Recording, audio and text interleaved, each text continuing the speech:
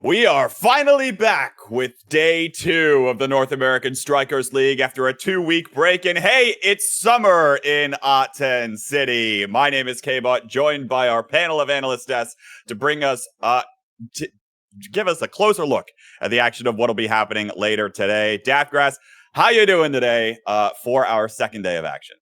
Look, I'm doing pretty good. You know, new week, new me. Probably have food poisoning from this morning, but we're not going to talk about it. You know, we're joined by two lovely people today, K-Bot. We are, first off, Miri Meg from Oceano Core Flip. How are you doing? I'm doing pretty good. Woke up pretty late today. Excited to do this. Excited to share my thoughts. Hopefully it goes well. Yeah, I'm excited to share my thoughts. It's going to be a very interesting day. Hey, don't make fun of me. I'm tired. Lumos, how you doing? Really good. You know, new week, new goalie. Maybe even 2 if we're lucky here. And Whoa. it's looking to be a fun week. Hopefully everything Whoa. goes well, but we'll get into that later. More on that later, but to start things off, we're going to start with things that happened before the new season changed, and we're going to kick it off with our draft to last segment here, where it'll be Miri Meg and Lumos going off against one another, and Daftgrass will be the judge because, of course, Mystic had something come up last minute and couldn't be here for the draft today. Well, it wasn't last minute. He did give us a little bit of time. So here's the draft now you see on your screen. I'll call to your attention. It is Demon Days, and this is the first carousel that the players are seeing after the first set of play, which means only starter awakenings have been picked up, and the starters were Glass Cannon. It was Glass Cannon Specialized Training, and I don't know why the Rasmus is stacks on stacks. How cool is confused that, by guys? that as well. I assume that's I was specialized very training. confused. Yeah, I'm like, why does That that makes guy a bit more have... sense. Yeah, that makes more Alright. sense. That makes a little more sense. As a reminder, folks, to those of you in chat, while they are studying and while they're thinking about what they might get their hands on, I'll break this down for you. The two analysts here are going to go off, go rapid fire in terms of picking awakenings down the line, and then Daftgrass will be the judge of who actually won or lost this draft, and then we'll reveal the game in which this draft actually took place and have a little bit of a discussion surrounding that. I think you all are going to be pretty excited to see what comes up on this carousel. Are the two of you ready? Mary, good? I'm good to go. Lumos? Win. All right. On that note, we'll have 10 seconds before I need the first awakening from Lumos, and they will be shown now. You can see them. So Lumos, I'll need one here in just a few. Built different. Built different. All right. Mary. I'll also go built different. What? Wait a minute. Wait. Oh, wait. How is wait? Oh, I'm It's taking the a next carousel. one. Never mind. It's a carousel. Big fish. All right. Lumos, back to you. Stacks. Mary. Heavy impact. Lumos. Quick strikes. And Mary. Prime time. All right. Draft is out. How many solid awakenings are there in this carousel, This by is the a way? crazy draft. There's like 9, you know? Yeah, that's what it feels like here at Daftgrass. Before the two of them get the chance to defend themselves, what are your reactions to how this played out? I don't know. It was interesting, right? I think I like the double size here from like both Rasmus. I probably would have gone with that for sure. I don't have prime time falling all the way down, but you know, this is going to be what it is. You had to say who won. Oh, yeah. Well, honestly, I really like Lumos' draft a little better. I think if I was Miri Meg, I would want the prime time on the Luna, but you know. Okay. Yeah, I mean, Do honestly, you want to defend the heavy impact pick, Mary? I think it's a good deny from Drek, and the prime time on him barely matters. So give it to the Julie, get them more, get more health back from the Vambrance on the Julie. I think that'd be pretty good. Yeah, it's Lumos a sounded very like you were going to say something. Yeah, it's a very interesting idea there. The heavy impact to 900 car is very important, but like I guess if you took prime time, then quick strikes would go down to Julie, so that might be a little Yeah. better. But it just depends on if heavy impact your car is that important, and it might be. It just really depends on the match and the All match. right. I'll go ahead and We'll see what reveal happens. where this actually took place. This was Oh. this Goats versus Sundubu match from week 1. I think it was game 1 or something of the sort. And I believe it was Stacks picked up first. I might have to double check that now myself because now I'm less confident on it. After all of this played out. That's But interesting yeah, how quick strikes goes undrafted in the game. I feel like that's a really big pickup on Demon Days. Yeah, I mean it's been picking up a bit of meta reliance a little later on in Oh, the meta. I mean, it feels like, right, you have to leave out one solid awakening here, right? It's weird that Super Search isn't going to get talked about at all, right? yeah. In terms of like everything else going on. And then I guess Apolme also just wanted more power, wanted more damage on Demon Days, right? Probably makes more sense here. Daft, what are your reactions to how this played out in the game?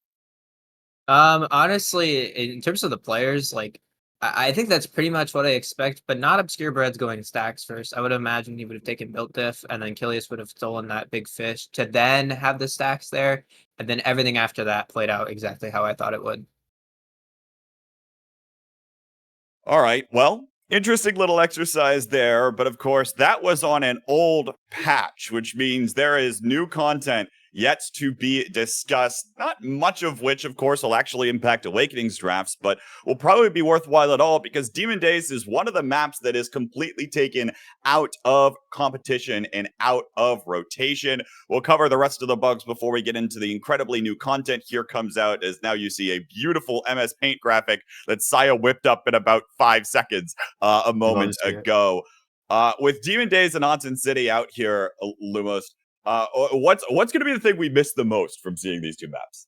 I mean, both of the maps are very fun and interesting. I mean, there's some Demon Days haters. I'm personally an enjoyer of Demon Days from a spectator point of view, not playing it. But again, Demon Days had a lot of KO pressure, which turned very interesting matchups with Zentaro with Vice. And honestly, the Rasmus Gully pick on that map I found really interesting, and it was a nice meta in terms of the map.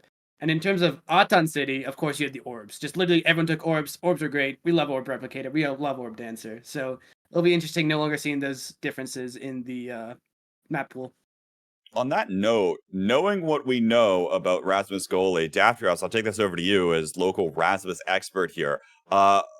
Do we think we're going to see an attempt at Rasmus Goli get played on any other map, whether it be a new one or an old one, based on what we learned there from Demon Days? Probably. I mean, like you have people like Megaverse who just play it because they enjoy it. They like the pick. But honestly, Demon Days was kind of like the place to play it. I don't really know any other map that he can really get as much value as he does on Demon Days. Maybe the new Obscura map, but at the same time, I think there's just better picks for it. So outside of that, I think it might just kind of shift out. Outside of the people who just kind of play it to play it. Miramag, want to touch on another thing. Mhm. Bugs getting fixed with Finny means that she is now getting enabled for competition, which is almost assuredly going to spice things up a little bit with just how Certainly. impactful this striker can be. I think it's going to be really interesting. I think a lot of the damage comps that were built around Finny when she first came out are going to start coming back, especially with the changes to the damage that got after the patches. I expect to see a lot of like combinations with the new striker potentially with how much damage output he can put in. And I think the special is still pretty much as strong as ever. It definitely is weaker and can counter it a bit easier. But I think it'll be just as potent putting it down on a barrier and letting the core get stuck against it and eventually taking out the barrier for pretty much free if you don't counterplay it correctly. Certainly will be interesting to see, especially paired with that Kazan you mentioned. But of course, that new striker of Kazan will be disabled for the first week of competition after the striker is released. So we will not be seeing him on the pitch this week. But Lumos, if a team opts to not go for a damage heavy composition, they might find themselves picking up a newly tweaked Juno. Tell me a little bit more about what happened and why we might be seeing this striker come up a little more. Yeah, Juno got some really interesting changes this patch. Basically, a lot of it comes down to longer hold time on the slimes and your strike resetting when you manually strike your slimes. It's a very weird, very complicated rework. It's supposed to increase the skill ceiling of Juno, but honestly, it allows you to just kind of walk forward, throw out a slime, and then just hit strike 3 times in a row, and usually stuff it through at least one person. It's a A little very bit of a interesting strike rework. warrior, I imagine, by the sounds of it there. But we haven't talked about maybe the most critical parts of the new season, and that is the new maps that have gotten added to competition. And these are completely on the docket for today, especially with Inky Splash Zone having a higher chance of appearing in some of our games. Daftgrass, walk me through this one. What are we going to be looking for on this stage? Yeah, so this one's interesting, right? You have the big funny mechanic of whenever you get your opponent's barrier down, you gain a button on your side, sends this huge blast that goes across the screen, carries the core, carries people right off the map, turns into a little bit of a blast zone. Honestly, the most interesting part about it, right, is that, jet that, you take it from one side of the map to the other. You can have some really cool setups on the other side that are essentially unstoppable from a goalie perspective. You take X, you stick him right there. He pops his ult. He just strikes it right through every time because it does come in the same angle. Same angle. Oh my god, I can't speak today. It comes in the same angle every time. So it's basically free goals if you do get that setup. We see how many times that setup could actually be executed. But the other map that seems like it's going to be a little more difficult to actually execute here, Miri Meg, and the one that I might be looking most forward to is the Gates of Obscura and whether or not our strikers today can think with portals. Yeah, this map is going to be a really interesting one. Similar to how you can have setups on Inkies, you can have similar setups with the corner portals on this map. You send it through, and you have a striker waiting on the other side, camping that portal. Perfectly good to get an X to pop special punch it through. You get a Julie punch that goes through pretty often, and there's a lot of different aspects of thinking you can do on this map with all the different things you can do with the portals. You can send one through to clear. You can send the core backwards to clear up to your forward, and you can send it through the mid portals and get some really cool core flip angles where you can send it through one portal and it goes through to the other and hits a spot in the goal where the goalie's not covering. It's going to be a very high skill ceiling map, I feel like, and it'll take some time for people to get used to and understand and get the full potential out of it. But it'll be very interesting to see what teams are able to do with the portals with the knowledge they have so far. And Lumos, that's even something that you were talking about a little bit earlier as well, when right before we went live, was the fact that this map requires different positioning that we've seen on any other map thus far in the game of Core Strike. Yeah, it's probably one of the more interesting maps to play. At least, I mean, I haven't played it competitively yet, of course, because it's a little hard to roll in scrims. But basically, positioning, you have to worry about every angle from a portal and everyone walking through a portal. It's very complicated to actually position in a way that your goalie is actually covering the angles enough because there's just too many angles sometimes, and especially when it gets to overtime when 2 sets of portals comes out, then it just becomes kind of chaotic. But it's still controlled chaos, which what is I think good about the map is there's still predictability to the portals. The angles that go in and go out are consistent but hard to read.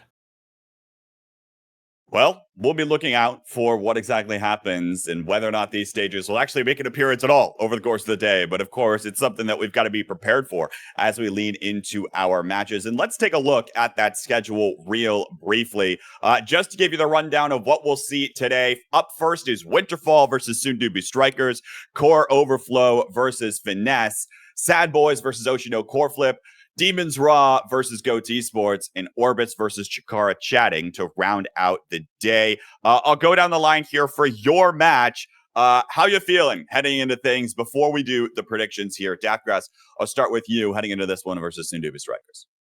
I honestly have no idea. I think it's a match that could go either way. I want to win, but um, you know, I got no damn clue. You're just gonna show up and you're gonna play the game. That's I'm gonna show that's play what the it game. sounds like. Yeah. All right. Mary Meg, the Sad Boys, particularly Vaughn, have been very pleased with your play of your team on Oshino Core Flip. Now, of course, you've got to square off against them today. How do you think you're going to fare versus this team that praises you so much? It's definitely going to be interesting. I'll go ahead and say they're probably favored, but I think given the right awakenings and given the right maps, maybe we get Inkies in there and they're thrown off. I think there's a chance for an upset, and I'm hoping that happens. We'll see what happens. Of course, I would not doubt there being maybe one game taken away, but you have to remember you got to win 2 out of 3 in order Yeah, to you take do. this series. Lumos, our final match of the day will be you all versus Chikara chatting. This team that has been quite on the rise as of late. How you looking ahead for this match? I'm pretty confident here. We're gonna be trying out a couple goalies today. Got Spencer in the works. He might have picked Challenger, but he's gonna cook today. And against Chatting, I think there's a chance. They have been pretty dominant in some of the weeklies coming up, but I think I'm pretty confident we can maybe take the series. I actually, now that I look at this, might have this schedule wrong. Yeah, And I forget, and we swapped someone's with going to match have to. 2. Yeah, you swapped the 2 and 5, so actually you all are going to be on second. So, which is why it was making sense in my head a bit ago, and then it did. So on that note, let's actually switch ourselves over to talking about predictions for that very match between Orbits versus Chikara chatting. Lumos, you think you all have it in you to take the victory today? I mean, I think we do. So I will leak a bit of rosters right here. We are going to be running Spencer as our goalie for the game 1, and if things go well, we might run him game 2. But we have KFC manager in the backlines if we need a sub coming in. So with KFC, we beat Core Overflow. So why can't we beat Chatting? All right, fair enough, fair point. Mary Meg, has he convinced you here? I think it'll be interesting if Spencer's able to show up and play at his peak. I know watching him at Lanny did pretty well playing that midfield position. If he's able to convert that same type of skill into the goalie role, which I know he's more prominent in, I think they have the shot to take over and win the game. So who do you So I'm favor gonna go ahead and Orbits? take Orbits for this. All right, Daftgrass, who you got? Honestly, I'm gonna say Chatting for this one. I'm a big fan of how Drew has played, really, and how he's improved. And I think he's going to be the star of the show, like he is in almost every single damn game. All right, I will be the doubter as well, Lumos. I'm sorry. I'm going to have to go with Chikara chatting here as well. The team play synergy, I think, is something that should be accounted for, right? This team that has played together time and time again, they've been on the grind because they're hungry for this event. And now, of course, Orbit's coming in with uncertainty in the goalie position. Will certainly start shifting things around. And I imagine that they'll be able to hold it down all the same. But that extra bit of synergy and the playstyle differences that you can develop as a team are that important, at least in my book, based on what I've observed for other competitive titles. Third match of the day, Sad Boys versus Oshino Core Flip. Mary Meg, you said it was favored for the Sad Boys. You sticking with that for your prediction, or do you Of think you course all? not. We're gonna win the match, and it's gonna be great. We're gonna get the right roles, and we're gonna win the match. It's gonna be perfect. Nothing will go wrong, and we're gonna win. Getting the right roles twice in a row for 2 different games sounds like quite the Triple tall S. order versus the Sad Boys. Lumos, do you think they've got it in them? I think the only way Sad Boys loses, the only way Sad Boys loses this match is if they roll Inky twice and Oshi play out of their minds at the same time. So I have to get with Sad Boys here, unfortunately. Daftgrass, what do you think? Look, as much as I want to bet on the funny map rolls, I'm just gonna go with Sad Boys for this one. I like betting with my odds here. Have to do it. This team looks Only unstoppable. fair. Sorry, Mary Meg. That's the way the cookie crumbles sometimes. Now, fourth match of the day, Demons Raw versus Goats Esports. Daftgrass, I'll send it over to you first. Who have you got in this one? Honestly, I don't know. This one's kind of interesting. I think I gotta go with my boy Kai Noob. Gotta go Demons Raw on this one. But I do enjoy Goat Esports as well. Mary Meg, what do you think? I think I'm also gonna go ahead and take Demons Raw winning this one. Don't get me wrong, I love the players on GoTo Sports, but I think Demons Raw just have a more diverse character list, and they got, I think, the better players on paper, and they'll probably take it. Lumos? As someone who's played a lot against Goats Esports, we've had a history.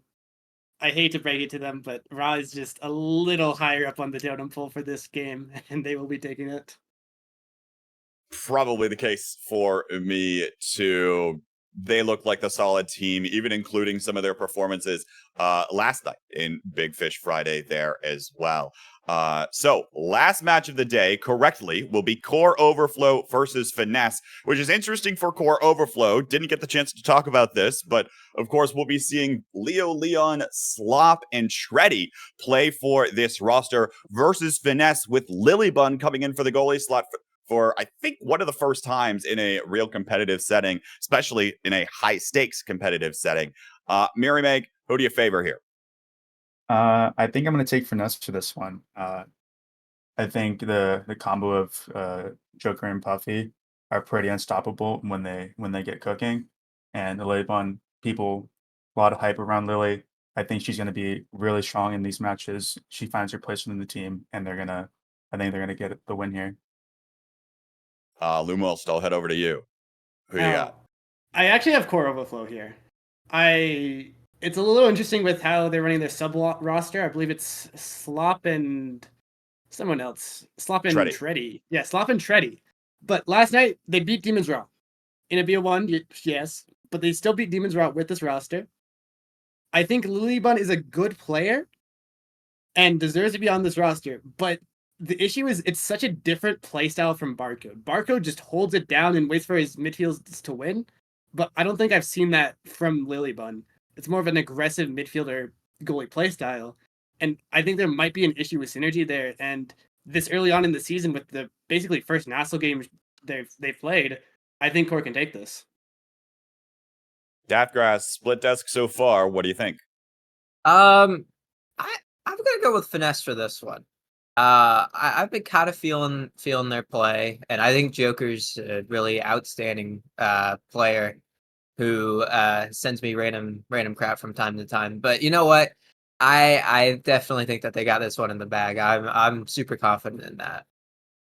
I think I favor Finesse here too. It's possible for Core Overflow to do it, especially given by the fact that they got some practice reps in last night. But I think Finesse will look stronger as a team altogether. But now let's head on to the match we will see next. Winterfall versus the Sundubu Strikers. Daftgrass, I assume you think that you all will take it.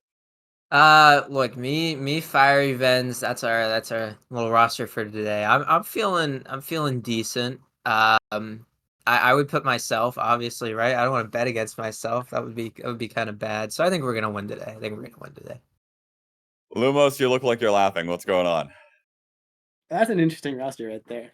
Huh. I mean, you probably didn't follow the Vens goalie, and like I'm a Vens supporter, but I've seen his goalie a bit. I don't know. Like, as much as St. Debu have looked a little weak, they're a West team that hasn't, like, they have Breads, which is really good. I don't know. I think Debu will take this. Like, even if it's your main roster, respectfully, I think Debu just has a little more synergy, especially as a team, and just a little more firepower. Mary Meg, let's bring us home here. I'm a little caught off guard with the roster that Winterfall is going to be taking with here. I think Steve Dubu's got it though. If things play out the way it are, especially seeming that I imagine Daftgrass would be playing the midfield if they have Fiery up in the forward spot. So I think the synergy is going to be a bit interesting to see how that works out. I think if anything, it'll go three games, but I still have seen Dubu taking it out on top. I'm gonna go with Dubu too. Sorry, Daftgrass. This Obscure Breads guy is probably going to hold it down and put on another heck of a performance for us today, and I am looking forward to seeing what kind of a show he's got in store for us. But folks, before we send it on over to that match, we'll give it a moment for Daftgrass to get his team together and set up for their match. And we'll send it over to Borg, who was walking through the woods and had some thoughts on what teams would win at today. We'll take it from our compadre over in Europe for a little while. How's it going, everybody? Currently hiking in southern Austria. Just found a hiking trail and I went. Haven't seen anyone for about 5 miles now. Oh well, doesn't matter. I just figured, now would be the perfect time while in nature to, one, make sure I don't get attacked by a bear. You can see that just in case. But two, to make my predictions video for week 2. Since I'm not really, I think that's next week, either way. I'm gonna make this a little more rapid fire since, enjoying my hike, and I might get a little out of breath. But without further ado, let's go. I think match 1, let me make sure I remember. It's Winterfall versus Sundubu Strikers. Now, I think I'm going to give the edge to the Sundubu Strikers just based on the week 1 performance. Although I think Winterfall have a chance. Match 2, Core Overflow versus Finesse. I'm giving the edge to Core Overflow, but I think I'm going to put my bets on Finesse just because of how insane Joker's been playing. 3, Sad Boys versus Oshino Core Flip. Not really too much to say there. I just think Sad Boys kind of clears that one. Same with match number 4, Goats versus Demon's Rog. Demon's Rog just seems like they're way too strong right now. Probably going to clear that match as well. And then last but not least, we got... Sorry, I thought I saw something. Last but not least, we got, I believe, Chikara West, aka Chatting, versus Orbits. That match I think will be very close. I think just based on what I saw last week, I'm going to go with Chikara West, but I think Orbits is the better team, but I keep doubting Chikara, and they qualified out of nowhere. They put up a really good showing on week 1 versus Sad Boys, even with a sub, so at the end of the day, I'm not really sure what's going to put Chatting as the winners for that one, but I think I've reached about the end of my trail, so perfect timing. I'm going to end it here. Have fun in week 2. See you guys later. Welcome back, everybody, to the North American Strikers League, where we are about to get into our first match of the day. Winterfall taking on the Sundubu Strikers. My name is Gordo. I'm joined by Fem Bison today. Bison, how are you doing? I'm doing pretty good. I just moved into a new place, a bit stressful, casting as soon as I'm able to get a desk set up. But, it'll be a good time. Yeah, no, that's how it is sometimes. Shout out to everybody over on the desk. Bold moves there, predicting against the homies while they're right in front of you. I gotta give it to them. That's it takes a certain amount of confidence in your own predicting abilities to be thrown down like that. So Absolutely. Good on them. Winterfall coming in with a couple of substitutes for this game number 1. Sounds like they're going to be running Fiery and Vens here to start things off. Taking on the Sundubu Strikers, who are fresh off a week 1 win up against the Goats. How are you feeling about this matchup? The analyst desk predicted that Sundubu would take it broadly, right? I think I'm still favoring Sundubu. However, Fiery's incredibly good, even if he's just a sub. He's still an incredibly good forward player, and Vens is no joke either. Even if Lumos had some comments about the Vens goalie. So I don't think it'll be a wash. That's my thoughts. No. Yeah, fair call out for sure. I like what I've gotten to see out of Fiery when I've gotten to see them play. Haven't seen much of Vens before, so going to be an interesting one for sure. But we'll see how they're going to be able to do. They probably weren't planning on running this roster, from what we understand. Like, stuff kind of came up for Mystics, so definitely going to be a little bit on the back foot to start things off. But we've seen some crazy upsets happen in this league before. Definitely believe that they can be coming in here again, as I'm seeing a little starting thing start to flicker there. So I think we are going to be into this game before just a couple more seconds are done. Absolutely. And loading into the map, we'll see if that higher weighted carousel. Oh, never mind. I was wrong. We are not loading into the match. We've been memed. Yeah. I was just about to talk about that carousel weighing Inky's splash zone higher than the other maps. I was curious if it was going to pop up, but now we're going to be left waiting a little bit longer. But these new maps might be pretty interesting, honestly, with like the match, right? Because most teams don't have any real practice on the maps outside of playing solo queue or I guess trio queue in ranked. So I think if it's one of the new maps, things could be a lot better for Winterfall because there's just a lot more potential for things to go haywire for both teams. Yeah, I agree. I haven't gotten to play a whole bunch on the new maps either, but they definitely are taking some more liberties with what can happen on some of these, right? There's a lot of different wild cards that can come into the equation that can really throw off a lot of even the most experienced of rosters, right? Game didn't used to do this a couple days ago, right? It just started, and so that really does, give you that extra bit of variance. And variance is something you're looking for if you've kind of been thrown off where you might have wanted your roster to be, and that's going to be the case for old Daftgrass there, making his jump from the desk right onto the field here. Absolutely, though I will say I think generally the West players being so mechanical, right? I'm thinking about Breads, I'm thinking about 3Z when I say this. They might be able to adapt better in this kind of situation as well. So once again, even if it's one of the new maps, it's not exactly, set in stone that whether or not anything will happen. But I have, playing against 3Z, playing against Breads, I played against them recently, actually last night. Bows a bunch went up against Sundubu Strikers, they got washed. But their ability to just freestyle on the fly is actually, I think, one of their scarier aspects of their playstyle. 3Z getting a dribble on the corner, me personally as a goalie, that's like the worst sight. Yeah, so, it can definitely see that coming on through as well. As we are into the map for real now, it is going to be Imi's app to start things off, so not going to be one of our spicier new picks. So we are going to check out what the selections are going to end up being. Kazan is still disabled, as was stated previously. Everything else is up for grabs, though. We've got Finny back on the table. Going to be exciting to see if that one ends up coming on through for our round 1 matchup. Yeah, I'm seeing the Rasmus Juliet hover as well on the side of Winterfall, and since neither team banned Rasmus, I think that's actually what both teams are going to go out playing. And Imi's app, such a volatile map, especially when you're letting both these characters through. The middle third of the map becomes an absolute no man's land. You're not allowed to cross, otherwise you risk dying. So I think a lot of KOs are in store for us this match, though. Daftgrass hovering the Juno goalie, bit of a surprise jump scare there. Yeah, Fiery hovering that Juliet, a favorite of theirs. The X already locked in there for the side of the Sundubu Strikers. That definitely points towards what might be a pretty aggressive composition coming out from both sides. Yeah, the double Rasmus, the double Brawlers. Looks like it's going to be Drakkar in the goal for Sundubu. And Juno there coming through for Daftgrass off that fresh little mini rework. Absolutely. And while I think X may start off with less power than Juliet, if Sundubu can take some of these sets, we'll see, that signature X scaling come in. Either way, this is going to be a heavy match, I say, as 3Z fails to load into the lobby. Well. Sick. Well. We're not happy about that. That's definitely not what we're looking for here. So we're going to give it a couple seconds, see what happens. Maybe 3Z joins. Maybe 3Z doesn't. And we get a little remake here. Hopefully he does. We can chat about starting Awakenings. I mean, it's prime time all the way, baby. So who knows what the other one is? We got 5 prime times on the board right now. And I'm going to guess 3Z took that too. I think that's a solid choice on Julie.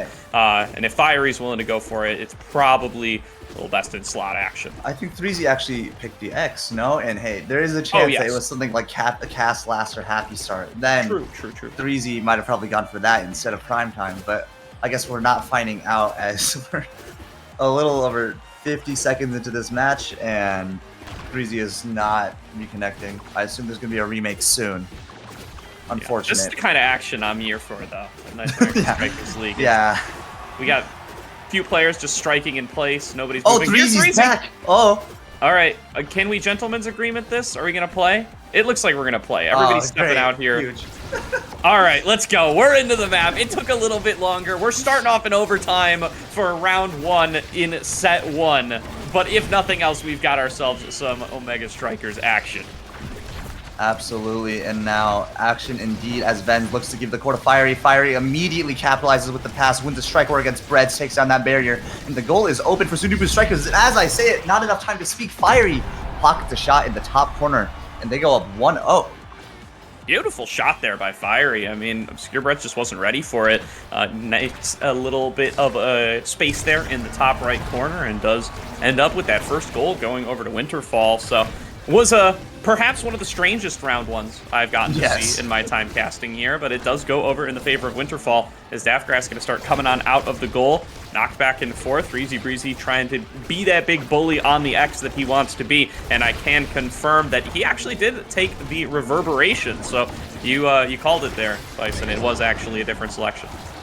Yeah, I think that reverb, usually not considered a strong awakening, but when you're playing against such a kill-heavy comp, and I didn't even get a chance to speak, 3Z immediately just pockets the shot in off the corner there, while Daftgrass jumps away, trying to use that slime, that new Juno rework, to save that, but unfortunate, can't get it. But as I was saying, the extra stagger from Reaper might be very helpful, especially against something like Rasmus Julie on this map, right?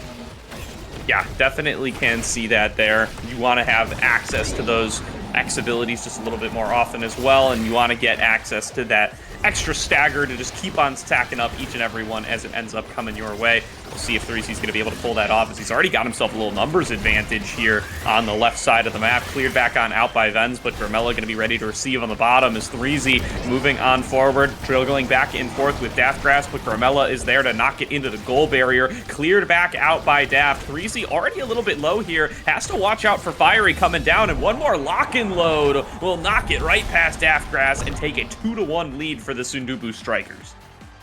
And that was just some phenomenal play there from Sundubu. I'm surprised, actually. I thought this match would be going the other way around with Julie Razes being so strong, able to KO off that middle. And as I say, Fiery finds one off the edge. But it looks like Sundubu usually is finding these KOs and getting these goals.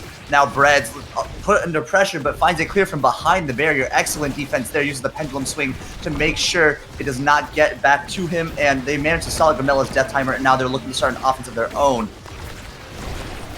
Aggression from Fiery up on the top side going to result in them getting staggered. They're going to get knocked aside here. Have to dodge out on that death touch. They step into it, though, and are going to get taken right back into Obscure Bread's goal. A big KO earned for the side of the Strikers, but it's going to get matched by Winterfall as they take out the Drakkar in the same moment. Fiery back on the map now. Ven's going to escort this core, pass it back up, trying to utilize that Striker advantage to make something happen up against Obscure Breads, but able to clear it on out once again, throws out another death touch, and not much to be found here. Both parties looking to see if they can yank someone into that center pit, and so far, done a good job by both teams of evading at least that particular kill, but around the corner, past Daftgrass, a set win is found for the Sundubu Strikers.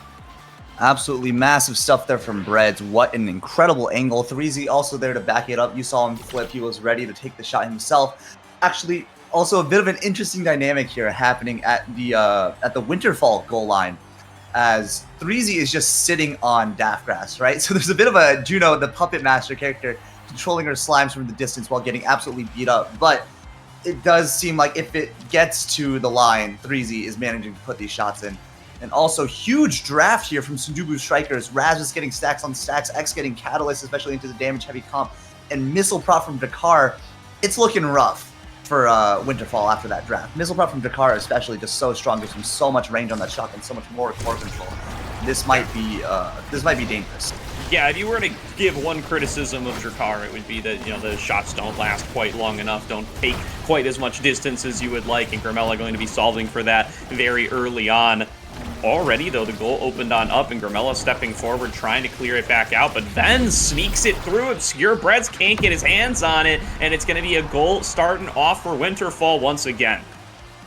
And that was an incredible shot there from Fiery and Vens, both of them finding that hole in the offense. Such a small pocket to just try and put that shot in, but they managed to find it, and it looks like that first goal they scored in the last set. We'll see if they can keep it up this time, though, as Grimella now looking to put some pressure on in the midfield. However, Vens managed to beat it out, and there's just some jousting going on as 3Z looks to get into the play, gets a kill on Vens.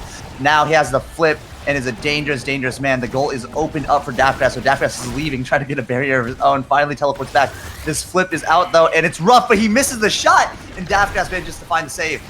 Yeah, that was a really tough situation there for Daftgrass, but he manages to navigate his way out of it. Now has all of his team back and on the field, going to be knocked away. Grimella trying to keep up the aggression on the bottom side, but it will get knocked past, and Fiery manages to open up the goal there up against Obscure Breads. 3Z, though, moving in from the top side, knocking Daftgrass around, and Grimella going to look for the shot, can't quite find it. Pass up to themselves off that lock-and load, but gets cleared out again. Obscure Breads with the core flip, double core flip from Grimella and 3Z, but neither of them actually really get that big fast shot. Knocked again by Obscure Breads on the pendulum swing. Fiery going aggressive, though. A KO earned for 3Z. Grimella just guns him off the side and gonna get knocked back on over to 3Z off the back of another clear, but Daftgrass is doing a good job of playing defense, keeping these cleared out with the Blobos, and so far has not let anything through. Absolutely, and now Daftgrass actually using the jumps, working magic with the jumps, honestly, finding these preemptive clears in the midfield, keeping the offense up. I guess I was neglecting to mention the super surge for him, but I didn't think it would be big as it is now. Look at him now trying to put that offensive pressure up, using the slimes, using everything he's got to give Fiery as many chances as he can. But great defense from Grimella and Breads there. And the flip shot misses off the corner, cannot get it to Fiery, and Fiery can't find one of his own. Both teams looking for whatever they can get, and finally 3Z with the flip in front of Daftgrass, and it's gonna go in for some Dubu Strikers. That was an incredible point from both teams. Incredible defenses on both sides. That was what we're here to see. Absolutely. Love the point on the Super Surge there and what it's been able to do for Daftgrass. He is launching himself all across the map and is constantly able to keep up that pressure. He's the one starter on this team from those who are regularly named, and he's going to have to come up huge to be able to find big wins here for Winterfall. So far, he's done a really solid job. They're still behind. He's going to have to make a little bit more happen, but been really impressive so far up until that moment. Maybe misjudging where the core was going there a little bit. Jumps too far ahead, overshoots it, and gives a nice easy shot to 3Z Breezy. To be fair, it's very hard to guess in that situation, right? As a goalie, you're just basically taking an unreactable 50-50, and you're just jumping to where you think it's going to be. All 3Z has to do is react for you to commit to one side, and, you know, it happens. And as I say it now, Daftgrass instead using that long-range jump to put the pressure on. That slime is going to give the core to Fiery, and Fiery's going to open up the goal. Now the jump slime useful, covering his tracks, but it's not going to be enough as Grimella finds the pass to 3Z. And 3Z with another core flip just shoots it right through two people. Incredible stuff. People both all cornered up on the bottom side here. Can't play that defense. It gets knocked right up into the top corner, and that ends up with a second set going over to the Sundubu Strikers now. On set point, going to be looking to take game number 1 here in pretty quick and clean fashion. Let's see if the draft here can make that change. I think it really might, right? We're seeing that Monumentalist, though. I think Daftgrass is actually going to look to take Saga Striker, which makes sense given that 3Z is sitting on him so hard that Saga Striker could be a huge deal. In fact, letting him survive more, letting him not be forced to overcommit on offense so that he can take some more of that pressure. And it might be all the difference that it needs to happen. However, Obscure Breads was just given extra special, and 3Z was just given 1-2 punch, and Grimella got heavy impact. Those are once again 3 best-in-slot draft awakenings for these characters. That extra damage, and of course, happy star for Rasmus on this map. All those death touches can be firing on all cylinders, getting as many kills as he can. Definitely, and you know, the rest of the squad here for Winterfall, they have to deal with the leftovers. Maybe not exactly what they would have been hoping for here. The Stagger Swagger on to Daftgrass and stuff like the Orb Ponderer here for Vens. Maybe not the best in slot that you can end up finding. Now, going to be seeing what they can make happen, though, even with maybe the not peak of awakenings that they've been able to get here, but Vens manages to find themselves a KO there, and there's going to be a return KO found by the Strikers. Daftgrass buying a little bit of time, launches himself forward, looking for an aggressive angle. Vens can't get over towards the core. Does have a duel with Grimella on the bottom side that Grimella ends up winning out on, knocking it back over to 3Z Breezy. Obscure Breads coming up towards midfield to knock it back over. Grimella keeping the pressure on towards that goal barrier. They do manage to find it off the back of a core flip from 3Z Breezy, and now moving back up, another pendulum swing, another pass up to 3Z, but Vens takes control. He's got his core flip ready, could look for a big shot here. KO found on the X, there's the core flip, a great save by Obscure Breads, but he knocks it back off the center and scores it right back into his face. Just a little bit unfortunate. I don't think neither him or Grimella expected that to happen. But, you know, these things do tend to happen, even to the best of us. Breads, one of the, you know, undisputably one of the best goalies in the game. And as we see, he's still human. A tremendous save into a hilarious blunder there. You know, you gotta love it. Happens, can't predict everything all the time. Some crazy geometry at play and knocks it right back into his own goal. Absolutely, and now Grimella looking to knock it into the enemy goal barrier and manages to find it off the back of the corner. And Breezy, just with the Catalyst meter, uses that flip, hits it through Daftgrass. We've seen this happen, I don't know how many times now this match, but that Catalyst is really coming through for him. Yeah, the X just thrives with these kind of energy-focused awakenings, gets to just stack it up, sit in the enemy goal arc where he feels most comfortable, bullies the goalie, and finds himself those big shots. Grimella trying to repeat that performance now, does get cleared over to Obscure Breads, will open on up his goal. Grimella gets it back over to 3Z, though, who's going to keep on up his aggression, but all around the world, and Obscure Breads, distracted with a Juliet in his face, opens up for another goal there for Winterfall. You know, you said distracted with the Juliet in his face. It's kind of a same thing happening on the other end of the map, right? Both forwards seem to be just trying to disrupt the enemy goalie as much as possible. And it's working out for both teams, as we can see. These shots are going through. It's very hard to play defense when you have a brawler in your face just trying to hit you as much as possible. And as I say it now, Threezy trying to hit Daftgrass as much as possible, trying to push this core through. Can't quite find it, but the offense isn't dead yet for Sundubu Strikers. The death touch goes out from Breads. The pendulum swing as well, just keeping things up. And now Threezy once again with the flip. And there's just so little you can do. You have to hit him to keep him away from you, but the more you hit him, the more meter he gets.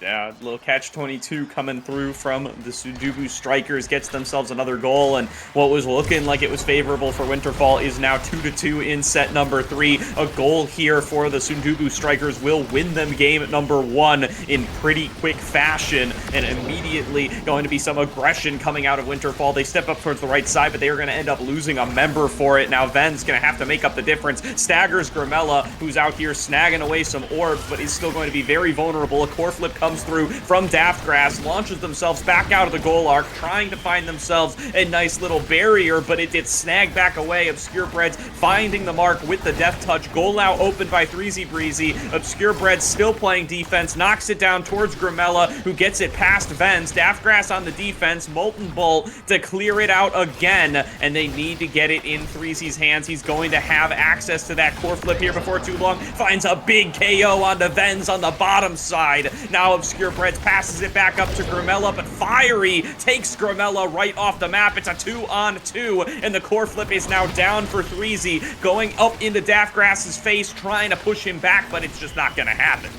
And now they're forced to stall out Grimella's death timer, but Daftgrass is just away from the goal, accidentally loses it from the corner, and all Threezy has to do is pocket a shot and this wide open goal. And it's going to be game 1 going to Sundubu Strikers. Just a bit of an unfortunate overcommittal there from the side of Winterfall.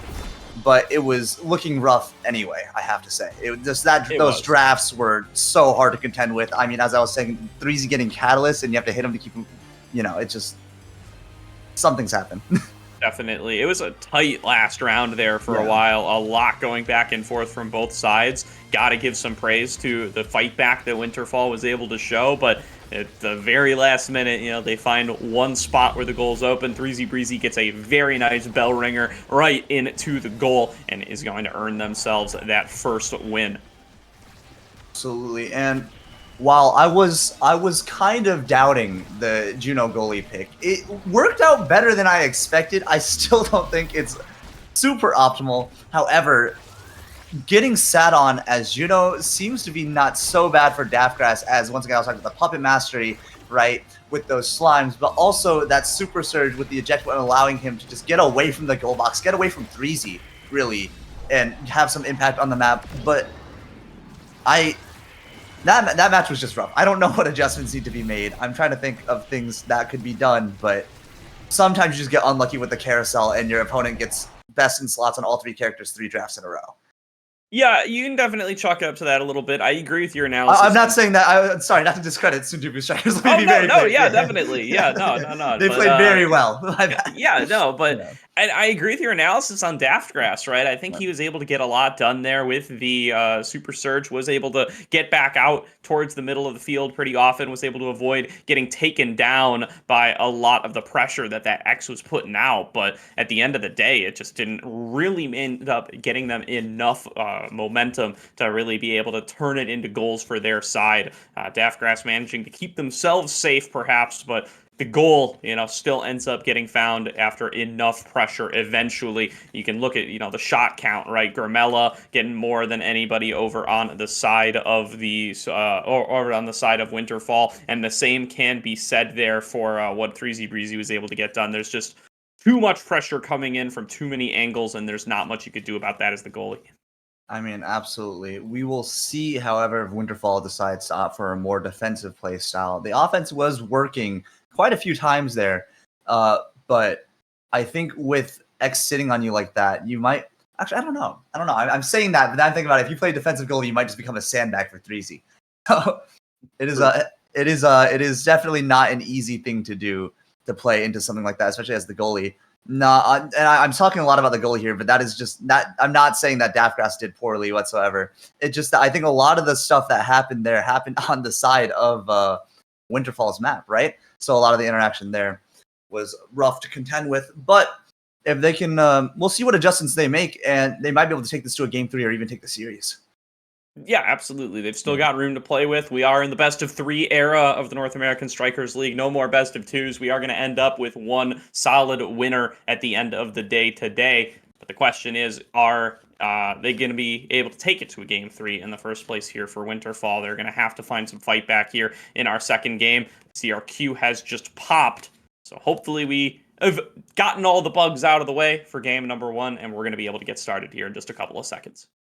Hopefully, indeed, though. It looks like we're a bit stuck in the starting screen. I hope we do not. Yeah, get I really just bug. got to stop even talking about it. I'm kind of jinxing it a little bit here. That's you can blame me for this one. I don't know if you're jinxing it. This has happened far too many times on stream in the past. It's just common occurrence at this point. It is what it is, right? Hopefully, we will load in soon, and we do seem to be. And hopefully, this time 3Z will be allowed to connect to the match. All right, well, we're 2 for 3 now. We've gotten past the loading screen. We're in Atlas's lab as the map. Hopefully now we have all 6 players as soon as the game starts, and then that'll be every box that I need ticked. So, let's see what the selections end up being here. Going to be a Rasmus hover from Vens right away, but not going to take that too seriously, especially when we still see Kazan's being hovered when that character is disabled. Going to be an X-Band coming on through for the side of Winterfall. I mean, that X-Band makes total sense. Look at what 3Z was doing. As he would like to say, he might call that X-Lore, right? But the era pick here, probably pretty strong. Atlas Lab, not a lot of space when that black hole is up. That Maelstrom is going to be able to cover enough of that space when, when there's sort of like 2 lanes being split by the middle obstacle, right? And Fiery on that signature Juliet, I expected nothing less. But Luna pick from 3Z, I think, on the other side of the map. And, Vaughn likes the pick on this map. We'll see if it will pay off. It's definitely an interesting one. Yeah, I like to see the Luna starting to get a little more popular. It is going to be 3Z on the Luna. Obscure Breads on the Dubo, Grimella on that Rasmus. And again, Fiery running it back on the Julie here. Again, a favorite of theirs. Let's see what they're going to be able to get done here as immediate aggression from 3Z, trying to keep up that pressure on the Luna, rather, and have been able to use those boosts so aggressively. It just pumped out so much damage at such long range. Absolutely. And taking a peek at the starting awakenings here, we have Ponderer and Chrono Boost. I do think Luna and Dubo are 2 characters who can take massive advantage. Ponderer, and as I say it, Fiery's actually just going to find a kill on Bread, so no orb stacks there if he had any at all in the first place. And now a Fiery's going to take that second barrier. They're just trying to open up the goal. 3Z, though, playing some Luna goalie, showing that the pick isn't as dead as people think. Manages to stall out the timer for Breads to get back on board, and now has an offense going of his own, trying to find a play. Grimella trying to get in the play, but just so low, it's risky for him to walk up into that mess. Yeah, no, a beautiful little sequence there from Fiery to be able to open on up the goal, but isn't quite able to take it the rest of the way. Another KO found for Fiery, though, and the long-distance core flip across the map finds it past Obscure Breads and scores the first goal of the match for the side of Winterfall. Thinks that was a very good shot from Fiery, placing it right between 3Z and Bread. Seemed like a little bit of confusion of who was going to field that, and, that shot placement made sure it was confusing enough to get that core in. Now 3Z still with the flip, though, trying to look for an opportunity to use it. Finally goes, takes that first top barrier. Grimella tries to get the core again off of Daftgrass's flip, but instead, Breads is going to go down 2 barriers, can't quite find the hook that he needs. And now Daftgrass just looking to hold it down, give his forwards as many opportunities as he can for them to score. Fire's been kind of slick with it this game so far. I mean, has really found some great angles there onto the goal barriers, but is going to get rocketed down into the blast zone by Obscure Breads. But another clear, another cross-map core flip, and another case where Obscure Breads cannot get to it in time. 2-0 for Winterfall. That was absolutely saucy, actually. I was just about to say, Vens using that Chrono Boost beam, that extra debuff duration, to give Fiery more than enough time to find these kills near the map. When you're slow and small and just so weak and pathetic, Julie's going to just kill you, right? And immediately they capitalize off that with an incredible core flip goal as well. I mean, Winterfall looking a lot stronger this match than the last one. Definitely a great start for them now, already on set point here for set number 1. 3Z Breezy, Obscure Breads, and Grimella going to have to team up and find themselves some more play into this game as they're going to lose a goal barrier once again here to this aggression. Off the center black hole, Fiery staggered, Fiery taken down, Grimella with the pendulum swing to earn themselves a striker advantage, passing back and forth, Grimella and Threezy Breezy trying to utilize some of that synergy. Grimella goes for it, and there's the rocket in from Threezy. Trying to utilize some of that synergy, and utilize it they did. What a pass from Grimella through the corner behind Daftgrass to set Threezy up for a very easy dash shot. All I had to do was line it up and knock it right in. And now Sundubu Strikers looking to take this set back. Grimella almost goes down. Fiery finding these KO opportunities wherever he can. However, Grimella getting a little lucky surviving there. But the pressure is still strong from Winterfall, even though Sundubu managed to get that goal. Brez is actually going to go down 2 barriers, so unfortunate, and go down himself. What a tornado for Venz. The core flip goes out from Daphne, trying to pass the Fiery, but Grimella manages to disrupt Fiery long enough. The Fiery can't get a shot off. Threezy forced to use the core flip to stall out the timer for Brez, and now they're actually going to find a barrier, but as I say it, Venz just threw. So many things happened in that sequence, but Winterfall came out on top. Yeah, no, great threading of the needle there from Venz. Just finds a spot where the defense is vulnerable and gets themselves the goal. And a great sequence there, as you said. A great pass to start things off the back of the core flip. Nearly ends it super early for Winterfall. Good defense to keep things alive for a while from the Sundubu Strikers. But Winterfall end up with the set 1 win as now we get into the draft. Winterfall is heavily rewarded. Built different Juliet and Orb Replicator on the Ponderer Atlas, and killing him for his stacks is, you know, not really feasible with Atlas, right? He has so much self-healing. However, there is something that must be said about Threezy's Happy Star Luna. That damage from that nuke might be enough, but I think my bet is on Daftgrass keeping those Orb stacks. Yeah, immediately just a incredibly fast start here from both sides. Venz now with that Monumentalist finding a KO off the magical Maelstrom. Great stuff there as Daftgrass now just going to keep up the defense. It's a 2-on-2, but stepping up towards midfield now to be able to try to help on out for a potential goal. Threezy Breezy again relegated to Luna goalie. The Stagger Swagger not going to be enough to keep Obscure Breads on the map, and gets it past him. Nobody left to defend. Obscure Breads had just respawned. Fiery with another goal. I mean, Winterfall sort of turning the tables, right? Last match, Sundubu Strikers looking so dominant and was being rewarded for it on the carousels, but now it's Winterfall's turn. They were dominated that first set 3-1, and I mean, these drafts are coming through. The Fiery with the build difference is finding these KOs, and as I say, I watch Fiery walk up and kill Threezy as well, and now they're just looking to get this top barrier. The tornado is going to go out from Venz, but a great soup ball from Breads in preparation manages to keep the core out, but does not manage to keep him alive as Fiery, once again with that build different Juliet, just finding all the kills you could ever want, and Threezy is not going to be enough to stop the core from going in. It's just so difficult to spawning in like that, trying to play some defense. Winterfall is dominating this game number 2. Now up 2-0 in set number 2. The emotes are coming out and masking quite a big deficit here from the side of Sundubu Strikers. They've got to put something together here real soon. You can see they're trying to set up for these well-rehearsed duo plays between Threezy and Grimella, knocking it back and forth to each other as they approach, and it's just getting disrupted and completely ruined by Fiery and Venz here, making so much happen off the back of their specials and off of the aggression that Fiery can show, and getting these huge KOs to continuously find themselves into positions to score these goals. Now, finally, a little bit of a longer set coming on through from the side of the Strikers here in game number 2. And now, as I say that, gonna have their goal opened on up, but Grimella trying to take the aggression out of the bottom side. Here comes that Crater, is gonna be able to open on up the goal. Threezy receives it on the top side, down to Grimella, but cleared on out for Fiery. One-on-one against Obscure Breads. They find it again, and a second set win comes through for Winterfall.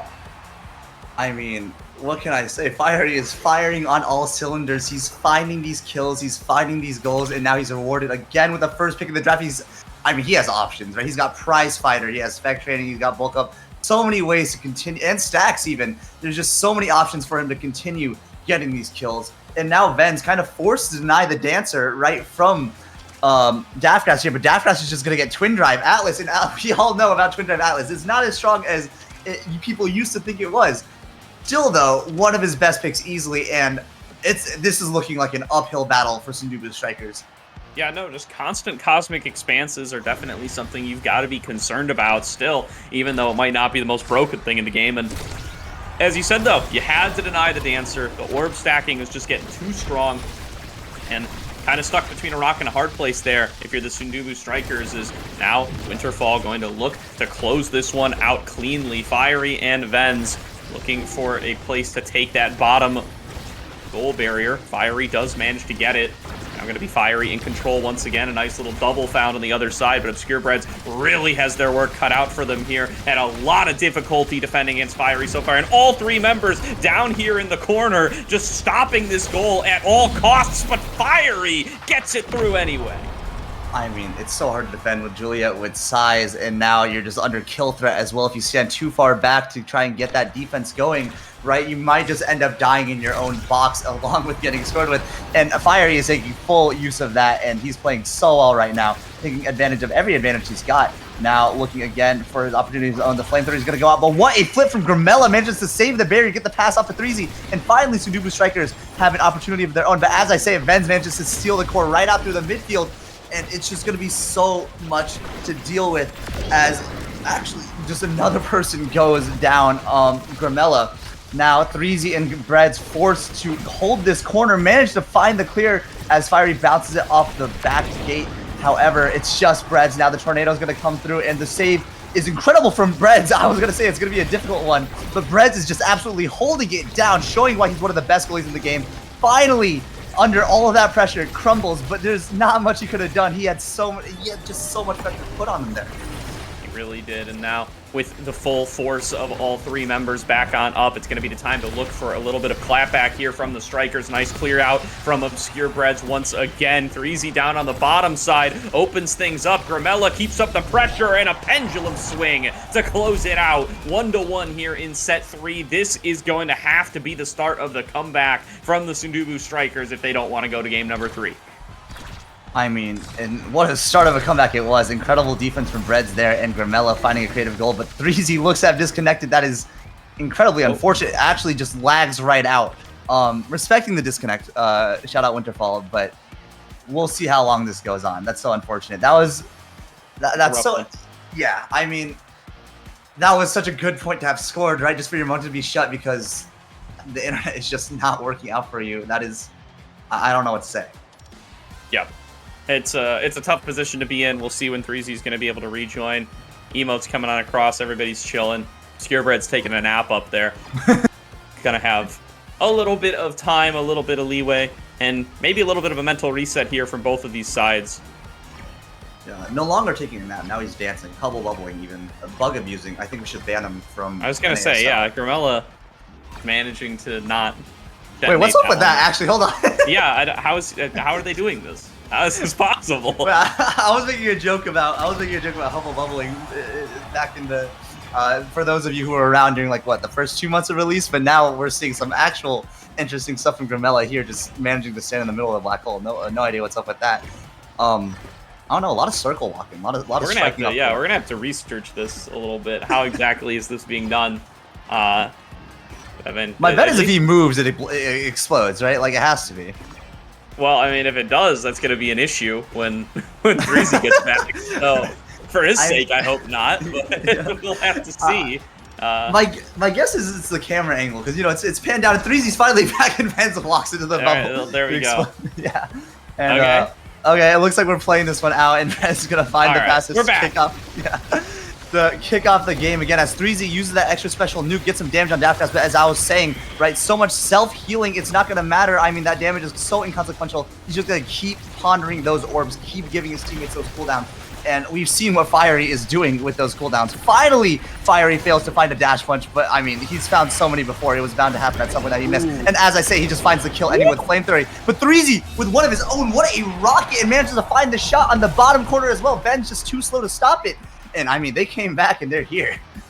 Beautiful stuff there from 3Z, finding themselves a great goal there. Now up 2-1 in this set number 3. And, you know, maybe they just need a little DC reconnect to get themselves back into this one as we are starting on off for what could be a set win for the side of the Sundubu Strikers. Early KO found there. I think that was the somersault from Obscure Breads. Definitely going to be giving them some space to play with as it's knocked down to Grimella. 3Z up on the top side. Whiplash does manage to find that last goal barrier. Fiery doesn't land the flurry onto anybody. There's going to be the pendulum swing from Grimella. Doesn't quite find its mark, but 3Z is still there on the top side. Regains full speed. Now going to get knocked aside by that magical Maelstrom, or at least going to be forced to retreat, but Grimella is up with the Whiplash. Has the pendulum swing ready soon. Can they get it past this double defense of Venz and Grimella? Down to the bottom side. Obscure Breads has to let go of one of those goal barriers, and now up on the top side, it is going to be full control given on over to Grimella. Just sneaks it past Daftgrass. Doesn't matter that you have that extra use of Cosmic Expanse with the quick twin drive. Just can't find the defense, and that's going to be a set win for the Sundubu Strikers.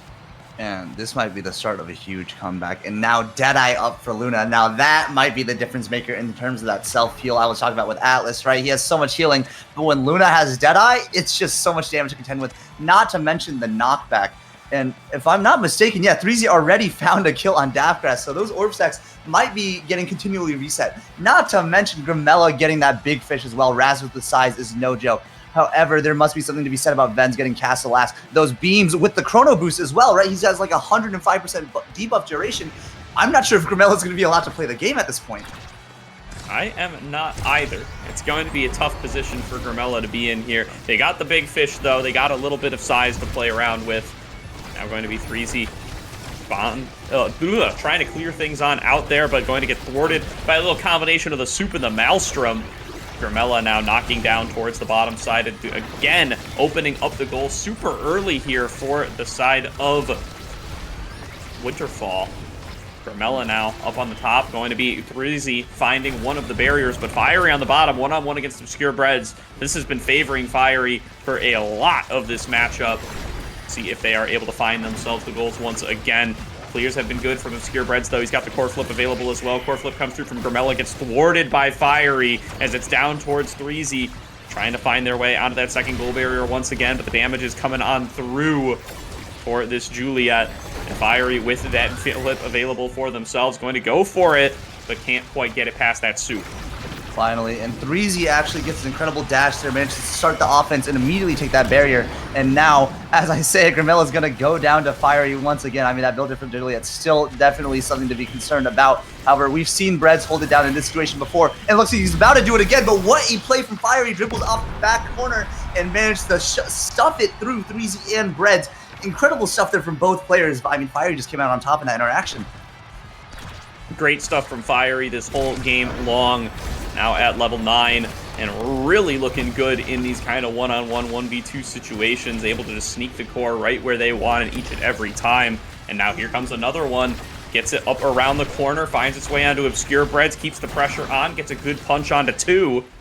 Not quite going to be enough, but still really great play coming on out. And now the pass on towards the bottom, an attempted flurry, going to open up the goal in full. And now the clear's out again here from the side of Winterfall. Going to have their goal on open, but an attempted response coming on through from the Strikers. They get themselves a KO. Obscure Breads making good use of that Tofu Fortress to get themselves some time without Fiery on the map. Let's see what they can do with it. And now they do something with it. They do indeed finally opening up the goal barrier for the side of Sundubu Strikers. But as I say, Fiery's going to get a KO right after Venz KOs Grimella off the top with that tornado. And 3Z, not much he can do here to defend it from the Flame Flurry, just stuck in hit stun, forced to evade. And Fiery's going to push it right past him. Sundubu Strikers on the back foot once again. 0-2 in this what could be the final set, I should say.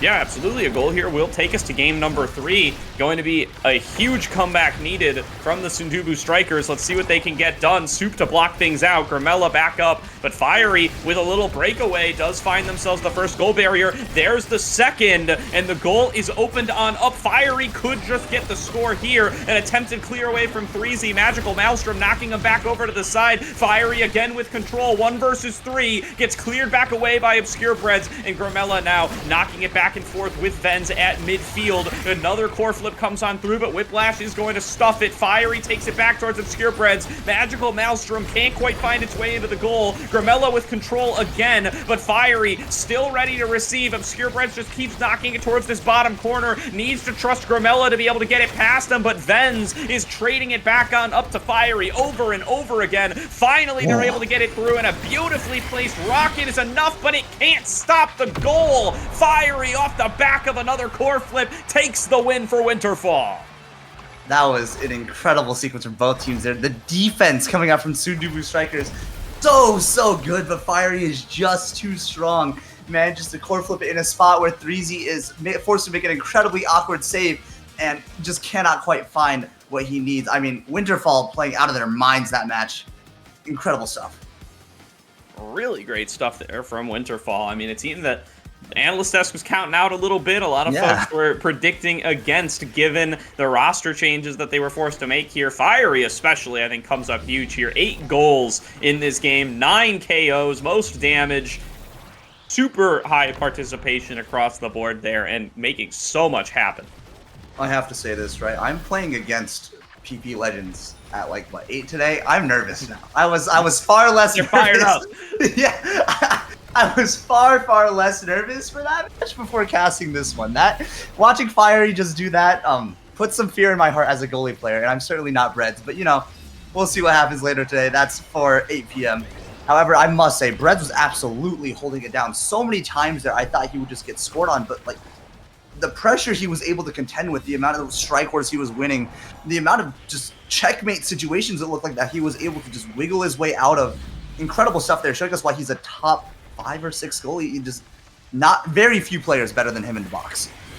Definitely true there, and yeah, was really able to defend against some wacky stuff that it felt like they were not going to be able to get an angle back in against, but the pressure is just too much. We talked about this in game number 1 as well. If you're just stuck in your box, getting shot on over and over and over again, eventually one of them's going to get through, and I mean, Fiery did a great job, especially around those goal barriers, of being able to find angles that Obscure Breads just could not defend, and going to be able to end up with a Winterfall side win as a result of that. The pressure from the Magical Maelstroms from Venz as well, you got to give them a shout out to there. That having that extra size on it from the Monumentalist ended up making a huge difference there. It was covering so much ground, got some nice KOs, or at the very least, the threat of the KOs was enough to really deny any possible responses from coming through. Absolutely. I mean, especially when you have Fiery in your face and a Maelstrom backing it up, it's very scary. There was quite a few times Breads was able to save it from that situation, but you have to use a lot of resources to save it from that situation, and they can put you in it quite a few times, right? So it's definitely not an easy thing to do over and over again, and I mean, they were taking full advantage of it from the side of Winterfall. Not to mention Venz also just making sure Carmelo was honestly not allowed to play the game. He was getting so many KOs, getting so many beams, just setting up Fiery and or getting, the play off himself, right? Just incredible coordination there, making sure they could target one player and just shut them down completely. Yeah, really looking that way as well. You end up with that one player getting set a bit behind in regards to levels, not really able to get involved, and it's difficult to play 2 versus 3. That's Omega Strikers for you right there. So a lot of stuff to work on here coming into match number 3, which will determine whether who's going to actually be our total winner here for the whole match today. Absolutely. I will say, I guess the X ban absolutely the right adjustment to make there as well. Definitely, yeah. Yeah, I mean that I think that brought them so much more space on defense, which just gives them a lot more opportunities to help out the offense, right? In the first game, Fiery wasn't really allowed to cook because 3Z was just sitting on Daftgrass, and Daftgrass can't get the core out when X is just beating on him. So now that Fiery's getting so many opportunities, right? He's showing us why he is on the roster for this team, despite being in the Tier 2 league. Yeah, definitely agree. I mean, 3Z showing a lot better on the X than they did on the Luna. Curious to see what they're going to go for now in this game number 3. And I mean, shout outs to Daftgrass as well, who was able to have a really solid game there on goalie. Technically supposed to be a forward starter for this team, right? They usually he plays all 3 roles. He's probably one of the most he's the only player to have won a tournament on all 3 roles too. So very impressive player in his own right. Not to mention, he was, I've been gassing up Reds, but let's be clear, Daftgrass was also absolutely holding it down. In fact, had more saves there. Though, obviously, stats aren't the only thing to look at when in the middle of a match. But there's something to be said about the Daftgrass goalie. He is absolutely cooking there as well. For sure, for sure. We are still looking in for this game number 3. Maybe a little bit of action being taken by 3Z to make sure that they're going to be able to stay connected to the game for game number 3. That would be the hope, right? We don't want to spend too much time all hanging around. We don't want to spend too much time. I still want an answer as to how we were able to stand in that center point and not detonate it. I don't know what was going on there. We're going to have to put our top men on it and see what we can learn.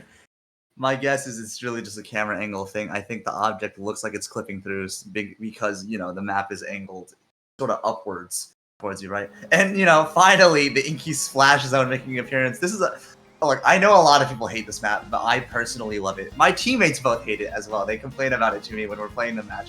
But I like hitting the button. Okay, I play goalie. I get to go hit the button. I get to watch the jet stream of water go. It scratches something in my brain. For sure, for sure. So now we are looking at Inky's Splash Zone, our first look at the new maps here for the North American Strikers League. Let's see what it is going to influence for our teams in game number 3 when it's up for all the marbles. Ven's going to lock in that Rasmus to start things off. Double Rasmus coming on across the board. Now, my focus is still on what 3Z is going to bring out. We know that Fiery's going to play Juliet. It's not even in question. Right. I'm surprised they're not banning out the Juliet, actually. But I guess they're more afraid of Daftgrass's Kai goalie. But Daftgrass does have a pretty sick Kai goalie. In the past, it's been shown to be incredibly good at the line. However, he's definitely no slouch on any other character. And both teams drafting some pretty interesting comps. I do think Sudoku Strikers actually has a bit of the edge in this draft here. They have a bit more core control on this very wide open map with that Estelle pick over the Julie, right? Though Rasmus obviously probably going to go even with each other there. Yeah, 3Z going to be taking over the Rasmus here from Grimella now in this one as Grimella takes the Estelle. Game number 3. We are on to the field here. Going to just be those single goal barriers now on Inky's. And we're going to have to see what those water cannons can do once they start opening on up to influence play at this really coordinated and competitive level. Absolutely. I mean, this map also is so snowbally, right? So we're going to see if teams can make that advantage happen. When they take the barrier, they're going to get access to the juice box, essentially, and be allowed to make those insane jet stream plays, those centering the shots, getting the KOs, and what have you. Now Fiery finally manages to get that first barrier a little slower than I expected from either team. These barriers are pretty paper thin, but the jet stream's going to go out, and Fiery, as I say it, the juice goes out, and Fiery just going to punch it right through Reds. It's always sent to the same spot, so Fiery has the easiest shot of his life every time. Yep, there's the recipe right there. That's what they're going to be looking for over and over again. Is Winterfall off to an early lead again. They've scored the first goal in every single game. Got to give them that, if nothing else. Even when they were ending up falling behind in that game number 1, they were able to strike first. See if they're going to be able to keep that up for the whole set. Ooh, a nice shot there from Grimella. Doesn't quite find the opening, but now it's going to come through either way as Obscure Bread's just waiting there, going to throw it on through the center, and that is going to be a KO as well as nearly the goal found by 3Z Breezy. A crucial save there by Daftgrass. I mean, that KO was pretty big, too. It took out a flip from Grimella there. Not Grimella, sorry, Vens there, which is kind of a big deal, right? That's a lot of resources that you've just lost. Even if you don't find the goal, it's just now much, much harder for your team to capitalize off the play. Though it looks like the juice is going to go up again. They're trying to get it into the jet stream, get a shot off, but good defense from Vens just dribbling off the corner, making sure that the shot is not centered for 3Z that easily. Yeah, now Fiery now going to be sent into that stagger, going to be using the cannon for a little bit of defense, but stuck in the middle of 3. Nowhere really to go here for Fiery. It's kind of a tough position, but just looking to find their way out of the core one way or the other, forced to go elusive again, and still finding themselves face-to-face with Obscure Breads. Here comes another cannon. They're just throwing these down on cooldown, and a nice push in from the Astral Projection, going to take Fiery off the map. Now with that numbers advantage, here's going to be an attempted clear coming on out, going to get blocked by the Cosmic Expanse as a knockback up from Obscure Breads, but there's going to be the cannon again, not finding its way into the goal, and Vens with a beautiful shot to the bottom corner for a 2-0 lead to Winterfall. That was disgusting. That is like the least favorite thing, I think. My least favorite thing I think that Rasmus can do, because I've had it done to me so many times. It's so hard. That core is so fast in overtime when you get the hook off, and then it's basically a core flip 50-50, right? But as I say it, Gramella manages to cover Daftgrass's clear with the Rose Warp, and now the Juice is going to go out. 3Z almost in position, gets another chance to trying to put this core in, but just great defense there from the side of Winterfall, and they can't quite find the goal. And now they're looking to return one of their own. They are up 2-0. If they can get this goal, they will have a huge advantage in this early draft. Now 3Z though with the flip, and unfortunately catches it just a bit. And once again, the onus is on Sundubu Strikers to try and put this one in once more. Yeah, not quite finding it there, but very close shot hitting off of course that last barrier and knocked out of it by 3Z Breezy. The mix-up. Beautiful stuff there to get the first goal on the board for the Sundubu Strikers. That was nasty, actually. That made me feel bad. Yeah. That was an incredible shot there from 3Z fighting that bottom pocket. I don't think Daftgrass was expecting that. Most people wait for the core to bounce into the corner, but I think that's what 3Z was counting on, right? He knows that Daftgrass knows to defend it. But as I say that, Venz gets a pass to Fiery. They get that early barrier, and now they're looking to snowball this advantage. The Juice goes out. 3Z forced to evade. No meter for him. It might be dangerous later if Fiery can get on top of him, though Fiery is actually looking to play more up on the side of Breads, really, trying to mark him, get that pressure going. The flip goes out from Daftgrass. Finally, Fiery gets a chance, but just natural protection from Breads stops the whole scoring attempt. And actually, an incredible core flip as well. Gets that barrier from the bottom corner. The Juice is going to go out. And now, nothing coming from the jet stream, but the pressure is still there for sure. Yeah, again, Fiery going in for the shot. Obscure Bread's able to clear it out once again, and Obscure Bread's looking a lot better on this Atlas up against the pressure from the Juliet than he was on Dubu. Doing really well in this game number 3, and another nice shot from Gramella, just piercing shot, gets it right through Venz and Daftgrass, and finds themselves tied 2-2 in set number 1. Yeah, that was an incredible shot from Gramella there, managed to hit both Venz and Daftgrass, making sure they were hit stun, unable to save. Great placement there. Now Gramella with the flip, waits out that Cosmic Expanse, does not quite find the barrier, but still burns a pretty important resource for Daftgrass. Bread's burning one of his own as well, finally forced to from Fiery and Venz there in the top corner, but 3Z and Gramella are going to hold it down there, and it looks like the clear is going to be found, though the pressure is still on. Daftgrass actually walks up, bit of an overcommittal maybe, but 3Z, once again with the core flip, can't quite seem to find these shots, but Gramella covering for it, manages to Crystal Thorns it right through Venz and Daftgrass. Yeah, that was almost actually a sick shot by 3Z Breezy. He was trying to sneak it through the goal right as it was opening up and just misjudged it by a tenth of a second there. Would have been real cool. They end up with the goal anyway, and that is going to be a lead given on over.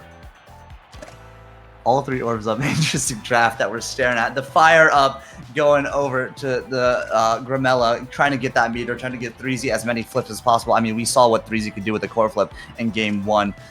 Actually, no orbs being drafted on the side of Sundubu Strikers. Interesting. I thought that maybe Breads would go for the Ponderer, have those, expanses up on cooldown more, but I guess not. Daftgrass taking the Dancer, though, makes sense. We saw what he was doing walking up so far early. He wants the extra mobility to be able to make those back and forth offensive and defensive plays.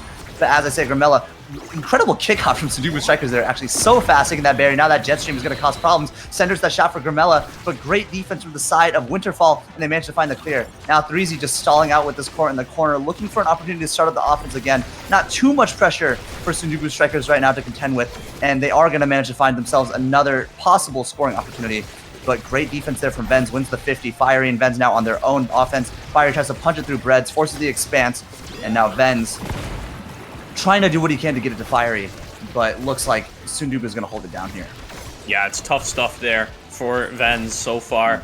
Venz just playing up at midfield, going to look to hook it back into himself. Has the core flip, he uses it and gets it on that bottom corner. Nice awareness of where you can find those goal barriers, and now they have access to the cannon. Will it be enough? A big KO found with assistance from Fiery, and now Fiery going to be in full control. Clear back on out, guaranteed by the water cannon. Obscure Bread's just going to keep pressing that button if it thinks he's going to buy him a little bit of additional time, as Gramella has rejoined the fray. Now going to be back on up here. 3Z Breezy with the whiplash, knocks it through, nearly gets it past Daftgrass, and now going to look to repeat the recipe. Coming on forward, has the core flip available. Rocketed across the map from full HP. There goes your core flip. There goes everything, but Gramella finds the goal anyway. That was a pretty sick defensive play from Daftgrass there. Managed to hit stun 3Z right before he can get the core flip out and find the KO. Unfortunately, just great play from Gramella there. Manages to find the shot anyway. However, good stuff from Winterfall, and they're showing that they seriously might take this series despite everything that was being said on the analyst desk, right? And now they're looking to start the offense up once again. Fiery unable to get as many opportunities as last match, and I think this is what I was talking about with the big map. Lack of core control with the 2 melee characters might be a bit of a deciding factor. And such a big map as well makes it hard for Julie to find those kills, as you see. Can't quite get 3Z in the kill range, even though that was perfectly perpendicular to the wall, and Obscure Brett's just going to kill him right up. Definitely knocked on up to 3Z once again, keeping up control. Fiery going to look for the core flip there, knocked back on away, and 3Z going to be the one with control on this side. Goes for their own core flip, opens it up for themselves. The button going to be pressed here before too long, and Obscure Breads going to get pushed back on up. A nice combo again from 3Z. Love what they're looking for off the back of these cannons here for the side of Sundubu Strikers. They've clearly put a lot of thought into this map. Yeah, I mean, in set 1, it was looking a little rough for their juice usage, but now 3Z, I mean, after that shot from just stealing it from his own jet stream, right, he's getting real creative. And this is what I was talking about with 3Z being like a freestyle player right before this entire series, actually. He's just so creative on the scoring combos, and we saw right there. But now that barrier's going to go down again. The jet stream's not going to find much value. 2 flips up for the side of Winterfall. Is going to find them 1 barrier, not even forced to use a flip yet. Venz now flips it into the corner. Fiery almost gets it through, but Breads just wins a great strike war. There's so much pressure to contend with, but manages to find the save. And now looking to get this clear, he does. Grimella manages to hit it through. Now starting some pressure of their own. The jet stream's going to go out, but Venz make sure it doesn't enter it. Incredible stuff from him as well. He's been doing a great job of making sure that Sundubu can't capitalize off the jet streams. Breezy now with the flip. Great expanse from Daftgrass. Can't quite find the goal. And just some gonna go back to a bit of midfield jousting, I think. Yeah, as I say, Breezy just disrespecting, as creative as they've been with the juice there, just disrespecting it when it comes from the opponents every time. Gets rocketed across the map, gets taken off the blast zone. Yeah, a little impatient there, I think, but Winterfall manages to find a goal. Some signs of life. They're not down and out yet. Maybe they could even reverse sweep this set. Now Venz whiplashes it through the corner, tries to get it to Fiery, but just great clear from Grimella, and Daftgrass is trying to play a little offensive, gets caught out in the open, not expecting to lose the midfield there. And the jet stream, once again, not finding too much value, but just the threat of it is so much pressure, forces you to reposition. Using it off cooldown seems to be the play both teams are really going for. Right now 3Z finds the pass to Grimella, but great hook from Venz, managed to steal the play away. Hook from 3Z on his own, tries to hook Daftgrass away from the shot, can't quite find it. Great defense there.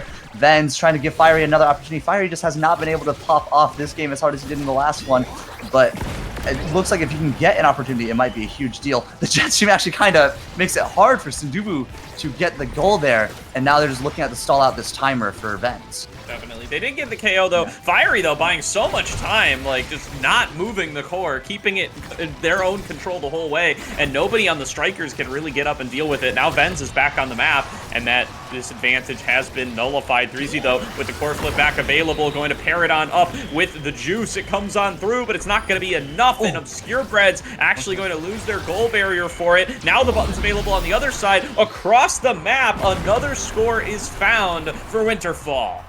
That was just incredible vision from Daftgrass, right? Seeing that the map was just so open in that top half and just firing it between everybody. It was wide open, but that's not something that's easy to see when you're trying to play defense. But incredible core flip there, manages to find the goal, and now Winterfall might be able to tie this one up here. As I say it, Grimella gets an incredible flip, snipes that barrier. However, Venz gets something of his own. The juice goes out. Great crystal throws from Grimella, but Daftgrass is just going to hold it down. And Venz, juicing one, gets 3Z on the kill. The expanse is out from Breads. Fiery is in prime position to get scoring opportunity here, or Venz, either one of them. And as I say it, it's going to be Venz, strikes it at Breads and pendulum swings, and Breads knows he has to evade the swing, but unfortunately locked in that animation, can't strike it back. Great stuff there, and Winterfall ties it up. 1-1 now. I cannot stop laughing every time the button gets pushed. 3Z Breezy gets knocked aside the entire map and gets taken out. You want to see if there'll be an adaptation there before too long, but we're getting into the draft. There's going to be another twin drive on another Atlas, this time going over to Daftgrass. You know, it's rare to see twin drive Atlas actually manage to happen, but we've seen it 2 games in a row from the same guy. What are the odds of that, right? 3Z getting the stagger swagger. I'm not sure if he's dying because of damage, though. It might just be the juice. Built different going over to Grimella. Interesting pick, actually. Though I'm not sure if there was much better for him. I do think the big one, however, is going to be Twin Drive on the side of Daftgrass and Rapid Fire on the side of Breads. Of course, Astral Projection not as valuable as Cosmic Expanse, but still one of the best defensive abilities in the game, and having it on that 40% cooldown reduction might be just as effective as the Twin Drive. It very well might be, because now Grimella going to be looking for that Rose Warp forward to try to clear things out, and now we know this is a fully competitive series. Once again, it is going to be 1-1 in that set score. Let's see who can strike first in set number 3. Opened on up for Sundubu Strikers. Is now going to be knocked back up to Grimella. They have the laser ready. They fire it on across. 3Z now with control. Door flip from Grimella. Knocked on up. Doesn't find 3Z, but finds a setup for themselves. Piercing shot through. 3Z is just there for emotional support. Emotional support indeed, though. And something must be said about the disruption, the damage Rasmus is able to bring about, right? Those hit stuns are going to be able to buy Grimella more than enough time to stop the enemy team really from getting the core, allowing Grimella to set up a shot like that. And 3Z once again looking to pendulum swing Daftgrass as Grimella goes for the shot. I mean, this seems to be their game plan. They're trying to use 3Z actually to disrupt the defense there, while Grimella goes for the shot, despite 3Z being in the sort of scoring forward position. But there's definitely more than one way to score in Omega Strikers, and they're showing it right now. Great synergy there. And the expanse from Breads finally forced, but used it to save against the flip, so definitely good value there. Manages to heal up Grimella as well. Incredible play from Breads right now. So much awareness going on. The expanse goes out from Daftgrass. Can't quite find the offensive play, and now 3Z's going to find that barrier and find an opportunity to hit that juice box. Again, the laser coming on across, not going to really be able to touch on much of anything, as it is just sectioned off to that top right corner. But Grimella again with a great play there, uses the little extra bit of damage from the warp to knock that core into where it belongs, and that's a 2-0 lead netted here for the Sundubu Strikers. Absolutely incredible stuff there. Actually, once again mentioning 3Z, because the hook there actually managed to stun Daftgrass long enough to make sure Grimella could get that shot in, right? And as I was saying, just that disruptive potential of Rasmus. This is actually a pretty clever setup for this map. But as I say, Fiery doesn't really care about cleverness, kills Grimella off the side. Gonna get this barrier as well, and now Winterfall looking to snowball a bit of an advantage of their own. The juice goes out, 3Z can't quite snipe it out. Venz gets a shot off, pocket, dribbles it off the top pocket, and fires it right in with a strike. Incredible stuff there, that was creative. It definitely was. Good stuff there to be able to find the goal from Venz. Still a 2-1 lead over to the Strikers, as they're going to be starting things off on their top side, getting it knocked on in on the right here. Venz keeping up the pressure. Fiery firing away on towards Obscure Breads. Hook landed onto Daftgrass, trying to open up some space for Grimella, but Grimella couldn't quite get the shot off. Now going to be again in control of 3Z Breezy with that Whiplash, trying to knock it aside. Pendulum swing off the bottom, has the core flip available, goes for it, but Cosmic Expanse going to stuff any attempt. And now the stagger coming through. Venz nearly finding a KO there. Would have been that big resurrect from the Celestial Intervention, though, as they are going to be able to open on up the goal. And now with the laser coming on across, Fiery finds a big KO onto Grimella now, as the core flip comes on across, baits it out of Obscure Breads at the same time. And now still going to be just holding on to that core, pushed forward by Venz. A nice expanse to block away from that barrier, but Fiery finds it anyway. But Grimella going to be respawned now, firing on out the Crystal Thorns as it comes down in from the bottom side. Warp up, and Grimella just trying to dribble it in between the top section. Again, the juice is pushed, but nobody's going to be there to respond, as that numbers disadvantage going to be rearing its head. 3Z Breezy doesn't land the pendulum swing, and it's 2-2 now. And, you know, earlier I was talking about Fiery not getting those opportunities, but now that he is, look at what he's doing. He's getting the kills on Breads, he's getting the barriers. He's showing us that he is still the man he was from last match, but finally finding his groove and firing up. Immediately gets a kill on 3Z off the top, actually. And now the offense is definitely here for Winterfall. Daftgrass has a flip, Venz has a flip. So many options for what they could do to take this barrier and start that snowball advantage. I'm surprised, actually, neither team has opted to flip just yet. I think they're trying to stuff it right in their face. Finally, Daftgrass is forced to use it on that defense there to make sure that barrier doesn't go down. It's actually going to be Sundubu Strikers taking that first barrier despite the power play opportunity. Great Crystal Thorns from Grimella, and now 3Z and Grimella looking to do some offense of their own. And what a strike against that expanse. Pockets it right through Venz and Daftgrass, and they're just barely out of range to save that. Huge by 3Z, as that was really starting to slip away from their hands there towards the end. Now going to be a 2-1 set lead going over to the Sundubu Strikers as we get into the next draft. First selection going to be going to Grimella. Do they want the aerials? They do. And yeah, I mean, the aerials for Estelle, absolutely huge, right? That projectile range, huge. And especially that blink range. Grimella going to have so much map presence. Oh, yeah. Surprisingly, a cast Celeste from Ben's there. I guess he wants that extra time to work with the Whiplash, and so does Threezy. Gets the Chrono Boost, gets this ops for the speed.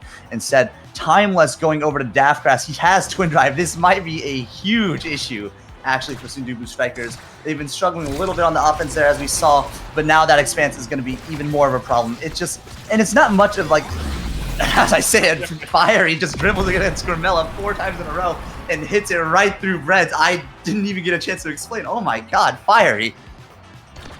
Yeah, definitely cannot believe what I'm seeing here, as there is going to end up being a nice set on up here for the side of Grimella, knocking things back up towards Threezy Breezy. Obscure Breads going to be ready on the reception, and now going to be knocked aside here. Let's go and see if Threezy Breezy is going to be able to keep the clears coming on through. Rose Warp down from Grimella, knocked back on up. Threezy Breezy finds the breakaway, manages to open on up that goal. The laser comes across, the juice not quite going to be enough. Grimella, though, knocking it past Daftgrass on the defense, but Obscure Bread's going to take control back on the other side. Another pendulum swing doesn't connect, another Rose Warp doesn't connect, and there's the core flip coming on through from Fiery, but blocked away by the Expanse. Still going to be a look for a core flip from Grimella, doesn't find its way out of the core, knocks aside Vens for just a second. Threezy now has the core flip available, knock back up, laser comes through, but it's too little too late. Core flip into Grimella, into core flip from Daftgrass, but finally Grimella snags it through. Was massive. Also, that core flip from Grimella did more than it looked like, right? He does have fire up. It actually managed to give enough meter to both Breads and Threezy to have that flip, and I think that was what cinched the deal, even though he whiffed it on the core. I mean, fire up gives you so much value for core flipping, even if you miss it, and they were able to fully capitalize off that. But now, Vens with a flip of his own, looking to use it where he can, has it in the corner, can't quite find an opportunity, and Threezy and Grimella are going to get this clear. However, Fiery is going to find the kill on Grimella as I talk about Grimella, and Fiery now looking for an opportunity of his own. However, Threezy just 1v2s, gets the barrier on life support, just playing a dangerous game. Breads finally manages to heal him, looking to get the juice out, just cut off the map, stall out for Grimella, and get a shot going. Can't quite find the goal though. Great defense from Daftgrass there. Bread's going to go down a barrier now as well. Fiery with an opportunity of his own. Threezy finally manages to steal it out from the juice. He's been trying to do that all game. Doesn't die to it this time, and gets the offense going for Sundubu Strikers. Yeah, now Obscure Bread's going to have to defend against Fiery. Does manage to just knock it on up towards the top side and get it over to Breezy, but snuck past Fiery, looking for a big Phoenix there, doesn't quite find it. Breezy now trying to knock it out of the beam in through with that pendulum swing, but doesn't find it. Passed on up to Fiery. Fiery goes for the shot, can't quite find it. Another Expanse, a kill onto the goalie, one more flip, and Fiery knocks it in for a 2-1 lead. That was absolutely massive, and you know, not biased, but I do want to see if Winterfall can bring this to a set 5. Would be an incredibly entertaining match. And it's already been incredibly entertaining. So much good quality, high quality play. Actually higher than I expected given, you know, the sub roster from Winterfall. Yeah. But they've been absolutely popping off. Threezy now using a flip to find it a barrier of his own, but can't quite get it. Daftgrass just in the right position. Fiery does manage to get that early barrier. It does look like they're going to have the advantage when going to try and close the set out. The juice goes out, can't quite find anything. Neither team really getting much reward from it. Vens tries to clear it out, can't find the strike, but gets a pendulum swing instead. And now Fiery almost gets an opportunity, but great Expanse there from Obscure Bread, just shutting down any potential play there. Yeah, Grimella with control up on the top side. A nice clear out from Daftgrass. Did keep it alive for a little while, but now it's going to be Threezy. Oh just my God. Sneaking it through the Expanse on the bottom side off the back of the Whiplash. How do you do that, man? As it's 2-2 picked on up. This guy, Threezy Breezy, reminding us that he is one of the best scorers this game has ever seen. What was that? What an incredible Whiplash there, and now they're looking to close this out. Sundubu Strikers with the core flip advantage finds the passway to Threezy Breezy. He's actually not confident he can win it through Vens there. Makes sense. Vens does have some time to react, but surprisingly, despite all that, Winterfall now kind of on this back leg, only for a brief moment though, as Sundubu Strikers manages to pick up their offense again. Great strike war from Daftgrass, and now it's going to lead to some midfield jousting as Winterfall look to take this barrier, and what a pendulum swing from Vens, but what an Expanse from Breads manages to save that barrier, and both teams playing the highest quality point, I think, or one of the highest quality points of this series. They have been some contenders, which for sure. And now the juice goes out. The juice stream tries to get it to Fiery, can't quite find it. Great play there, forcing it out of the box, and Daftgrass under some pressure. Nice stuff there from 3Z, going to stop the core flip from clearing on out the core, but now still going to end up in Fiery's hands. Obscurebreds has the core flip available for that last-minute defense if it comes up. There's going to be 3Z finally sneaking it through, opening it up onto that goal barrier as the rocket comes on across. There's going to be the return from the other side. 2 crossing streams. Neither ends up with a huge advantage for either side, but it is going to be Grimella knocked back over to 3Z. Obscurebreds keeping the pressure on. This could be it for the Sundubu Strikers. They just have to put together one more, and 3Z Breezy does it off the back of the pendulum swing. The Sundubu Strikers will take this match 2-1. That was incredible stuff, and I think man of the match here, 3Z Breezy, he was fighting everything, right? He was fighting all of the connection issues. And you know, the first set of this match here, he was struggling a bit, but as soon as he found this group, man, look at what he was doing.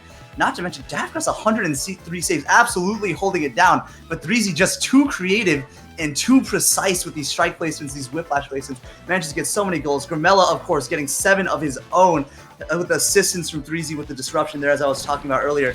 But incredible match from both sides. That was an incredible series. I love that. For sure here. And yeah, I mean, great stuff being shown by both sides. I mean, you got to give credit to Venz and Fiery coming in here as substitutes. What a great showing from them today to be able to, you know, really give these guys a run for their money, you know, take a whole game, having a really close setup in that game number 3. This definitely could have gone either way, and the fact that Winterfall was able to put up this kind of fight with the kind of roster situation they had to deal with, super impressive. Absolutely, and also, you know, something to be said about Fiery, Tier 2 player showing up in this Tier 1 match and absolutely cooking. I mean, he had a bit of a rough start, but of course, Game 2, he was on fire, and Game 3, he found his groove and he was still playing out of his mind.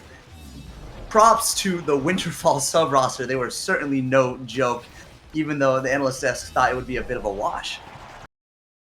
Yeah, I mean, and yeah, I think we thought it was going to be a little bit of a wash too, right? Like it was, it's not hard to root against the squad that has to come in with the T2 substitutes, right? That isn't playing with the roster that they intended to, where the one player who is on the intended roster playing off role. Again, it's Daftgrass. He plays a lot of roles, but still not the role that he's probably been intending to play and been practicing on for a while. And you got to give him credit for the fight they were able to put on up here. Absolutely. And we will be cutting to a very short break between this match and the next. I just need some water. We'll see you in a couple of minutes.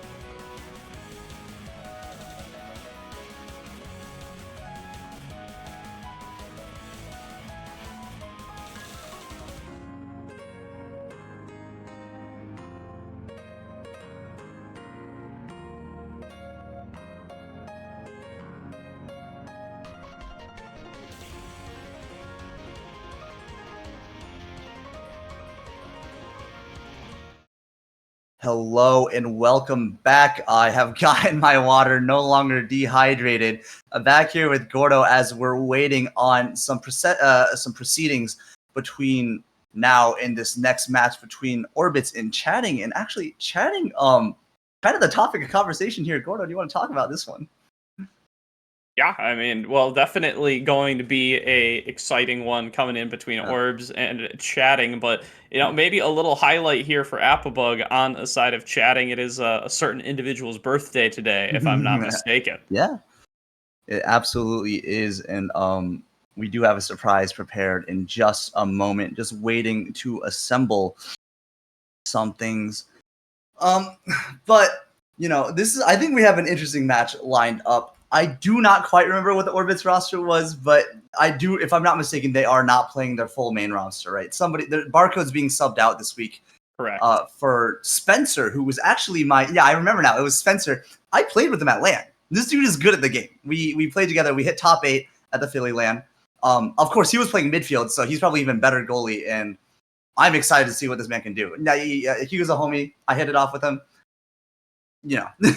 Excited. Yeah, no, it's going to be fun to see. And as we've just seen, right, we can't just discount these subs out of hand, right? Absolutely. That's what we've learned in the last 10 minutes. So we're going to definitely be looking at a real exciting series here, but it looks like our surprise may just be ready here, Fem Bison.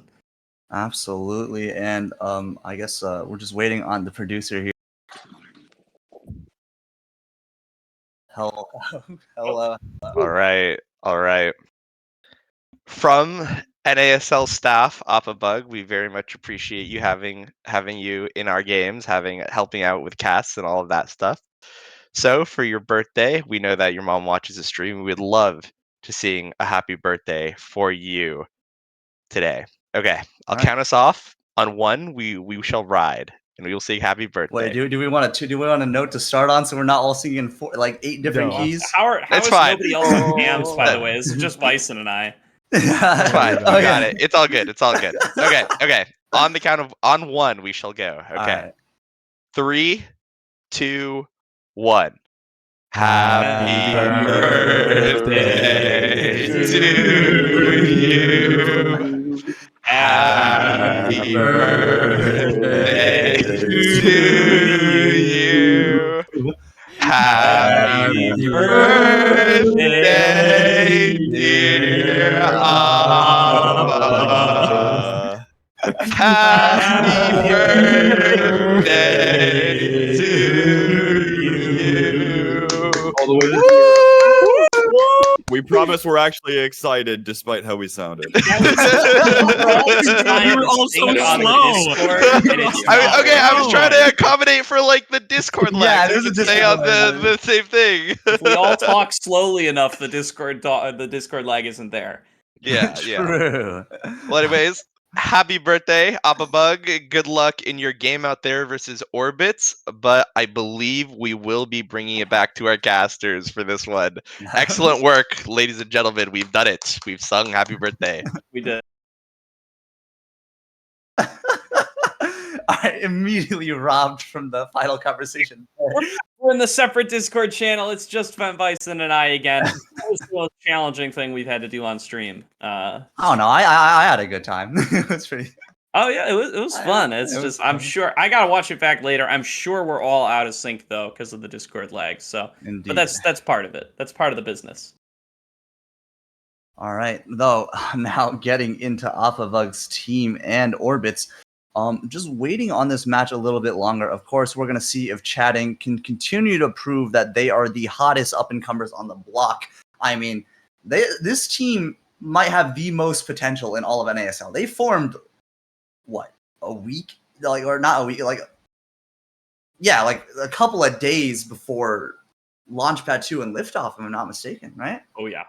I believe so, and yeah, I mean, starting 0-1, both of these teams currently 0-1, but up against the Sad Boys, right? Who are an absolute super team, right? Merged between the 2 Eastern finalists from season 1, and they played close, real close, 2-3 in both games, if I'm not mistaken. Yes. So Chatting still keeping up that hype. They didn't quite get the win in week number 1, but that's the toughest opponent that they're probably going to get on paper the whole dang league. So you got to be real hyped on them coming into this matchup up against Orbits. And there's something to note here. Vaughn was absolutely praising their gameplay. He was saying that if it were anybody else slightly worse in the goal box, that he thinks Sad Boys would have lost that 2-0, which is very high praise coming from arguably currently the most successful player in the entire game. Right? He plays like 2 roles. He's one of the best players, the best player in one of them, and one of the best in the other one. There is very much something to be said about Chikara Chatting here. Yeah, there's a lot of good stuff to be said about this squad coming through here. I mean, it would just take a look at what they've been able to put together, right? Some substitutes coming in off of teams from last split. Evil Dude Danger with Core Overflow, Liari with Prodigies. And then Applebug, coming in as, I'm sure they may push back on it a little bit, but pretty much coming in as a pure rookie, right? I mean, hasn't played in a North American Strikers League match or as a substitute on North American Strikers League team until this split. So coming on up here and so far been showing real good stuff up against the Sad Boys. I mean, his mechanics are definitely something to write home about. We see his play style just sit in front of the goalie and win the mechanics game right at the line. And I mean, he's definitely doing that. So we'll see if Spencer, also a new face, actually can hold it down. But this is definitely kind of a battle of the rookies almost for Chikara Chatting versus Orbits here. Of course, there's some veterans on both sides, Liari from NASL Season 1, and then Lumos and Hook Resets, 2 of the older competitive players in this game. Not, of course, Liari also a beta competitive player, but kind of a aunts and uncles with their nephews and nieces kind of situation here.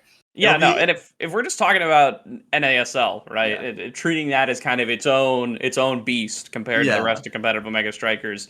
Lumos coming in off a team name for Saya, Barcode off of Finesse, but Hook Resets, again, going to be in that same category as Applebug, where has not played on the NASL stage before up until this last week. Barcode, of course, not even going to be starting today as far as we know, so Hook Resets might be getting joined by another individual who hasn't had too much experience at the NASL stage. Yeah. Still waiting to load into this match. I'm curious about your thoughts for this match, right? What are your predictions? What are your... Yeah, I mean, it's hard to not buy into the Chikara Chatting hype, right? It's very hard. Competitive up against the Sad Boys. Been really impressed with what I've gotten to see out of them so far, and really looking forward to what else we're going to be able to see here coming into our week number 2. There's going to be a lot of games to be played over the course of the whole NASL split, and a little stumble at the very start and a very competitive stumble at that is definitely not going to dissuade me from keeping this team hyped up.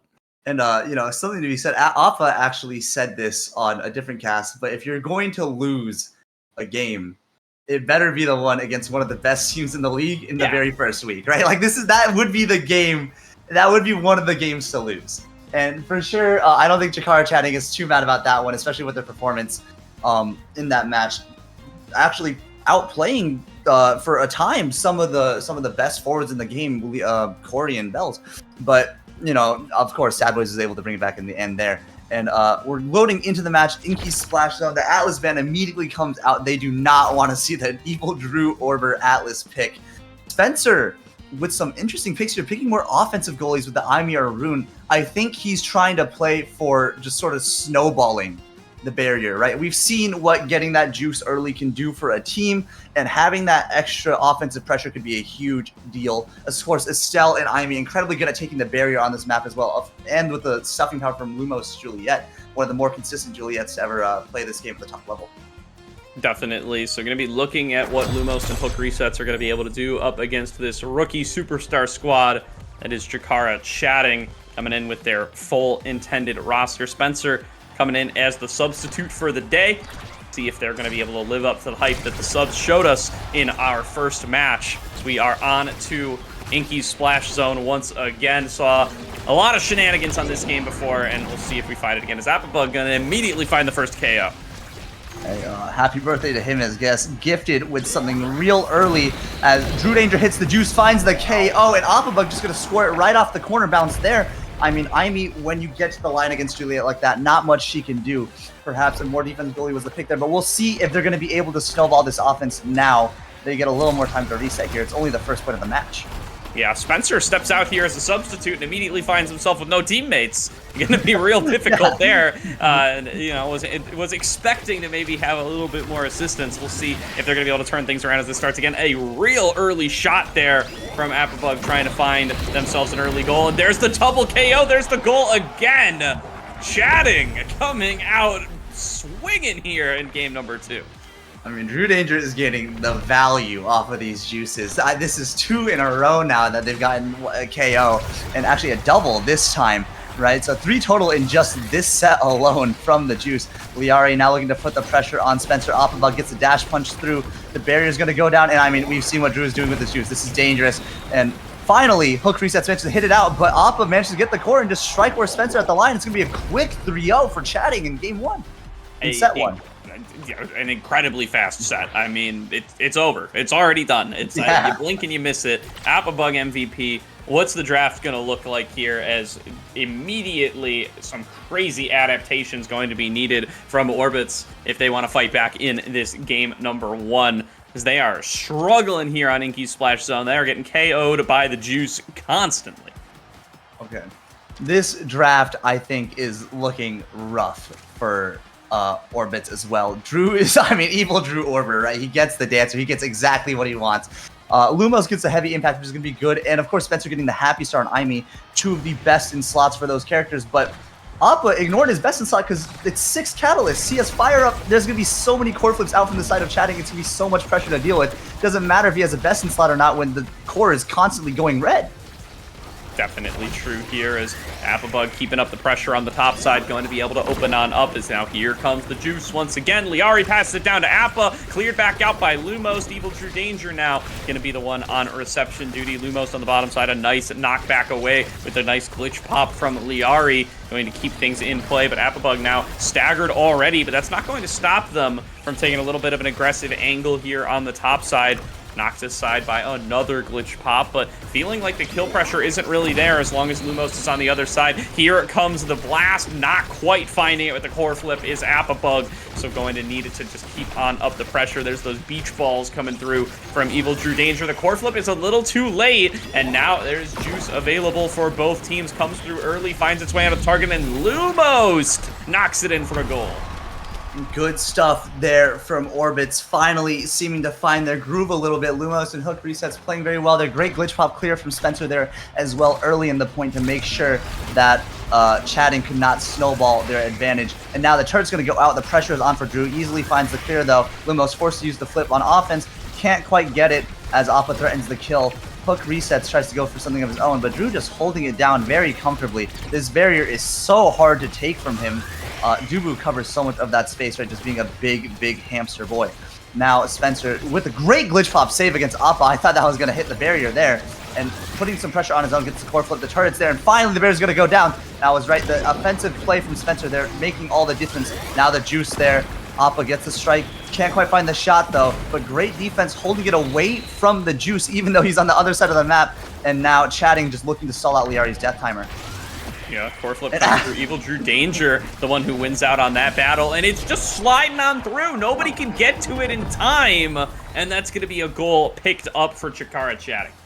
That was a bit of a jump scare moment, actually. As I stopped talking, I watched Lumos and Drew walk up to the court and realize, oh, something is about to happen, but thank you for picking up the slack there.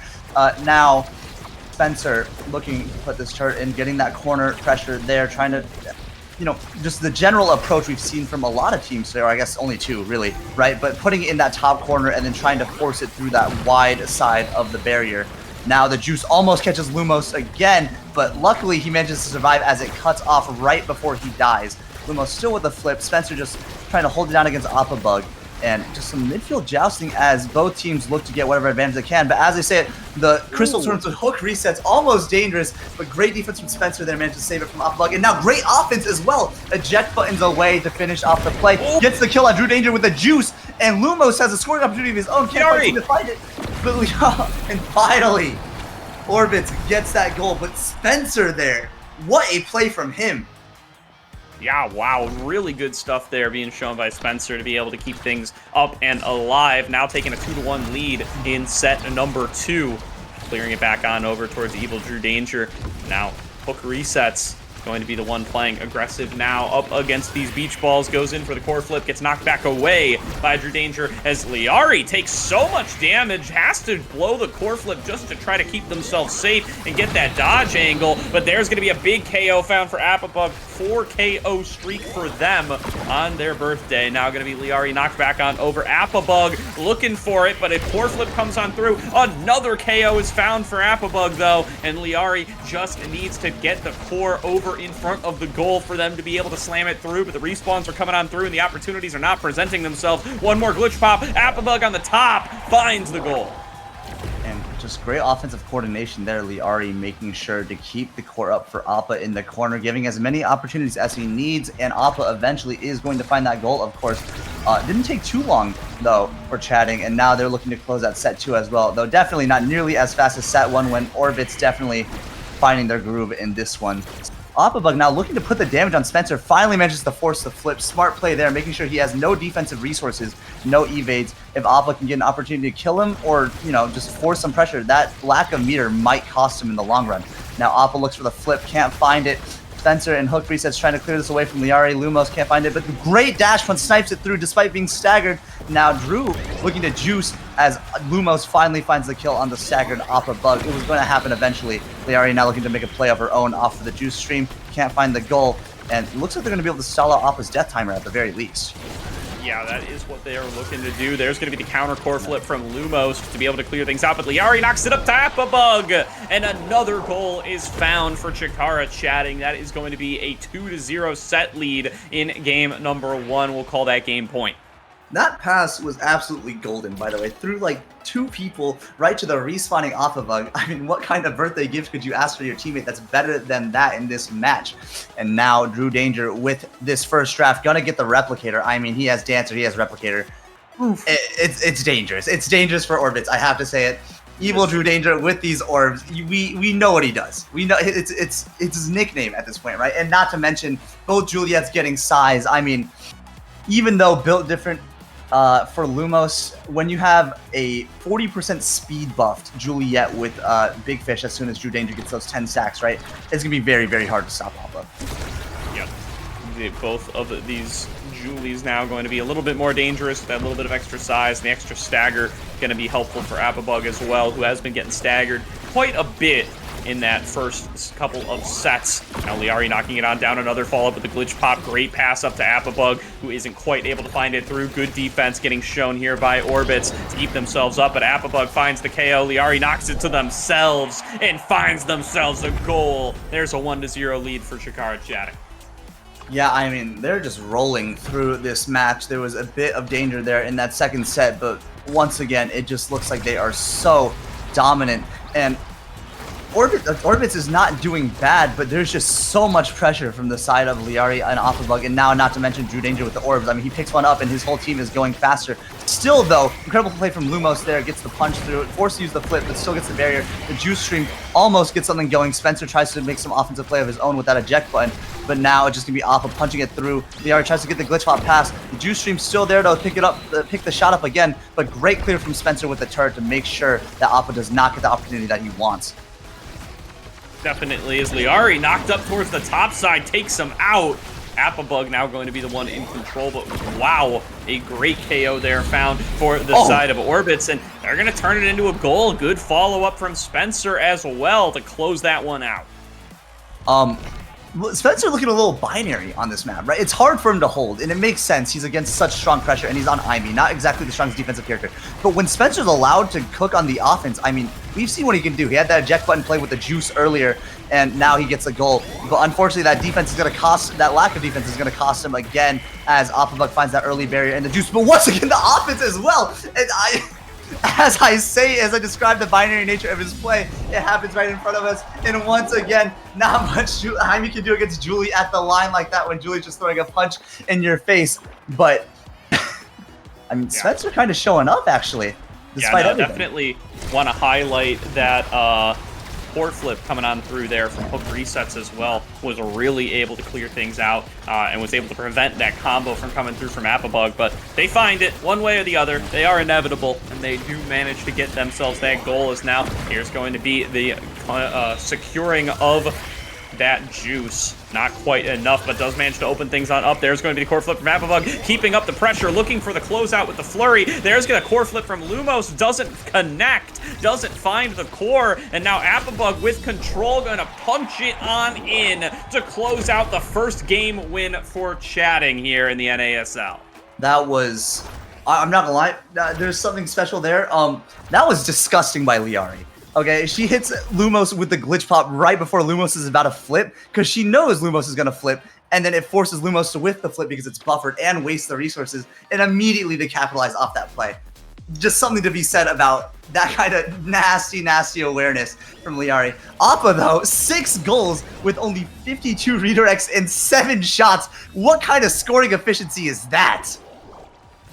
Yeah, that's a lot. It's quite efficient, I have to say. It's or what we define as a shot needs to change a little bit, because that's absolutely ridiculous. And I mean, there's some stuff that, you know, like when there's a play in that last set there where like Apabug is launching out the Flying Phoenix, anticipating that the core is going to be delivered to them by the water stream, and it gets blocked away by hook resets.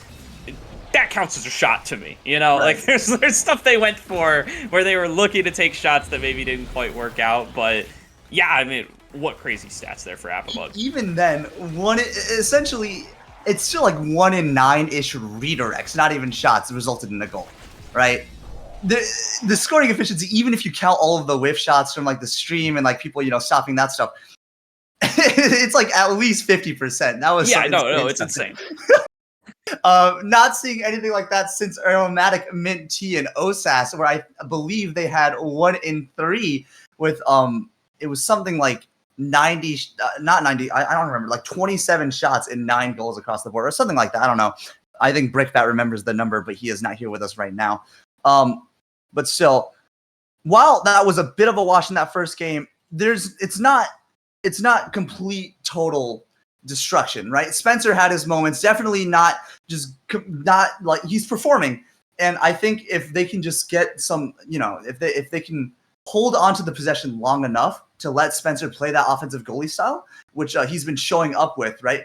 Not to say that Lumos and hook resets are playing bad or anything, just that, you know, it's very hard to contend with Chatting right now. But if they can do that, then I think Orbits, if they can make that adjustment, will have a better chance in game 2, and might even take the series if they can keep it up. Definitely, yeah. And you know, looking to fight back here, we get talking about the new maps. I think it looked real clear to me like there was some experience on this map from Shakara Chatting. They had some real good tech set up together. There's a lot of great combos being set up by Apabug coming off of that water cannon. Maybe a different map, maybe a change of scenery will help things out here for the side of Orbits, who, you know, we don't know what they've been rolling in their own games in the meantime, but maybe haven't quite gotten too much run on that map. But as I say that, we're on Inky's Splash Zone again, so never carousel. Mind. Yeah. I will say, definitely, if not with Chatting, me and Appa, because we were queuing for the new season reset, right? Got a lot of experience on this map, so Appa at the very least knows what's up, but clearly so does the rest of Chatting. I mean, we've all been playing ranked, and it's been showing up for us a lot. Even if you're not finding it in scrims, if you've been playing that ranked trio queue with your friends, you've been getting that map. And now, the IME ban actually coming out from the side of Orbits, interestingly enough, banning out Spencer's pick, but maybe the rune will be stronger. Those banishes can be so powerful against a Juliet in your face like that, especially with what Appa's been doing, right? Yeah, definitely here. So makes sense to see those bans. Spencer going to be on the rune this time around. Lumos running back on the Julie. And at that Estelle, Julie, Atlas trio going to come through once again here for Shakara Chatting. Yeah. Surprised Drew didn't just pick the Dubu for the lore team. I would have done it, honestly. But then again, this is a very serious match, so not too surprised. And it is his preferred pick. I think the Estelle Juliet will be incredibly strong on this map, right? So much stuffing power from Juliet, plus Estelle being able to just back that up with that massive midfield strength there. I'm having a bit of an audio issue. Sorry about that. I just realized.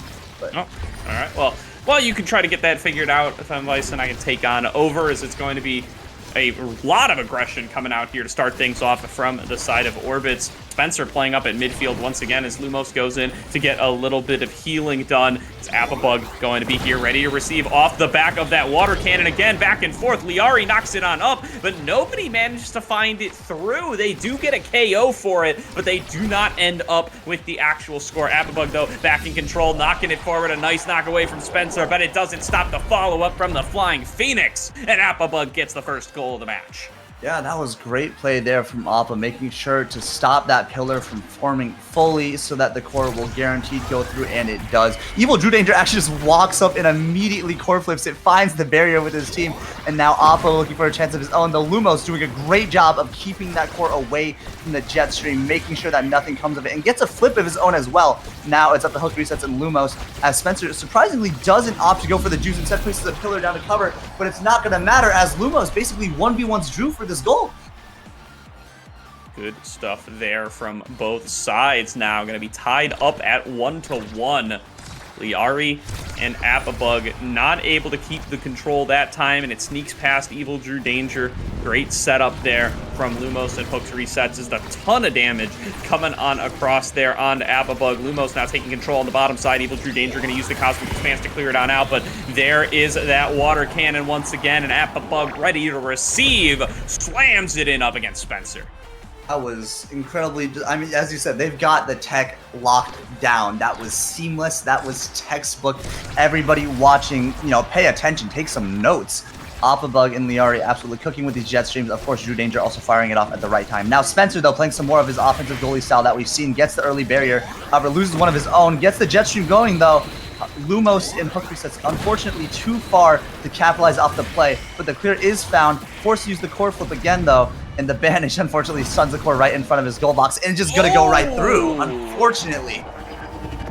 Liari sneaking it in there. One more piercing shot. Everybody was ready for the core to head in the opposite direction. Nobody's ready to defend, and that is going to be the dub picked on up in this set for Chikara Chatting. A 1-0 lead now in this game number 2. Looking to make it a sweep. Orbit's going to have to put something together here real fast, as that's a missile propulsion picked up there for Liari. And Lumos actually denying Drew the ponder that he wants, so that's a Drew opts to take the rapid fire instead. Not looking to gamble on Dancer showing up. Spencer getting Castellass could be big. Those banishes, when played properly, especially with Castellass, right, can keep someone out of the game for so long and even set up some kills. So if Spencer can banish Appa at the goal line and find those KOs, it might make a huge difference in this match. Absolutely here. Want to have that extra KO power for the rune wherever you can get it. See if that's what ends up making the difference. It's a ton of damage finds its way onto Applebug to start things off here. Another hook landed by Hook Resets, but not going to be enough to finish on off the KO, and Applebug already back up, feeling a little bit more healthy. Liari takes a bunch of damage next, but that's the core finding its way on to that goal barrier, and a KO found for Applebug on the other side. That's an empty goal. Somebody gonna have to get back here and defend, but nobody can do it in time. Applebug with another goal. Yeah, and that's just a little rough. Spencer unfortunately caught unawares in that corner kill zone. As that barrier goes down, it does become a death spot. Also, something to note here, this is sort of like that last game with Sundubu Strikers versus Winterfall, right? The comp difference of the Juliet Rasmus versus the Estelle and some other character. I think the Estelle is just such a strong midfield pick on this map. She's so good at taking those barriers. But as I say it, great play with the jet stream there against that expanse, and Lumos is just going to find the goal. I love the water cannon. I got it. I can't say enough. I love the water cannon. It's so much fun. Is there a chance we can put it on every map, whatever the copy pasta says that everybody's spamming right now? It's a hilarious piece of technology right there. Love to see it coming on through, and that does end up with a goal going on over towards Orbits. Liari now going to be incredibly low in their own right. Applebug going in for the dash punch, can't find it, and the res comes on through, but it's going to result again. That's hilarious that it ends up just going right there, and Hook Resets with another goal. We're having a nice little time here on Inky Splash.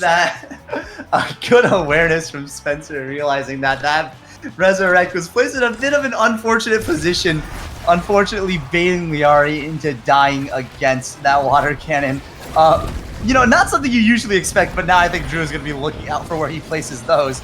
Appa Bug already on life support, but forced to play in the back half of the map. Not really in the play around now. It's just up to Liari and Drew to hold it down against Lumos. Hook resets, but as I say it, Appa Bug immediately turns the tables, finds the kill on hook resets, and now looking for a bit of a power play opportunity. Gonna find that barrier off the corner. It's just so wide, so hard to cover all that space. And now the jet stream is there. Appa gets a pass, dribbles up the top corner, and the Julie classic. I mean, that is like the quintessential Julie scoring method, right? Pass it off the corner to yourself and punch it in. Yeah, good stuff there. Little assist coming through from Liari as well, and they are both able to just find their way onto that goal. Now 2-2 here in set number 2.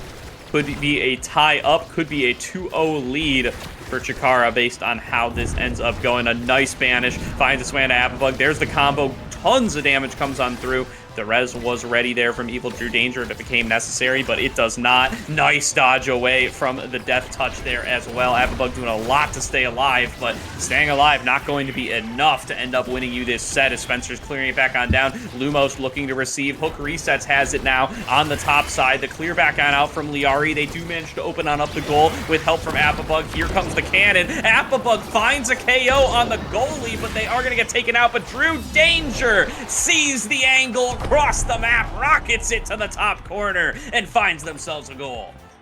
I mean, chatting, just showing us why they are the hottest up-and-comers on the block. This team, mostly of fresh faces, just dominating in this series.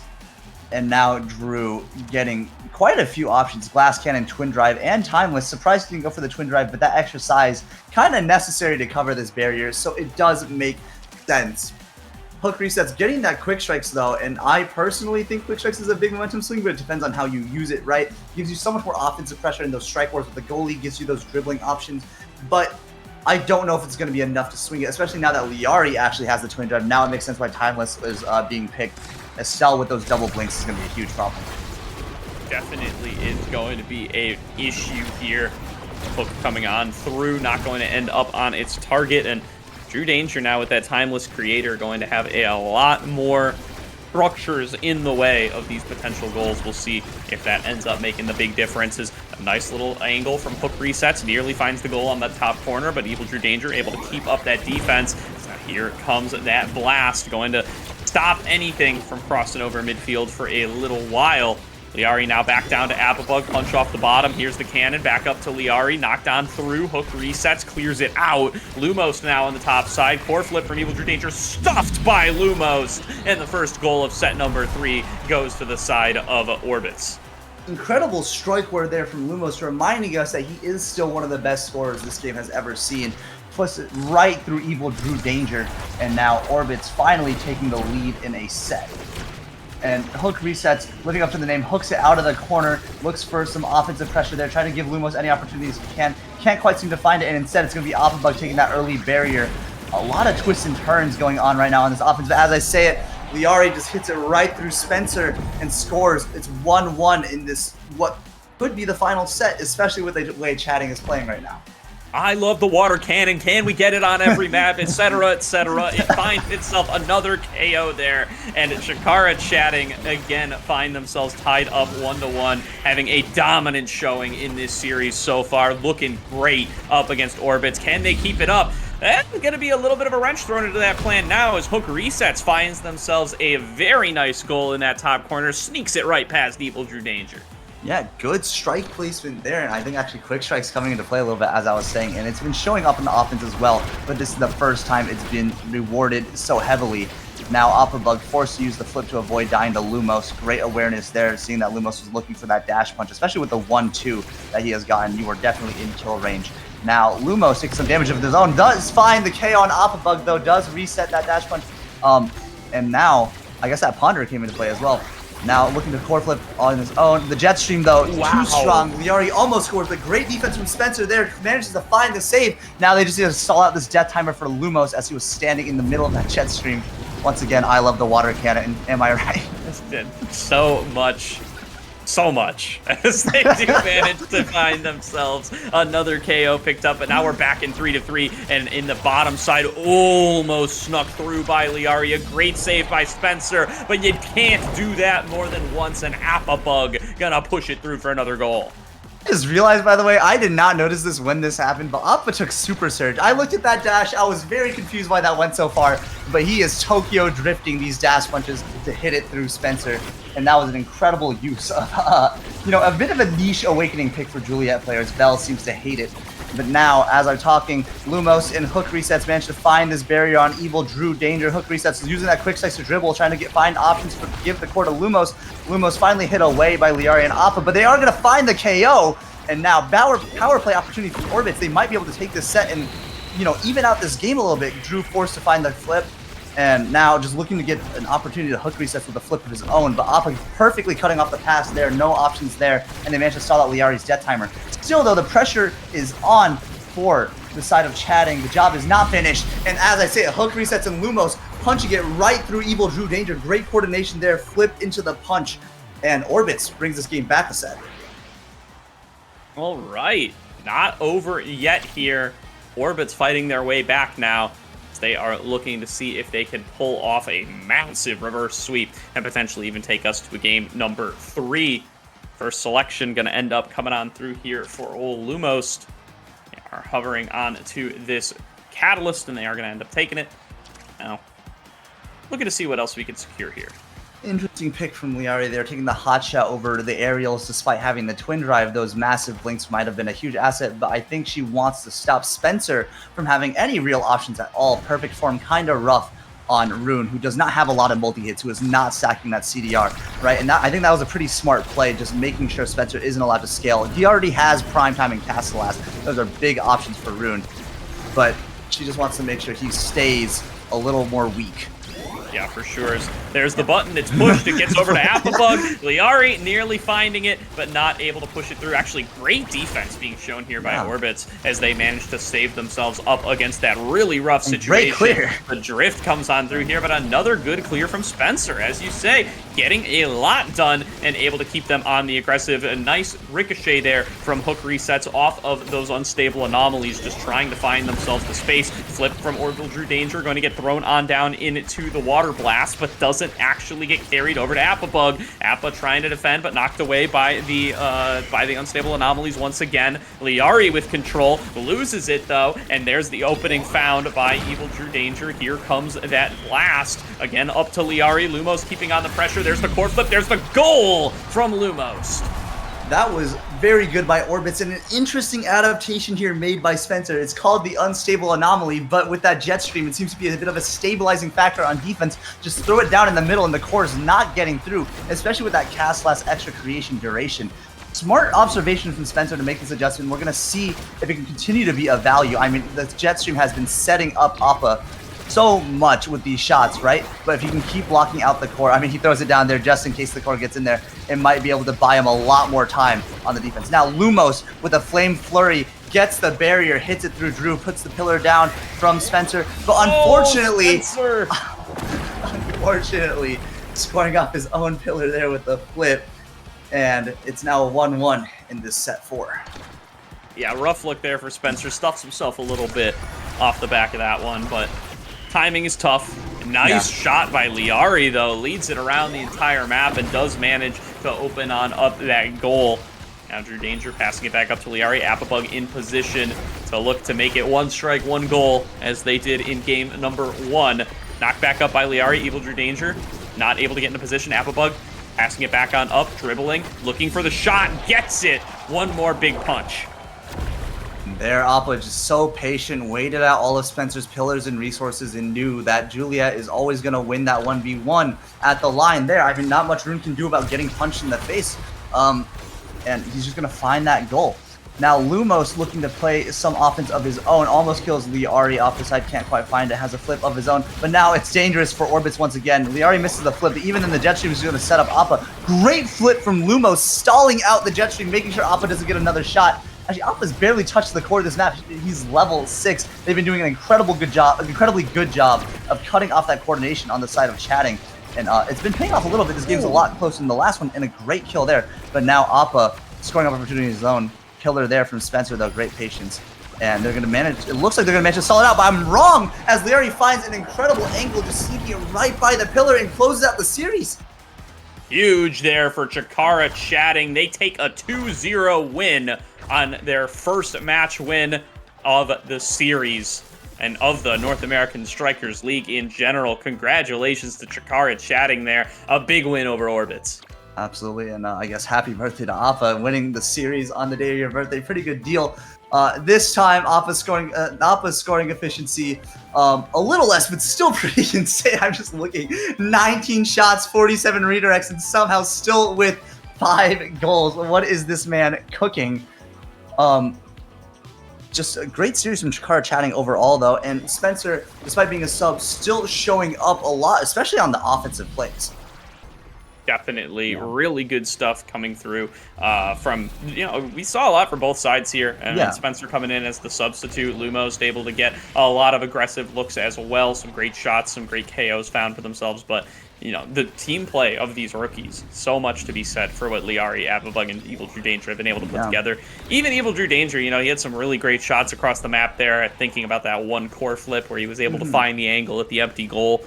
Huge play there, and Appabug just being such a big source of pressure, always in the face of Spencer. Absolutely, and I mean, I think that was one of the deciding factors, right? When you have a pick like Juliet and the way Appa plays Juliet, right?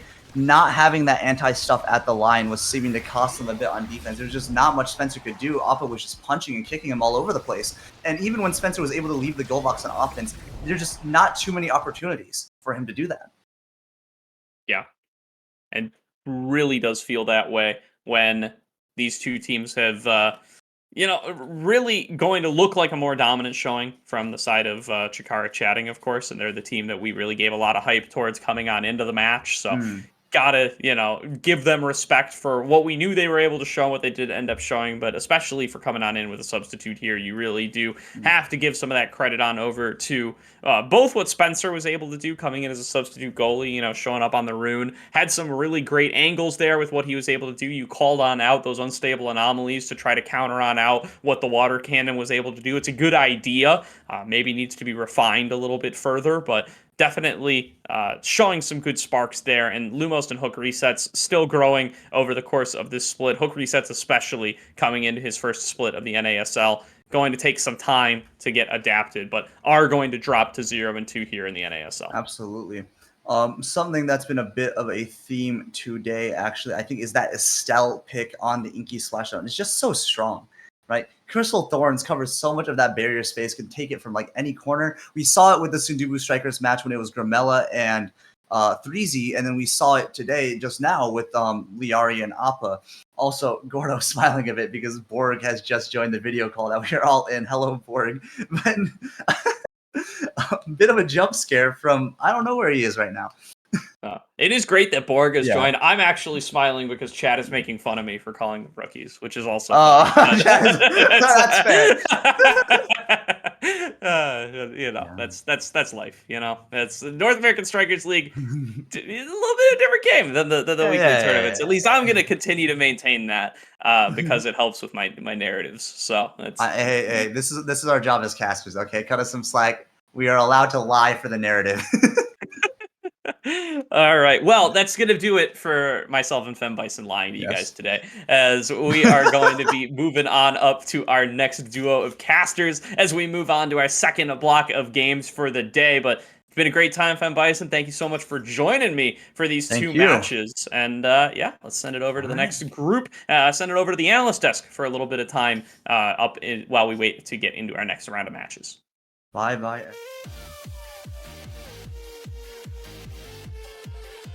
Match of the day, Sad Boys versus Oshino Core Flip. Miri Meg, you said it was favored for the Sad Boys. Are you sticking with that for your prediction, or do you think you'll... Of course not. We're going to win the match, and it's going to be great. We're going to get the right rolls, and we're going to win the match. It's going to be perfect. Nothing will go wrong, and we're going to win. Getting the right rolls twice in a row for two different games sounds like quite the tall order versus the Sad Boys. Lumos, do you think they've got it in them?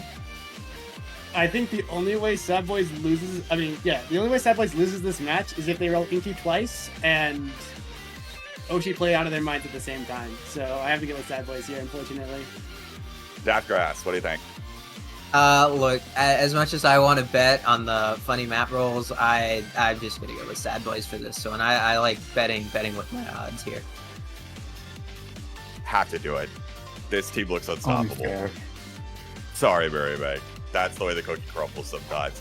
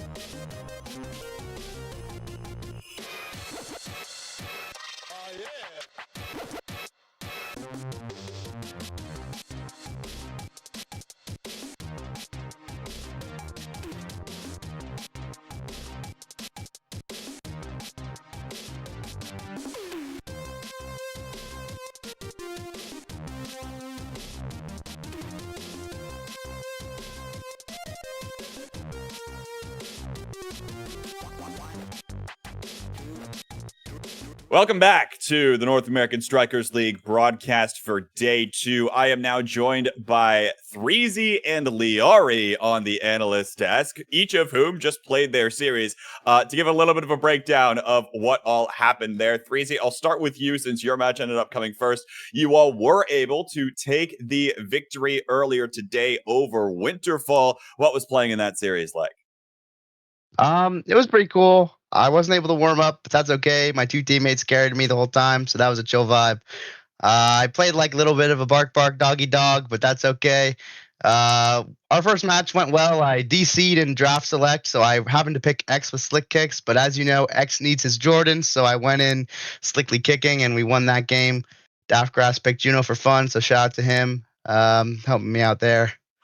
And then game 2, we absolutely pissed grief draft carousel and our ban, so that's my fault as well. I didn't ban Atlas, and then I picked Luna, and then I didn't deny Replicator, And that's about that. And then game 3, we splashed it up in Inky Splash Zone, everybody's favorite map. Surfs up, and we took that W. So that's about it. All right. How about that? Thank you for that fantastic recap. You might as well be on the next team because Liari chatting was able to take the victory over Orbits as well. This time, though, in 2 games. How was your series from your POV? It was pretty fun. I think we got Inkies both games. We surprised them with me on IME in the first game. I think they were probably expecting a Stell mirror. And then the next game, they actually banned the IME, which I never expected. And then I had to play the last practice Estelle, but I think we managed to pull it through. I griefed a little bit, but it's okay. It sounds like a lot of griefing was going on Yeah. across the board. Yes. What are we not in top form yet? It's week 2. We're rusty after the break week, or like what's going on here, 3Z? I need to scrim these 2 new maps, and also I need to not pick Luna when Atlas is online as well. Liari? We're scaling. We're scaling. Okay. That's good. But hey, look, each of you are still able to pick up some victories along the way. So take that for what it's worth. I want to ask a general question here, something that kind of came up in one of our off stream calls. 3Z, going to you, we didn't get to cover a lot of the Awakenings changes, but one of which means now that Prime Time actually makes your primary hit weaker. And we actually thought that might make it not a good pick or something you want to actively avoid on a pick like a Juliet because you won't have as large KOing presence. What does that kind of thought process look like? Do you agree? Or like, how is this trade-off going to shake things up? It's made it mainly core control / goalie awakening, so it's much better on goalies now than it is on forwards. So it hurts a little bit to deny it on like a brawler or a damage dealer. I really don't like it on Luna anymore. I'd much rather take rapid fire or like any other training. I don't like prime time. But yeah, it's good in goalie like it always been. Yeah, that's my vibe. I take it's probably decent for the Estelle though, still ARA. It's decent. I think definitely because you use hit stun a lot as Estelle, just like you do with brawlers, it can feel weird. But primetime plus CDR trainings is still really strong, and getting that synergy can be really important. All right, well, let's take a look to preview the next couple of matches. They'll start within another couple of minutes. First up, we've got the Sad Boys versus Oshi no Core Flip. Of course, the Sad Boys is a team. Everyone knows them. Everyone loves them for the most part, except for the part that they end up winning basically everything.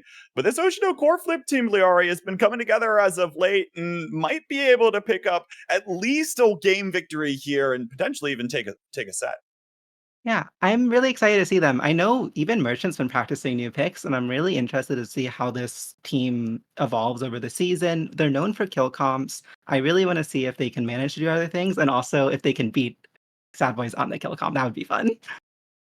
Worth noting, of course, that Oshi no Core Flip has to go up against both Demons Raw week 1 and now Sad Boys week 2. They get arguably 2 of the toughest opponents in the league out of the way, and 3Z, that means that they can be scaling as we take to the later parts of this season.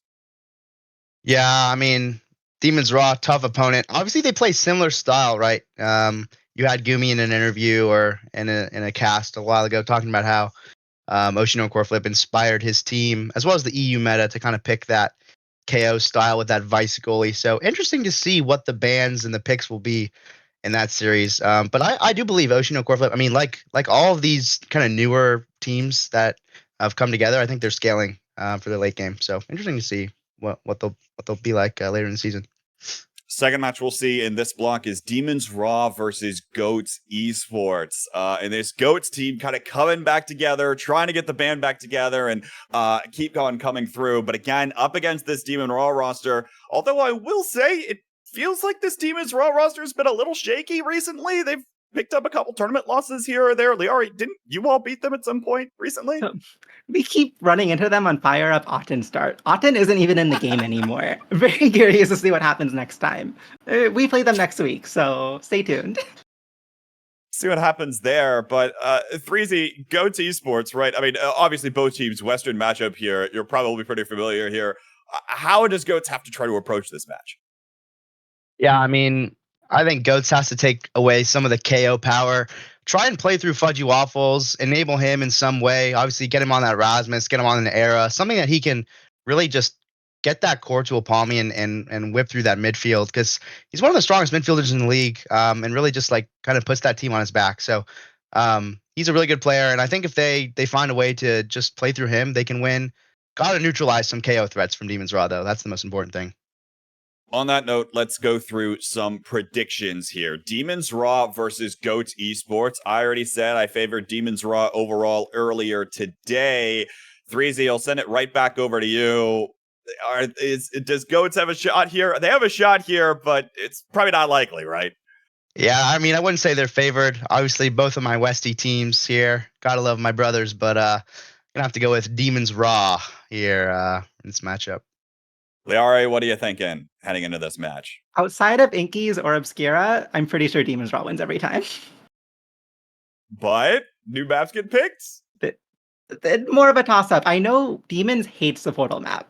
They kind of tilt. Okay. Apparently they believe that the cake is a lie or something of the sort. But now the next match we'll actually end up seeing is going to be Sad Boys versus Oshi no Core Flip. I did lock in Sad Boys earlier today. 3Z, who you got for this one? Yeah, I mean, it's got to be Sad Boys. It's just got to be Sad Boys. They're the best team. Sad Boys. It's got to be Sad Boys. Liare? I was gonna go Oshi, but I'm spiteful. Mary Meg said Orbits over us earlier, so Sad Boys all the way. They're gonna get stomped 18-0. All right, folks. We'll be setting it into game in just a little bit. Don't go anywhere. Sad Boys versus Oshi no Core Flip is coming up on the other side of this short little break. We'll be right back.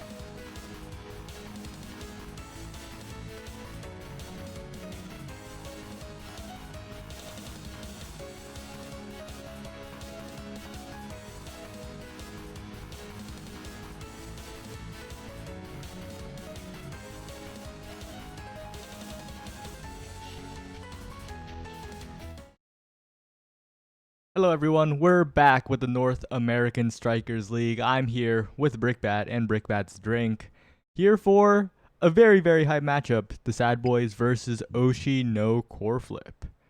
And these are two teams that have a bit of a storied history, Vaughn famously respecting Oshi a ton, Oshi having many close games, including I think a 0.5 set 5. Very, very memorable game with them. Oh yeah, definitely. And I think I've seen a lot of players talk about kind of Oshi in the league. A lot of people were definitely impressed when they first entered the scene, but I've been hearing whispers, some rumors from players saying that maybe they've got him almost figured out. And definitely Sad Boys giving Oshi a lot of credit going into this game, but we're definitely excited to see how Oshi holds up in this league going into these future weeks when teams will have more experience playing against this team. So we'll see how their performance here translates into success against what a lot of people are saying will be the top team in the league. Yeah, we're on Night Market, and importantly, I think, the last patch didn't really do that much to curb the KO power of Oshi no Core Flip. There weren't like that big of damage nerfs. The 1-2 punch, notably, is also still here. All of the damage awakenings in the draft are still incredibly oppressive. And Mirimek was once known for being a bit of a Juliet one trick, but the Vice ban comes out. They were hovering an Asher ban. Mirimek's Asher has risen up as their secondary turned honestly better character. Yeah, I definitely excited to see how that will play out as we do seem to enter Night Market. Unfortunately, all of my preparation, my towel, my sunscreen was for naught as we won't be going to the splash zone. But we will see kind of that Finny actually being played out here. This will be the first time I believe we'll see it since the great unbanning of this character. And definitely a lot of people were saying when the bug was introduced, when Finny was out of play, a lot of people were saying it was actually really warping the meta in competitive play. So now that this character is back in, we'll see what she can do, especially against a team like Oshi no Core Flip. Yeah, definitely, and we see a lot of KO power on both sides, the Luna goalie versus the Aimee and Finny, of course, with Ashers on both sides, and the starter awakenings are Deadeye and Timeless. This will definitely be a game as the Luna, the Finny will both gain incredible power from that awakening. Yeah, and look at that, actually, that gear pick from Vaughn, the Pummeler's Finny actually coming out. Something that I see a lot of Finny's been doing recently has been going things like crossovers to help with the mobility, or that siphoning wand for that damage resistance. But Pummelers is something I'm very, very excited to see, though. Unfortunately, Vaughn might be the one getting pummeled out very soon as he is staggered with very little dodge. That being said, Bell's going on the offensive and using that Asher secondary to win the strike war against Merchant. First point, Sad Boys. Yeah, there's not that much you can do when you're a little Luna and an Asher, especially one piloted by Bells of all players, as Dorilu's very proactive on the kickoff, going forward with the Cyber Swipe. So much damage being put onto Mirimek, the Pummeler's almost getting the KO right off the bat, and the Firewall Sentry taking the Asher even lower, all the way to the staggered mark. But Merchant, this is the centerpiece of Oshi no Core Flip. That aggressive forward pressure coming out from Merchant has been key to their game plan, and once again it is sent forward. Mirimek trying to use the pass splitter, but no, it is sent away yet again.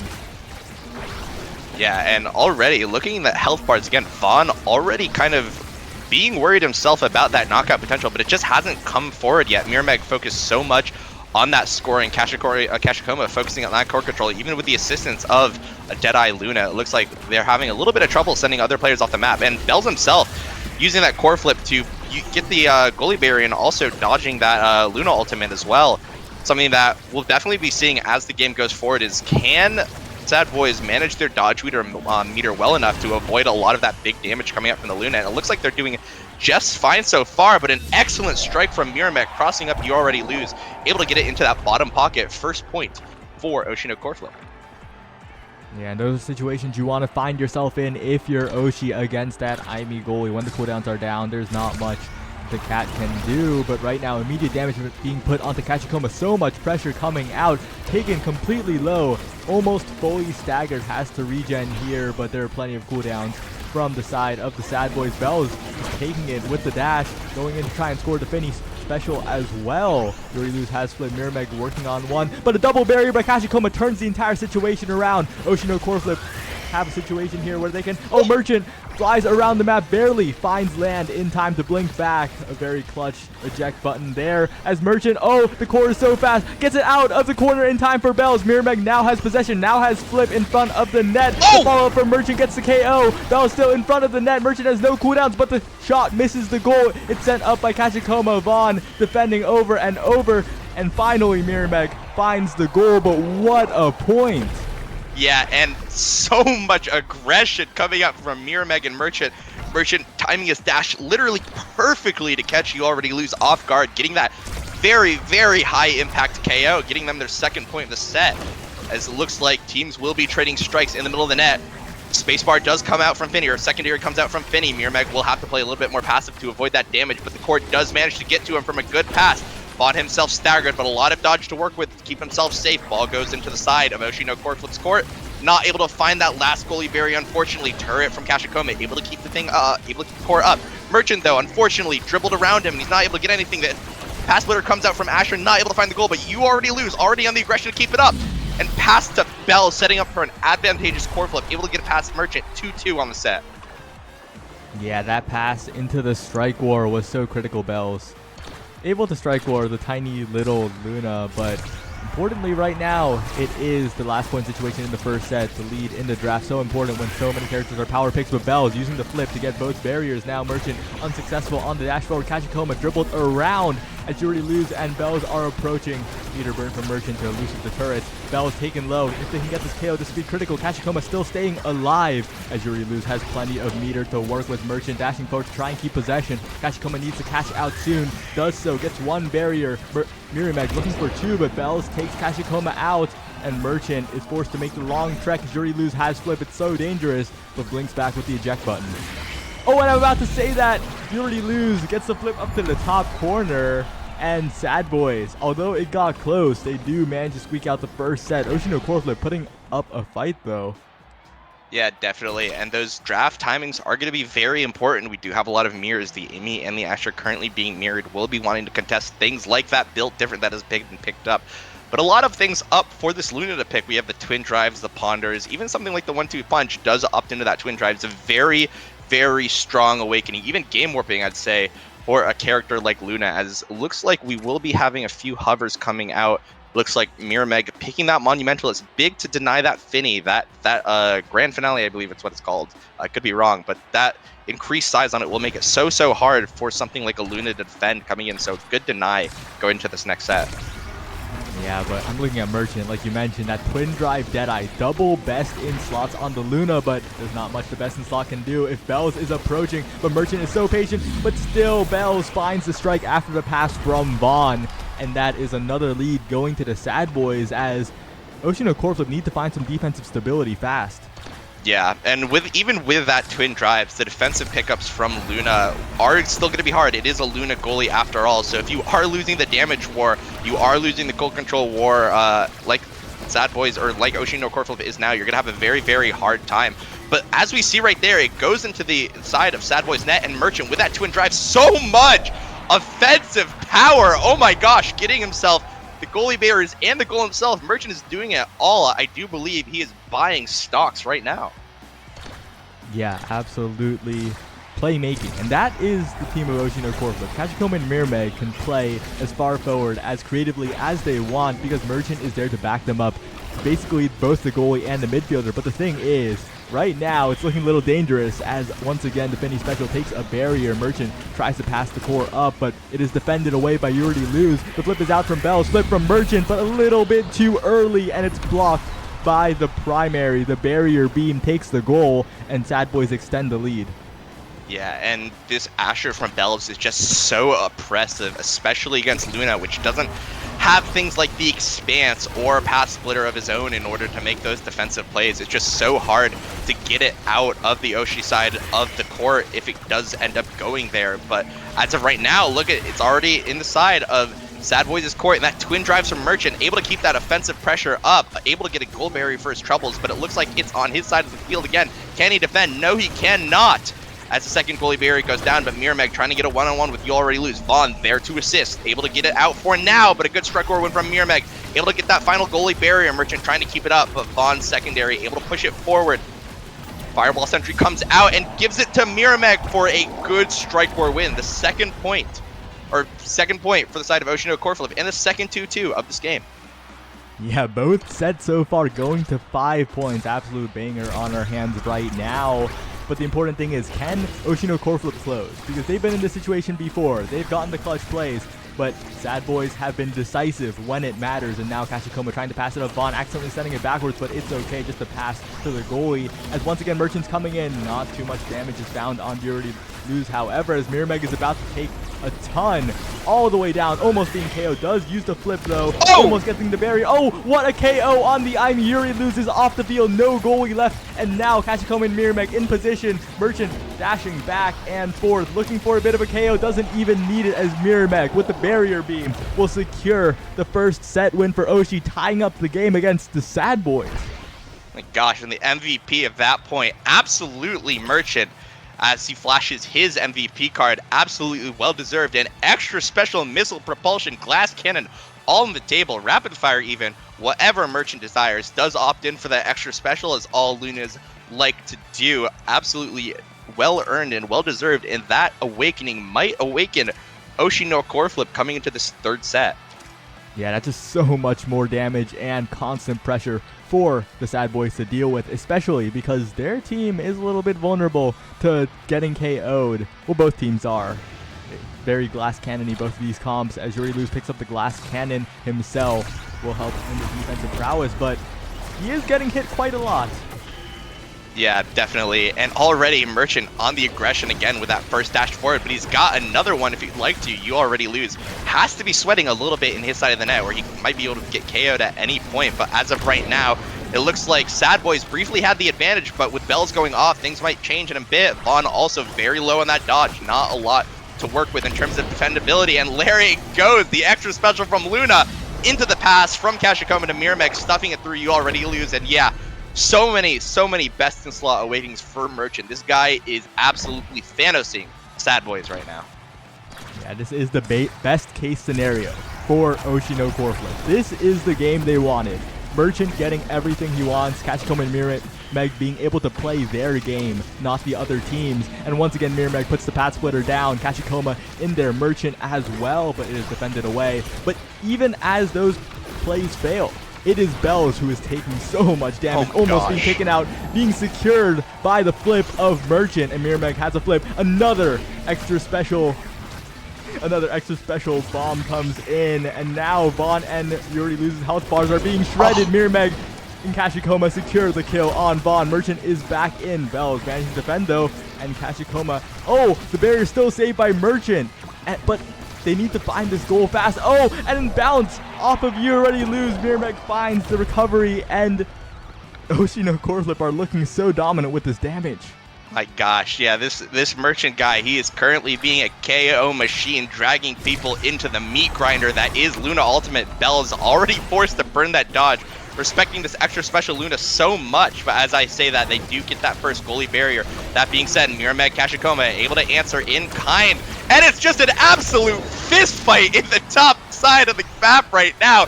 Absolutely punching and wailing on each other. Corflip allows Kashikoma to get that strike war win. Vaughn not able to find that goalie barrier, but Bells is able to hit system for a little bit. Ultimate comes down from Luna, not able to find anything. Can Kashikoma find this goal? Corflip coming out from You Already Lose, respecting that mix-up that Kashikoma could potentially do. Not able to find anything, but an excellent finale from Vaughn, able to pocket into that top corner. Merchant not able to defend. Yeah, truly a big finish there. Important point for the Sad Boys. If they're going to claw their way back into this game, they get the striker advantage and they do not let go. But importantly right now, it is a new set. More extra special bombas coming out from Merchant, and Mirmeg and Kashikoma with the massive pad splitter and the Aimi turret are pressing forward. Bell is taking so much damage, regenning a little bit here though, has a lot of meter to work with. But as I say that, Kashikoma and Merchant, the duo, are back. And Bells aims for a double barrier, doesn't even need to hit the double barrier if you have to flip to capitalize on that. And Bells with the bounce off the bumper into the dash. Unreactable for Merchant as the Sad Boys send it to the third straight 5th point. Yeah, and we've got a game here. I think if Sad Boys can avoid those fist fights that we've been seeing Oshino Coreflip trying to drag them into, it's going to be looking good. But as I say that, Bells right now, bullet holes bleeding out right now. No dodge, no stagger. He will be probably being sent off the map anytime soon, unless Oshino Coreflip decide to go for the goal. But as I say that, Bells with a 1-2 reversal, able to get Kashikoma off the map, and suddenly a huge tempo swing for the side of Sad Boys, able to get that final goalie bear. So much stuffing from the side of that Finny and Asher, and Merchant almost lets it in, but good spacebar, able to save it out. You already lose, trying to keep it up, does as his core flip. Firewall Sentry comes down from Kashikoma, and it will answer. You already loses Firewall Sentry. Kashikoma trying to win the strike ward, but not able to do it. This might be the final play of the game, or of the set. Kashikoma though able to defend with that cyber swipe. Merchant now on the aggression, maybe able to get it past your release, but nothing right now. Mirrormag not able to find it as well as the glitch pop goes a little bit wide. Merchant interrupted by the Finny primary as Mirrormag wins the strike war in the center. Very big. Core flip comes out, mix up, not able to find it against the defensive. You already lose in Vaughn as Mirrormag now is sent off the map for his troubles, and a good pocket from Bells off of the core flip, able to get a critical set win against Oshino core flip. Oh, and it was so close. It was a margin of strikes there on the side of the Sad Boys goal, but they hold on, they score on Oshi, and they are rewarded. So many good awakenings. I'm looking at the Big Fish and the Catalyst, but also the Stagger Swagger, if it drops to a Sad Boys member, will be critical here. But Catalyst open for the IME, up sort of prime time. There's so many good choices here, it's hard to pick. Fire up for more energy as Catalyst does drop to the Sad Boys, so does Stagger Swagger potentially, and this is so much defensive prowess being picked up for the Sad Boys. I think they'll be able to hold. Yeah, actually very confused with the options of Prime Time, especially that little bit of that damage there. Even though Prime Time Rapid Fire, which Kashikoma does have right now, is an absolutely disgusting combo, I'm wondering that with that Stagger Swagger, with the Catalyst, will Oshino Coreflip be able to keep up with the core control from Sad Boys going into this fourth set of the game? Yeah, they are so much tankier now. They have so much more utility because they're getting hit so much. The energy burst will be in spades, and now Merchant going in yet again. Oh no! The Bells punishes with the perfect shot, and the Sad Boys are saying, yeah, we got KO'd in one set, but we're gonna clutch out the rest. Yeah, and that was unfortunately just that Luna defense when those cooldowns are down, blowing all of the cooldowns on the offensive play, and unfortunately not able to find anything. And things might be unraveling for the side of Oshino Coreflip after looking so good in this first few sets. Already, it looks like Merchant will have to be blurring that flip defensively. That being said, Merchant and Mirrormag on the offensive. That pass splitter from Asher is absolutely massive. You already lose. Has to respect that as he's low himself, though does have a little bit of dodge to work with.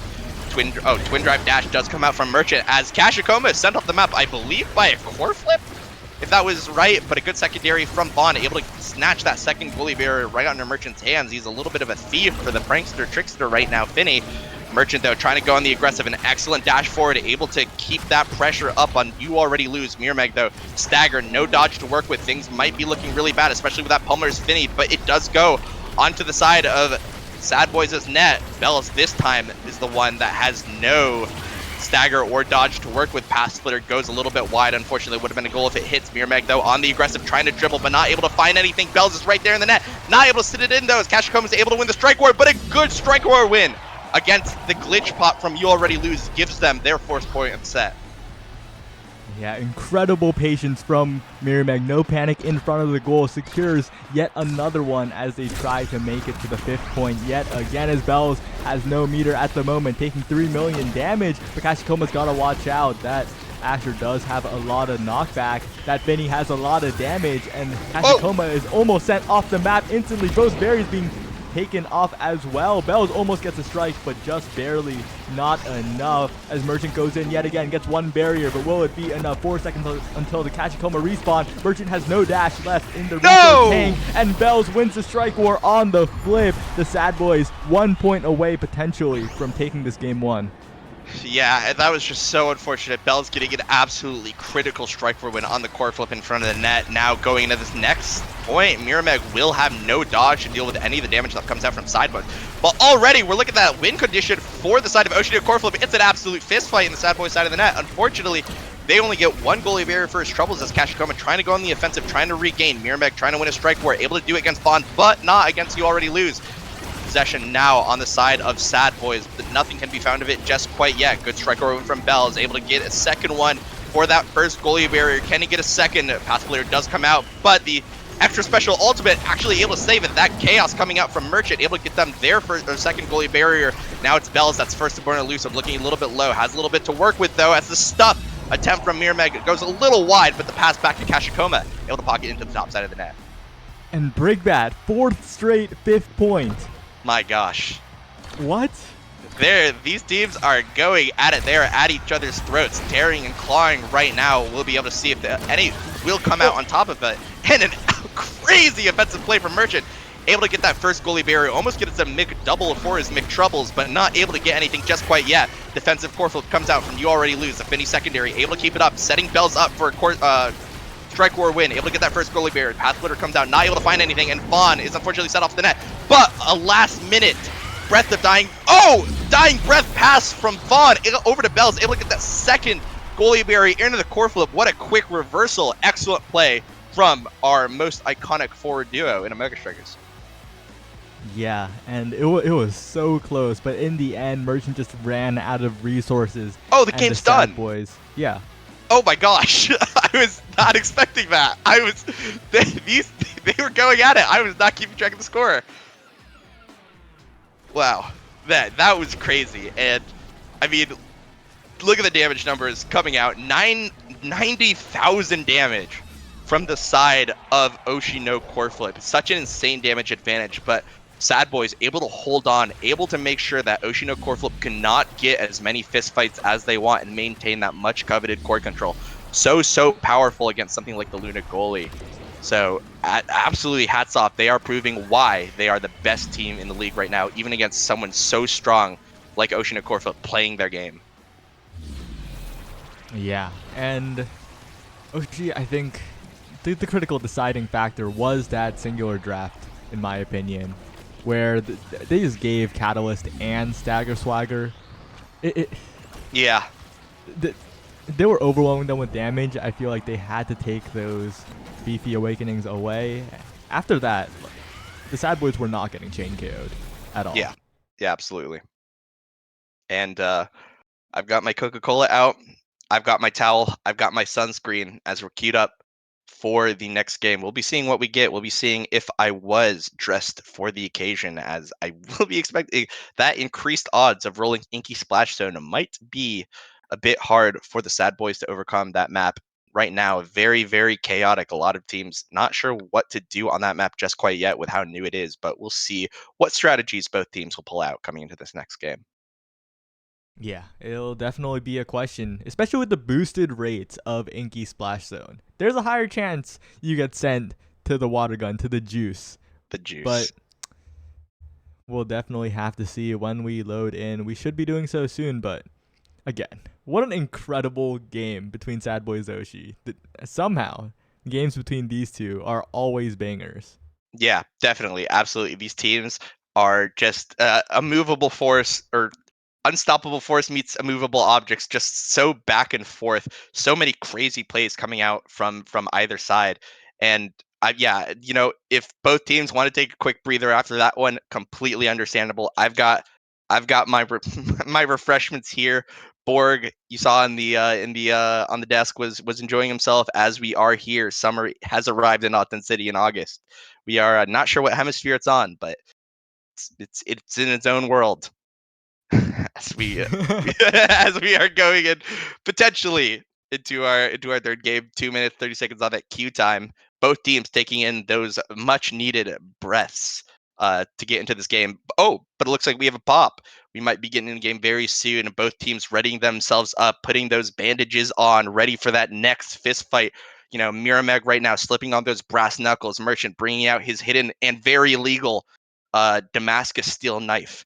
We'll see what they'll be able to bring out. And it looks like Amy's app, unfortunately, I might be a fish out of water for this one, as we will see no water coming out from that Inky. The big water cannon, the juice. No juice will be happening today, unfortunately. Or fortunately for these teams, as we already see that Rasmus hover for Amy's app. Vice Band coming out. And, so many teams were talking about that Merchant's Vice, right? Merchant being on that Vice, playing it so much in those qualifier tournaments, and people saying that if you just ban it out, Merchant will be weak. He only has that Luna, but as we saw right now, he brought out that Luna, and it was strong. It was taking on Sad Boys. So we'll see if this Vice ban will hold up farther into the season, but let's see what Merchant decides to pull out now on Amy's app, as it looks like... Oh, I believe the Rasmus ban did come out. I thought for a second that they were actually agreeing to not pick that Rasmus, but Juliet, Amy for the side of Oshino Core Flip, something that I think we're really used to seeing from Mirror Meg and Kashikoma, characters that they're very comfortable on. Yep, and Merchant does go to that Luna, and it looks like we will be seeing Era coming out from the side of Vaughn. Let's see what he'll be able to do on that. A lot of shrinks, a lot of stuff like that. Might be able to prevent a lot of that damage, maybe. Yeah, it will definitely be interesting, and we've escaped the splash zone, but there is still a pawn, and that center will be very important for both of the Juliets, as Mirrormeg is out for blood instantly. Merchant in there as well, and they get the barrier first. Mirrormeg dribbling up, winning the strike wars against Vaughn, but Vaughn wins the critical last one before the goal is attempted. And now Kashikoma trying to pass to Mirrormeg, but intercepted by Bells, and the Sad Boys finally try to get out of their half. No, it is still sent back by Merchant and Kashikoma. Mirrormeg trying to get a strike war, but Bells in position, does not get the barrier. It is deflected away. Vaughn taking a little bit of damage. Merchant clears it behind the barrier, but Vaughn gets the pass to Bells, and this time they get the barrier. Kashikoma trying to pass it away. Bells in position, but no. The defense is good for Oshi. No core flip as Merchant once again makes the save. Rockets it away. Knocks Bells back. Kashikoma in position with the firewall sentry. Bells dribbling off the edge and finally will find his mark. First point goes to the Sad Boys. Yeah, that margin for error against Bells Juliet is just so small. We saw that single missed rocket from Merchant into the confirmed dribble dash punch from Bells. That's just looking so rough. Didn't even need to burn that core flip for the point. Merchant ultimate does come down though, trying to burn that core flip, but nothing found so far. Shrink Ray comes out on Mirrormag. Mirrormag feeling a little small. Fortunately, the summer vibes have not been extended to Oshino core flip. I think they're probably Canadian or something. I don't know. But Mirrormag now going on the offensive, blowing that Tofu Fortress with positioning alone. Good work. Merchant, though, with an excellent spacebar and core flip. So much offensive pressure all of a sudden coming out, but not able to find the goal. You already lose, and Merchant will hold as a dash punch core flip. Able to set Kashikoma off the map, and now Merchant's the one on the defensive, not able to win that strike war against Bells. Rocket does come out. That positioning loss will be very important, but Vaughn's again already trying to gain, and a dash. Not a dash, sorry, a punch from Bells, hitting the core and hit stunning Merchant, able to get that goal. Yeah, and that was such an interesting goal right there because Merchant was trying to get in front of Bells, but Bells also spaced back in the same instant, got that punch hitbox out in time to get it onto Merchant as well, and it was such a small margin there as Merchant unfortunately cannot find the strike. Kashikoma trying to get it around, and Merchant will be able to secure the barrier, will get the strike afterwards. Maybe a little bit of a chance for Oshino core flip as Kashikoma tries to pass it to Mirrormeg, but it's intercepted by Vaughn yet again. Bells in position. Merchant has to be so careful here as Mirrormeg uses the flip defensively. Yeah, and Merchant again on the aggression, and oh my gosh! You already lose. Unfortunately, the log does not stop it as Merchant gets a absolutely thieved goal, stolen goal. That's the word. He stole that goal right under You Already Lose's feet. Probably called him fat as well in the process. Yeah, well, Dubu is a little bit large as Kashikoma is heading in with Merchant. The Aimi turret is there too. The firewall sentry supports as Mirrormeg goes for the scoring attempt. Passes back to Merchant as he recognizes that Vaughn is there. A little bit of a wall in his passes. Kashikoma tries to get the glitch pop punish, but no. Bells will clear it away with the dash punch. Mirrormeg in position, hitting Vaughn away as Merchant attempts the core flip, but it's unsuccessful. Mirrormeg with the dash punch, but it is deflected away by You Already Lose yet again. And now Mirrormeg, once again, we've seen this before. He's in there, but there are not enough layers, and it is sent away by the Air Tornado, even with Merchant support. Vaughn now trying to dribble up the midfield, blocked by Kashikoma so far, almost being taken out by Bells, but Bells in position yet again. Kashikoma cannot get it out of here. Merchant trying to clear, but Bells gets the better of the strike where Mirrormeg walking forward, trying to do something here as Kashikoma finds a bit of a spot, finds a dribble, but it is cleared away by all of You Already Lose's abilities. Merchant with the fast core sends it away for now. The dash punch of Bells is whiffed, but a great shot by Vaughn. Not even a redirect by Bells required, and no 0.5 here. The Sad Boys will take the first one.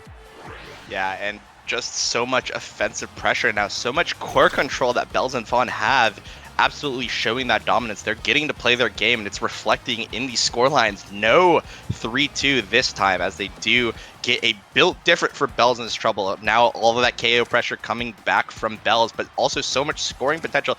That being said, we're looking at a repeat here in terms of Awakening. We do see that twin drives coming out from Merchant. Quick strikes from Vaughn as well to keep up that offensive pressure. You will not be striking it out. You probably have to be using a lot of those abilities, but we'll see coming in as, importantly, Egoist actually taken on, no, not picked up, taken away from that Awakening pool. Yeah, and Vaughn with quick strikes is so scary, but forget about Vaughn. Here's Bells to score himself here to take the barrier. Vaughn in position, sends it to Bells. Merchant deflects it, catches the bounce off of the Luna nuke right now as Kashikoma catches the bounce as well. Barely stays alive against Bells' dash punch. Merchant manages to clear it away, but Bells gets the better of the strike situation. The Sad Boys continue to put on the pressure. Yeah, and there we go. We see that just that offensive pressure again and again and again. If it keeps going onto Merchant's side of the court, there's just so little that Luna can do against such hard confirms like Juliet. But that being said, if it goes already to you already lose, Merchant has that opportunity to take that 1v1, and it looks like the twin drives coming out. You cannot clear into an empty space. It's just not safe. Merchant, an absolute greedy orb score. This guy is looking a little bit like that one guy from Blue Lock. Yeah, it's definitely hard when Merchant has one of the qualities of a good eject Luna goalie, being able to pull the trigger on that dash early, but right now it's a little bit of trouble as they aim for the barrier. Bells has flipped. You got to be so careful if you're Merchant. He sends it away, but Bells catches it with the dash punch. So much size with that build different. And now Oshino core flip. They were looking so strong, but without that Deadeye, without the stacking damage, it is a little bit of a struggle against this core control of the Sad Boys. Yeah, and both core flips up for Bells and Vaughn. This is looking really bad for Oshino core flip. Will they be able to defend? First core flip comes out from Vaughn. They haven't been able to find anything, but a KO from Bells forces the defensive core flip from Merchant, and Merchant now on the offensive but not able to find anything. You already leaves. Additionally, has that core flip. Size beam comes out from air. The shrink not able to find anything just yet, but Bells able to force it through with a punch. Kashikoma though now on the defensive, trying desperately to find anything, but just can't. The core flip comes out from you already lose, and so well played. Bells already there to steal it. Looks like the stealing golds are being unstolen. All right, I'm losing myself a little bit in the sauce, but Bells does get another MVP, and he has some stuff to work with, I'm sure, for this draft. Yeah, definitely not the pick of the litter here. Not the greatest picks imaginable. Specialized training will be great. Rapid fire, though, newly buffed, will be fantastic for Luna, but now that we're looking at the draft, the Sad Boys kind of have a lot of picks, and Mirimeg is kind of left with none. The Castellast era, the Specialized Juliet, are going to take over this game unless Kashikoma can pull off some magic with that hot shot. Yeah, and think about how big size is for Juliet. With that cast to last in the Juliet mirror, Mirimeg has the potential to just basically be taken out of the game. Air is so strong in the Juliet mirror, especially with anything that extends the duration of the shrink. I'm so worried for Mirimeg, and look at that, level 3 versus almost the level 6 from Bells, though. But as we go into this next point, dribbling from that quick strikes Vaughn, able to get something as Bells almost sends Merchant off the map, but not quite able to find it. Dash punch from Mirimeg, though. Able to find it against You Already Lose, struggling against all of this defensive pressure from Oshino core flip. Kashikoma using the cyber swipe to get that core control yet again, wins the strike war against Bells' punch. Merchant not able to confirm, unfortunately, as it does go in that corner. Bells trying to dribble it out. It forces the ultimate from Luna, but it's not going to mean much as Bells dash punches it in, sending two things in the net, the core and Merchant. Yeah, it's looking tough for Oshino core flip. They're staring down another 0-2 here, but Mirimeg gets a clutch KO on Bells. Kashikoma and Mirimeg approaching up the field. The special coming out, but it is still defended by the Sad Boys. Vaughn and Yuri lose. Still hold. They manage to get past Merchant's first dash as well. Kashikoma does have flip, though. They got to watch out. Second dash comes in. A KO onto Vaughn can be critical here, but Bells gets a KO onto Mirimeg. And now Kashikoma has flip, needs to use it here because right now, these cannot get the goal. Specialized training special from Bells will send the core away yet again. Merchant almost being taken off the field, a little bit safer here back in the net, but Bells is lurking. Bells is waiting for the core to approach him. Kashikoma trying to keep possession with the firewall sentry, but it is defended again and again by You Already Lose. And Kashikoma and Mirmeg, we've seen this story before. It's sent away by Bells, sent away by You Already Lose once again. The shot by Bells hits the barrier and Brickbat. It's not looking too good. Yeah. Oh, and it's right to Bells! It's clockwork, ladies and gentlemen. It is so crazy. Absolutely valiant defense from You Already Lose and Vaughn, able to set Bells up for that perfect bounce in that last point. It's, yeah, if you can't get that, it was looking so good with those KOs from Mirmeg. He literally instantly got a fully stacked prize fighter, but it just wasn't enough. And if that's not enough, what is? Yeah, and this time Bell styling a little bit, dribbling around Merchant and Kashikoma. Mirmeg trying to get the core out of there. Merchant, but still Yuri lose the patience. The massive Dubu hitbox will continue to save it, even against Kashikoma right in front of him. And Yao continues to keep that barrier alive. Bell's now a little bit bored, starting to hit Merchant for fun. Now has the dash punch in front of the goal, and that will be the sad boy, taking the expected 2-0. Absolutely clinical. No inky splash zone or the gates of obscure to mix them up, and because of that, they'll show again and again why this team is so feared by the teams in the North American Strikers League. Yeah, this is a contender for that top 1 spot in the regular season, even that first place in the playoffs. But you know, Oshino core flip, that first game, there's a lot that could have been. There is a lot that could have been. And, you know, I really want to see these teams duke it out in the splash zone, on the splash down. SeaWorld extraordinaire. I'm saying words, but water, you know, love that. Love that. I wish this Coca-Cola was water right now so I could splash it on myself. But yeah, look at that. Absolutely clinical. 83 redirects from Bells and Vaughn, respectively. 8 goals coming out, and yeah, and it's just, if you can't get, it seems like if Oshino core flip can't get that offensive goalie plays going, they struggle to score, especially against, I mean, basically the #1 goalie in Omega Strikers. You Already Lose. Of course, we'll see how they fare against other teams coming into these future weeks. Of course, we only are on the 2nd week of the North American Strikers League, but as it is right now, a little bit worried for how Oshino core flip. Actually, not worried. They did really great. What am I saying? I mean, worried for the other teams that will have to deal with the crazy offensive pressure from Merchant and Mirmeg, but unfortunately it just wasn't enough to get them a game off of Sad Boys. Yeah, but for now, we will take a short break before our next series. We'll send it to the loading screen with the 4-minute timer that totally will make it back to us when it hits 0-0. Definitely won't be a bit longer, as say goodbye to Brickbat and his drink, because we'll be right back.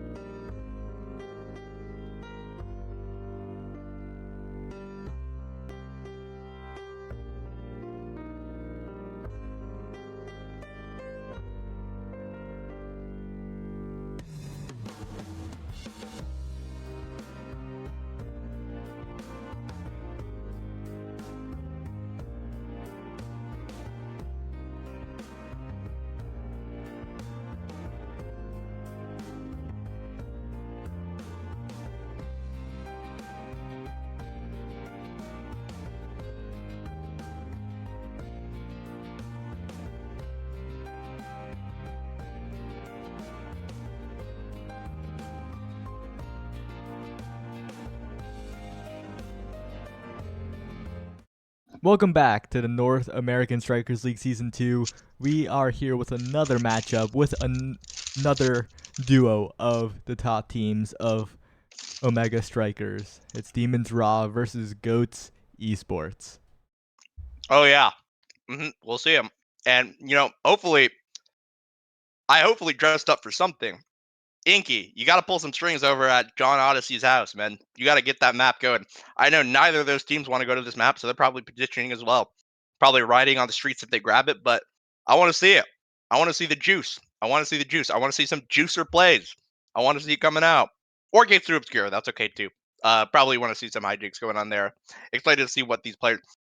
I should not have taken a bite before we went on gas. That made it incredibly hard. But what will not be incredibly hard is probably rolling that Inky Splashdown with the extra chance percentage of rolling that map, both in competitive, normal, and custom queues. So maybe we'll be able to see that coming out. Of course, we've already gotten a good look of it, though, with the previous series, chatting versus Orbits especially. But hopefully we'll be able to get into the game soon. As you know what, something I want to say, the background of the lobby background that we have between games is like my favorite one so far. I love like the little octopus guy sitting on the what's it? Not the lawn chair. The what do you call those like beach chairs that are like the wooden reclined beach chairs that like people like they get their like tan on by the like they put on the shades and they have the like reflective mirror to get their tan. I don't know what they're called. Are they just called beach chairs? I wonder if they're called beach chairs. I'll have to Google that or something. But what we won't need to Google though is Demons Raw and Goats Esports, as I believe both of us are so familiar with these teams. Demons Raw, probably the strongest team in the West right now, facing arguably the second strongest team in the West right now, as Chikara chatting. No longer a West team. Just saying. They're no longer a West team. They've got two Easties going up in there. So unfortunately, these are what we've got right now. So a little bit of a battle for California right now. The SoCal Civil War, as they say. I have no idea if any players live in SoCal, but I'm lying to your face. I can say whatever I want. I'm casting right now. So 11 seconds in queue, though. Hopefully we'll be able to find that game very, very soon. Hopefully we won't get loading bugged either. God bless John Odyssey. But as of right now, what do you think of these matchups so far, Saya, between these two teams? I mean, if I were a betting man, I would not bet on Goats here. Yeah, it's a little bit of a lopsided matchup in theory, especially because the roster of Demons Raw is absolutely stacked.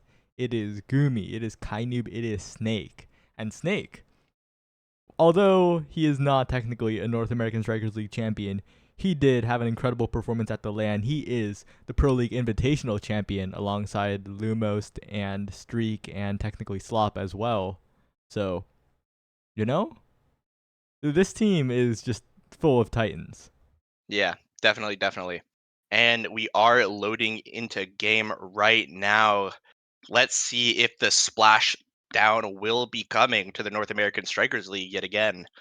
We will see in just a moment, as it's night market. All right, we're purchasing. Merchant putting up his vendor shop, and I'm not going to take a bite. I almost took a bite out of my food. That would have been awful. But unfortunately, and it looks like the entire side of Demons Raw was so excited for Inky Splashdown 2. They're all repping their swimsuits. But unfortunately, we're just not going. Unfortunately, the beach may be closed actually for the next few hours. Yeah, it's a bit unfortunate for the few fans of that map, but very few. I'm sure the players are very happy with this result. The spectators, I'll leave that up to you to decide, but a bit of a normal draft coming in, but the Luna Hover from Gumi changes everything. Is it a Deadeye start or something? Octavia being picked up on the other side as well. What? Okay, this starter must be crazy. Yeah, I'm just hovering those. I mean, yeah, definitely Luna and Octavia, characters that, based on Starting Awakenings, should basically never be in the same game, if I recall correctly. Maybe like the Twin Drive overlap or something like that, but as far as I can tell, that Octavia never wants to be there if Luna gets something like that Deadeye or like that extra special. Yeah, it's going to be an interesting game. The Rune goalie coming out from Gumi. It's been a long time since we've seen that in competition. So we'll have to see. I Love Albion is Cast a Palmy, to last and Reverberation. Interesting. Oh, well, that explains the Octavia, definitely. Yeah, Castellas doing wonders for that pick here, as Fudgy Waffles will look to stay alive, will look to not get banished by the Gumi Rune, as it is a double-edged sword, right? That extra banish length will take Fudgy Waffles out of the flow state very easily. But it is a bit of an Asher battle right now, as Apalmi and Snake are fighting it out, but Kainoob and Gumi happy to just pass it back and forth. Kilius with the strike shot, though. Newly fixed strike shot. That's a big thing that we haven't talked about yet. Strike shot's finally usable again. Yeah, definitely. And such a strong gear for that goalie Drakara, the extra missile propulsion, or the extra projectile range, so important. But it won't matter right now, as a double goalie barrier does come down from Snake, and a strike roar one against Kilius gets the first point in the game, going over to the side of Demon's Raw.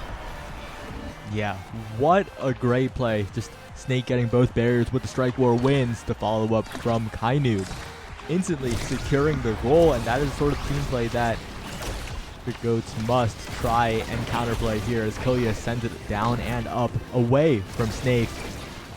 Apalmi and Fudgy Waffles looking to get this barrier. They get one. Kainoob does send it away, though. Kilius sending it right back. But Gumi and Kainoob have a lot of room to play with. They're kind of holding hands in the goalie box. Yeah, core flip does come out from Kainoob, almost punished for that lack of dodge by Mr. I Love Albion the first. Unfortunately, that banish does come out, stopping this offensive play in its tracks and forcing that core flip out from I Love Albion. Snake, though, able to get that second goalie barrier. Goal open for Kilius, but Kilius does have his core flip to work with if he can get it going. Flow state from Octavia manages to stay up, but both forwards for the side of... Oh! And Snake intercepting it from that bounce from the rune, able to get it into the goal past Kilius' core flip. 2-0, Demon's Raw. Yeah, and Gumi question marking Kilius a little bit there. The signature Gumi emotes coming out, as Kilius saved core flip for next point, but even this point might not be that good of a future to be in, because one barrier is already down and Snake is approaching. Fudgy Waffles slowed by the Zakar, though, has to watch out here as Kainoob just dribbles it up, down, back to Gumi, back to Kilius, as one barrier gets snuck past Kainoob on the top side. Fudgy and Apalmi approaching, but that rune pillar so good at defending the top side of the barrier, as Brickbat, the game is stalling a little bit.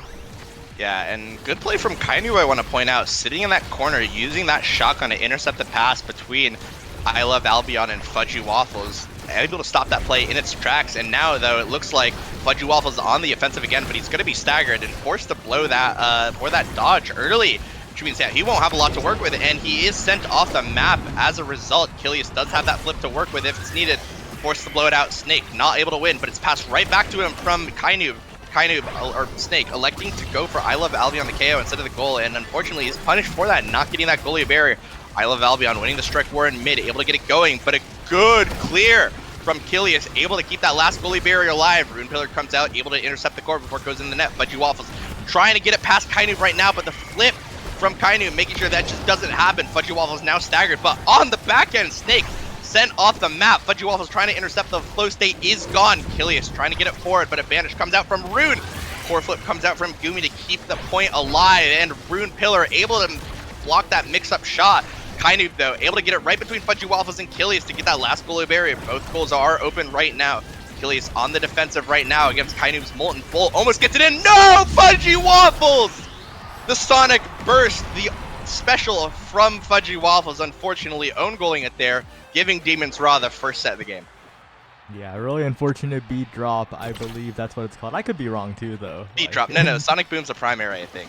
Yeah. The names get a little bit confusing, and Kainoob rewarded with those aerials.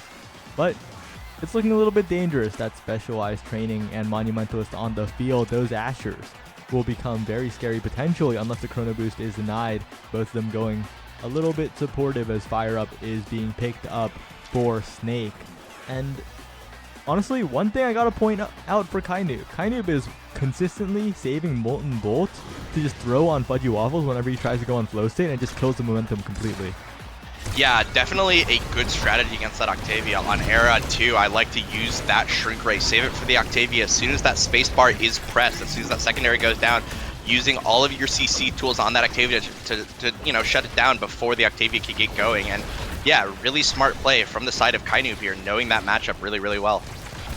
Yeah, and Snake is approaching, gets the barrier beam onto the barrier, and now Gumi in the midfield, kind of flexing a little bit to the goalie position. Snake looking for a clear up, but it is not found as Killia sends it down. Kainu dancing around a little bit, giving up a barrier, but that's just one barrier. The second one is defended by 2 pillars from Gumi. The banish comes out, Apalmi can do nothing but watch as Snake goes for a KO. A little bit of a missed time, but Apalmi's health bar is still low, is still under threat, and Snake just walks up slowly and strikes into the bottom of the net. Yeah, and true to his name, opportunistic hunting on that goal right there. It looks like the side of Goats Esports. Unlike the full goat that a Snake could not eat, they're looking like mice or bird eggs right now. Absolutely delicious for snakes, actually. Fun fact, I think I could be lying to your face. I know nothing about biology, but that being said, I love Albion, trying to love some of those goalie barriers right now, but not able to get anything just quite yet. Gumi getting core control over for the side of Demon's Raw as Snake almost sent off by I Love Albion, but nothing found so far. Fudgy Waffles looking low on dodge and stagger, might not have too many tools to work with. Good strike from Snake, able to get that first goalie barrier, but he is unfortunately sent off the map in response. Gumi and Kainu both have high energy to work with right now. Gumi looks like going on the offensive, bit of a roll swap. Base drop from Fudgy Waffles, not able to find that good goalie barrier. Well-timed strike, but a good strike placement from the forwards of Goats Esports, able to get that first goalie barrier. Flip comes out from Gumi, not able to find anything. Pass splitter, not able to find anything either. Snake trying to get that last goalie barrier, but nothing so far. Flip for the side of I Love Albion, will he need to take it for this last goalie barrier? You just might, as he is banished to the Shadow Realm. Gumi gets to draw 2 cards from his Yu-Gi-Oh deck. Fudgy Waffles, though, not able to find anything just quite yet. Trying to pass to I Love Albion, now taking so much HP damage as a result. And Kainu sending him off the map with the shotgun blast, the lock and load. Locking and loading Fudgy Waffles into that penalty box. Good strike 4 from Snake.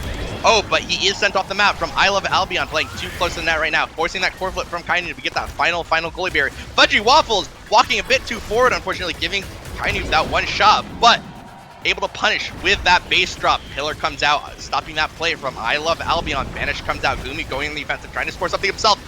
Toss back into the Rune Pillar, not able to find anything. Snake, there is a forward in the net right now. Not able, able to keep it out actually though. Fudgy Waffles though. Fudgy Waffles unfortunately not able to get the core control with the flow state, and a good lock and load and strike from Snake, able to get that second point of the set. Yeah, just incredible patience from Snake, incredible strike placement as well. Not hitting the corner of the goal, sending it straight in. It's a bit of an underrated thing. When you see it happen, it's like, okay, that's expected, but a lot of plays, a lot of moments where players hit it off and it goes around. It's very common as Snake gets 2 barriers with the dribble so calmly, elusives away from the specialized speed drop of Fudgy Waffles. Fudgy is almost at a flip, but is Molten Bolted yet again. Snake in position, Kainu in position, and that single pillar gets the better of Killiest as 3-0. Demon's Raw are just absolutely dominating right now. Yeah, and look at that position. Probably seen the replay, but look at that positioning when you can from Snake.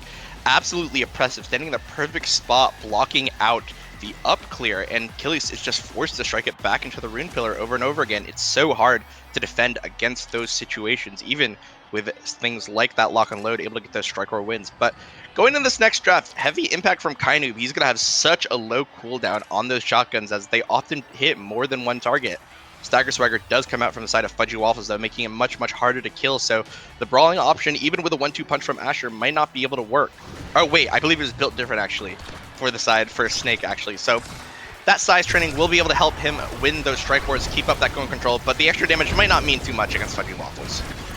Yeah, and Fudgy using that lead drop to get it out of that corner. Killiest and Fudgy putting up a bit of a defense, but one barrier is lost. Gumi and Kainu have so much room to work with the strike war win as well, but a barrier will be taken on that side as Killiest does not have a strike left to defend that. Gumi gets back in time to defend the barrier, and Fudgy Waffles looking for a bit of a strike war, but is Molten Bolted yet again and again. Fudgy has not been able to play the game the entire duration of it. And now it is once again Demon's Raw on the offense. Kainu pushing up with Snake, who has flipped in front of the net. Oh, but it is saved! It is saved away by the Goats, but for how much longer? Kainu is in place and not risking anything. The most insecure shotgun in the world, but who can blame him after that defense? Yeah, I think the Demon's Raw was shaken for a brief second, but it won't matter really as they end up getting that point in the end. They get a little bit of a chance to breathe and regain as the Molten Bolt does come out from Kainoob, putting so much damage on the Fudgy Waffle. He's already at half HP, but that Swagger will keep him nice and healthy. Now he'll be able to use that flow state just in time without the slow coming out from Kainoob. Will he be able to make anything work though with it, as they just can't get it onto the enemy side of the field. Gumi keeping it up with his aggressive play and pillars. Achilles trying to find something right now, but look at that. Fudgy Waffle's already so low. Banish comes out from Gumi, and look at that. Snake and Kainoob, look at that. Living up to Snake's name. Again, Fudgy Waffle's looking like a small chicken egg right now, as unfortunately Snake is looking to pounce and eat that hole, but unfortunately nothing will come of it. Kainoob now low on HP and stagger, forced to walk back to get that orb. Fudgy Waffle trying to win those strike boards against Snake, getting it up, does pass it to I Love Albion, able to get that second goalie barrier. Flip in front of the net in the perfect position to mix up, and there he goes. I Love Albion, loving those goals. Oh my gosh, look at that marshmallow thing, that was really nice. But able to send it in past Kainoob's lock and load, able to get them the first point in what seems like a while. Yeah. And this could be the start of a comeback if the Goats can find a foothold here. But once again, Molten Bolt, this time used on the Asher of Opalmi, who is being taken low, is being banished, is almost being taken off the map here, and is indeed KO'd as Snake walks back, has almost full meter, almost ready for that core flip, looking for the barriers here, in position to get one as well. Flip, but it is defended away by Kilius. And Kilius once again sending it away, finding a barrier of his own on the other side. But as we talk about all the good things that are happening to the Goats, Fudgy Waffles is once again, was Molten Bolted past tense, the flow state completely wasted, almost taken off the map as well. And this time, the beat drop gets a KO onto Snake. This could be the difference maker here, but Gumi becoming the midfielder, placing the rune pillars down, halting, stalling for so long. Kainoob as well. 2 seconds, 1 second. The barrier is taken and Snake is back. Yeah, an absolutely crazy offensive play from Gumi and Kilius. That practiced aggression, able to know when they're able to steal those goalie barriers in a reverse power play. But right now, Fudgy Waffles on the aggression right now. Pillar comes out from Gumi to defend that goalie barrier into whatever stuffing I Love Albion and Fudgy Waffles could do. And right now, Pass Splitter comes out not able to find anything but the base drop, able to claim another victim. Oh my gosh. As Kainoob trying to keep it forward with the lock and load, so able to keep it delayed for a good bit with the help of Gumi's banish. Molten Bolt goes wide, not able to find the goal. Pass from I Love Albion goes a little bit wide against Fudgy Waffles, giving not sad boys, I keep seeing the emo, Demon's Raw, that extra oomph in core control. I Love Albion though, hitting it into the Rune Pillar. I love Rune Pillars right now, says Gumi most likely. I Love Albion though, trying to desperately keeping it out of Kilius and that from Snake's scoring attempt, and a good strike or win from Kilius, able to keep it out, but the Rune Pillar is making things so chaotic again and again. A Snake might be sent off the map with Grace Up. No, he barely survives with no stagger to speak of though. Flip may be coming out from I Love Albion, but the banish comes out, not able to find anything. Snake with a Pack Splitter trying to find something, anything, but a core flip from I Love Albion, able to take it after that absolutely massive fist fight of a fucking point. I cursed, but it looks like both teams will be bandaging each other after that round. Yeah.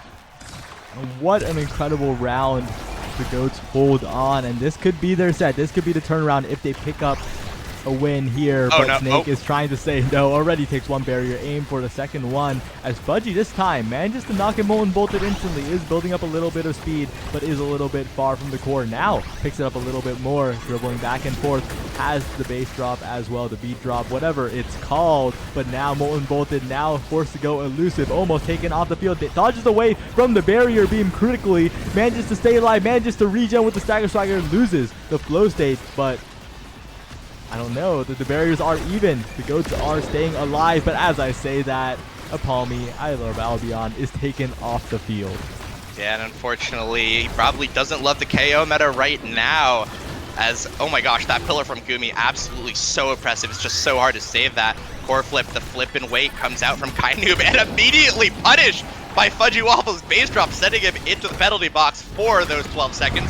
Fudgy Waffles, though, banished, sent into his own little hell torment soundscape. Yeah, he's in the penalty box. He's dead. Octavia's dead once again. It's looking like a bit of a fist fight. Strike from Snake. Almost gets a goal, but it looks like a pass down to Kainoob as Snake wins that. Oh my gosh! Snake wins the strike war and predicts the core flip clear from Kilius, able to get that second point, and we're 1 point away from the potential reverse sweep dream being crushed in front of Ghost Esports eyes. Yeah, and it's a bit of conditioning, right? Kilius was flipping opposite side so often because of those rune pillars from Gumi. So Snake predicts the correct side. It's a little bit more likely as, whoa!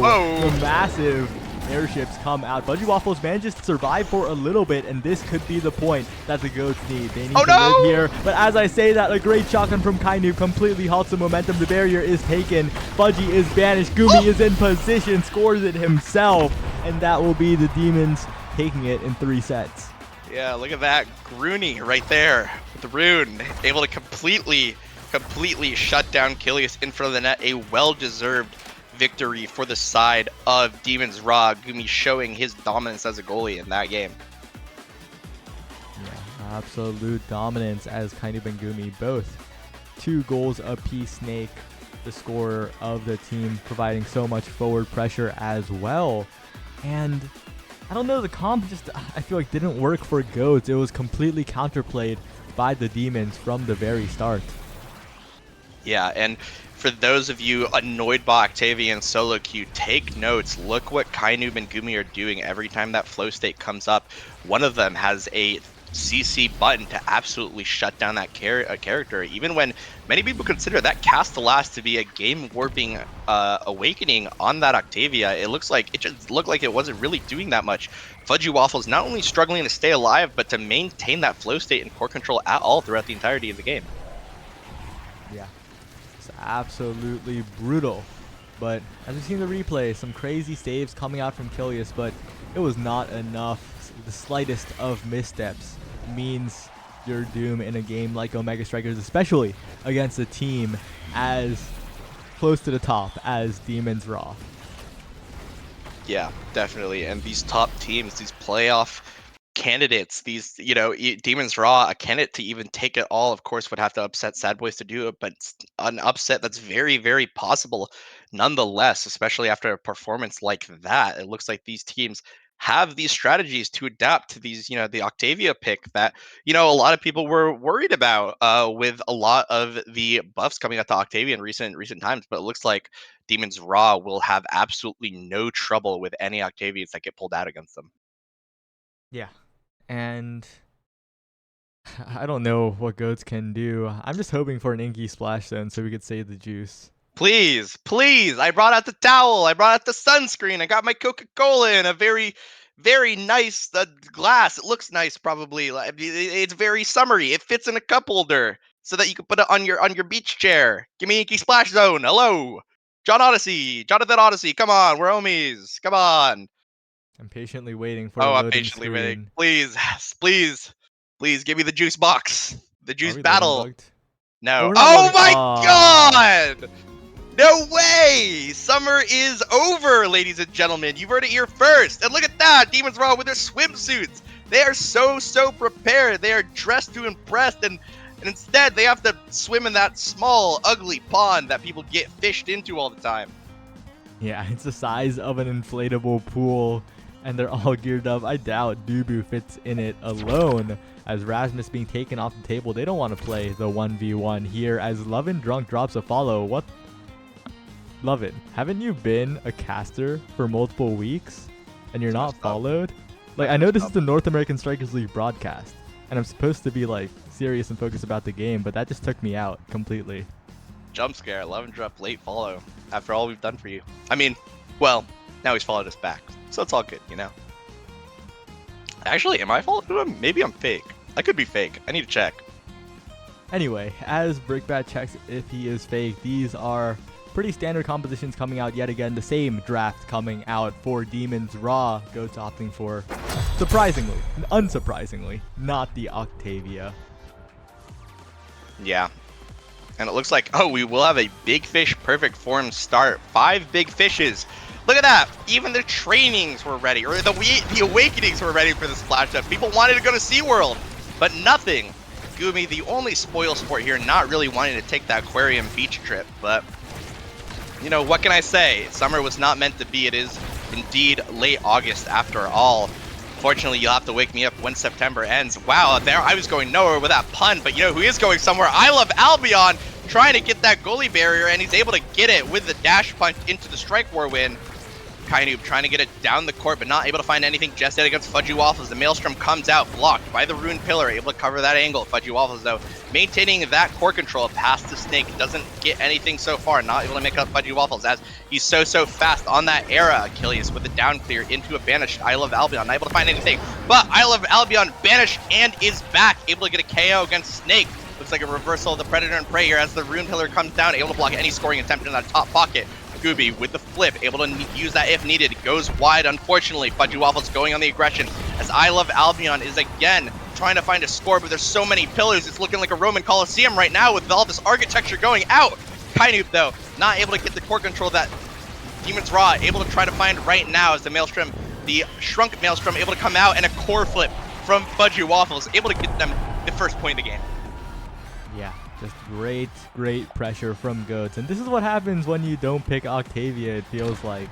Because Fudgy Waffles on the era, a little bit more able to fight back, to really buff up the team with speed, and not be that kind of target for Demons. And now Gumi almost being taken out by the Juliet, by Apalmi. I Love Albion, the flip from Kilius, KO Snake. This is a massive chance. The flip not even used from Apalmi. The special maybe enough as the flip will send it to the bottom corner. And the Goats are looking quite good. Yeah, looking like a bit of a reversal of the Jakar Molten Bolt, not that one-size-fits-all solution to the era pick as it was the Octavia. Oh my gosh, the Coca-Cola catching up with me. And you know what's also catching up with him? I Love Albion's love of the water, of the pond, as Kainoob able to punish that and give him a little bit of a bath time. He might need a shower after that. Gumi, though, unfortunately losing that to an unfortunate bounce off the pond, though I Love Albion is back and ready to splash down. He brought his swimsuit today. Fudgy Waffles, though, looking for a scoring attempt, not able to find anything past the Jakar Molten Bolt. I Love Albion in position, looking for that pass that will not come to him as Fudgy Waffles sent off the map right now. Rune Pillar comes out, keeping the offensive play going. No, Snake not able to find anything right now as the Molten Bolt slows him down, but everyone's looking a little slow right now. The play is slowing down a little bit. Pillar, though, able to keep that aggressive play going. Gumi passing it to Snake, able to get through I Love Albion. I Love Albion not loving the wall right now as he will not get sent off the map. Fudgy Waffles, though, trying to pass it up, but a good dodge from I Love Albion, able to avoid the banish. Gumi will not be drawing his cards as a result today, but I Love Albion looking a little bit low. Has dodge to work with, though, if he would so choose to use it. Real Pillar comes out, and a crazy bounce to Snake sets him up for a perfect scoring opportunity, getting them the first point of the game. Yeah, that extra touch on the core, slightly redirecting it, but not enough to slow it down, not enough to be classified as a redirect. We usually see that from the Rasmus push into strike, but this time Snake does it with the Gumi Pillar as the Goats need to find something here fast because the momentum they've built up is disappearing quickly. I Love Albion, Apalmi almost being taken out, banished, and completely staggered as Fudgy and Kilius looks to progress the core up the field. Apalmi is now KO'd. Fudgy Waffles caught off guard near the edge, goes away, and Kilius finds the flip, finds the core away, finds the barrier even, and now this could be the Goats' set.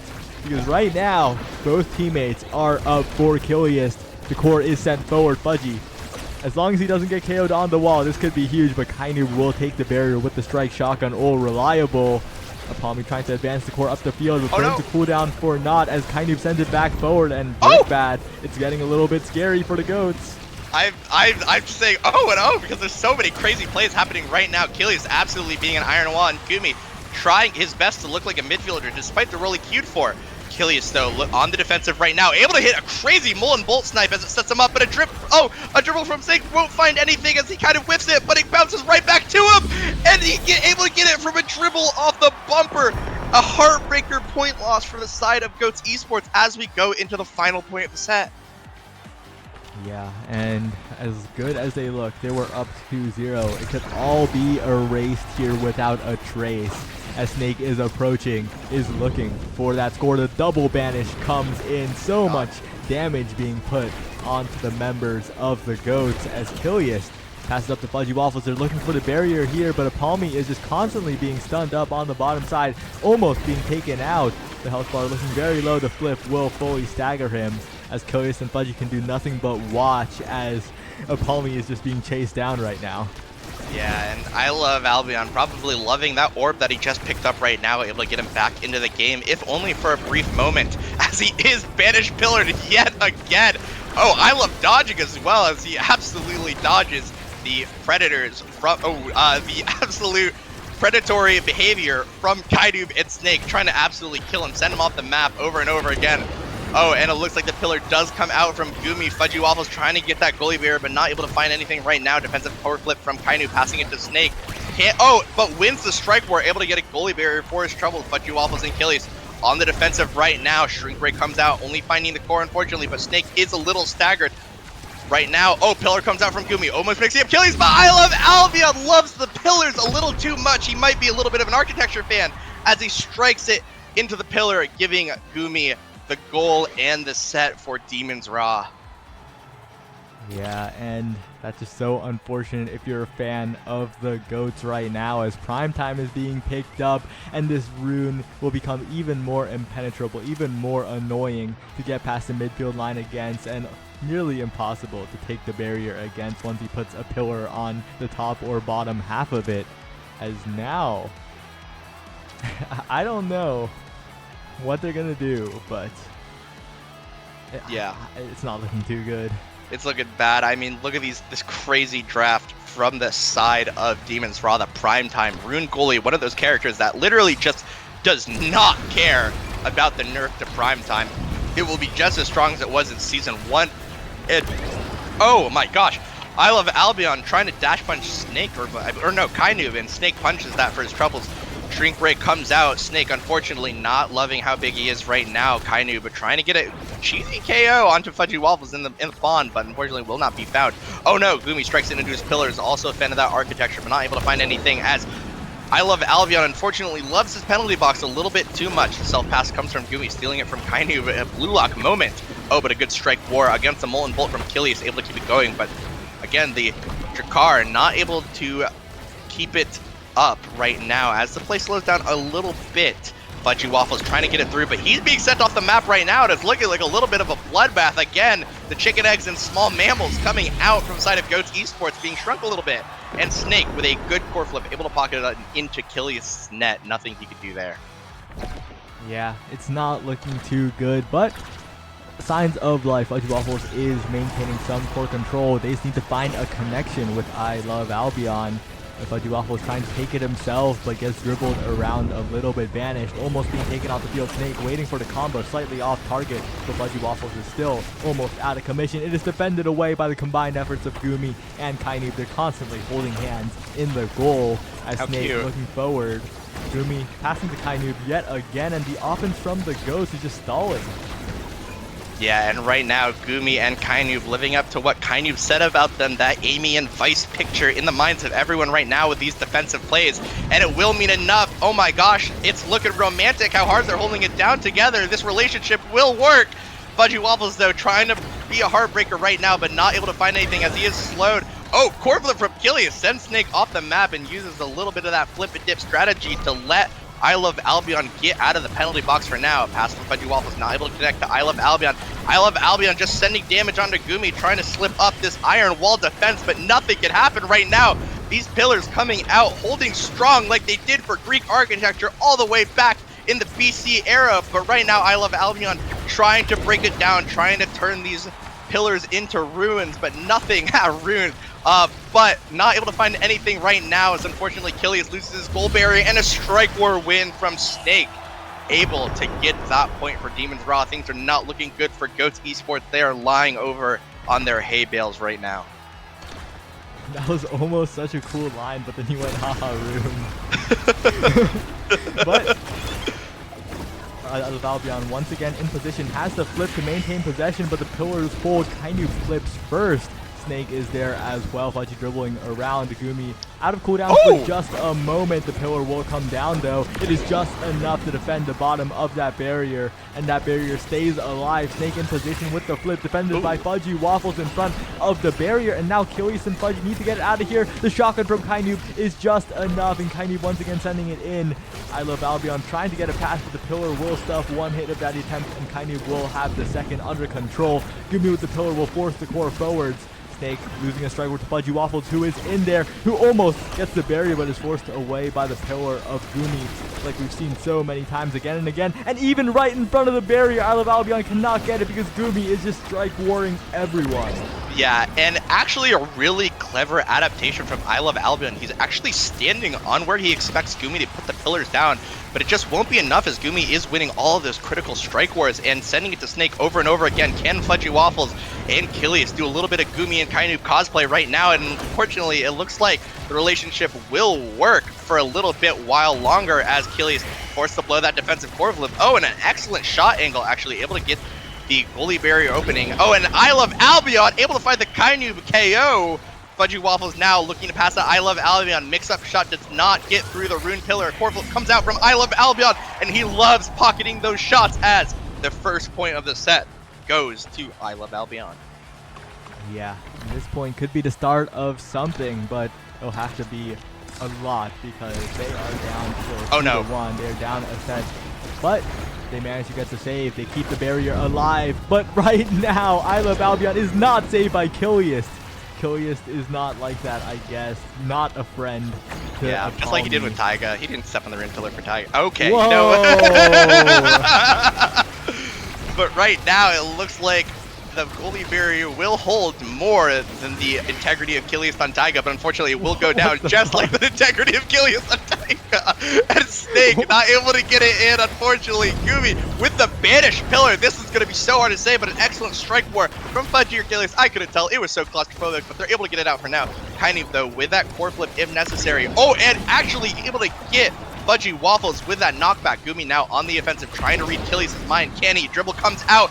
Shot, lock, and load, able to keep it going, but Kilius is 1v3 right now, and he cannot pull it off. 1v3, unfortunately. And Demon's Raw able to put it in against Goats Esports. Yeah, it was looking good for a moment, but that moment does not last as this draft is arriving. Heavy impact. Huge for the Drakkar of Kainub, and, well, nothing even close to equivalent for the Drakkar of Kilius. Unfortunate, but it is what it is. Denies the extra special from going further, but the twin drive also being taken away by I Love Albion. Gumi forced with the orb dancer, but he's not too mad about that. It's fine as Fudgy Waffles takes super surge. Yeah, and especially even if they don't win this set, Demon's Raw with that orb dancer has that scaling opportunity. Gumi has not really been pressured too much in his own net, especially with damage. It'll have to be a really lucky dash punch or maelstrom from the forwards of Goats Esports to really find any way to deny that going forward. Right now, though, both teams are jostling for that core control in the midfield, and look how aggressive Kilius is actually positioning. He really wants to help his team on those scoring attempts. Rune right now looking so difficult to score on in the net. Oh, hello, and Snake looking like absolutely eating the small mammal that is Kilius, sending him into the pond to take a bath for the discount splash zone. Unfortunately, no juice for Kilius to sip this time, though. Yeah. Yeah. Kilius does not discriminate. Drakkar is a reptile, but he will munch on him regardless. And if Snake can do a little bit of an Oki, a little bit of a ZZZ impression yet again, it'll look even worse for the Goats, as this time Fudgy is the one being targeted for a moment, does get the shrink out to halt the bleeding, but Kainu passes the core back once again. Snake does it backwards, aiming for a bit of a KO, but it's off target. It is defended by the entire team of the Goats, the primary being attempted by Fudgy Waffles. The dribbles as well, but Gumi and Kainu continue to defend while Snake is alone on the other side of the field. Finally, I Love Albion manages to get the barrier. This could be an opportunity. The flip is available. It is sent up, down, into the pillar twice, but defended still by Demon's Raw.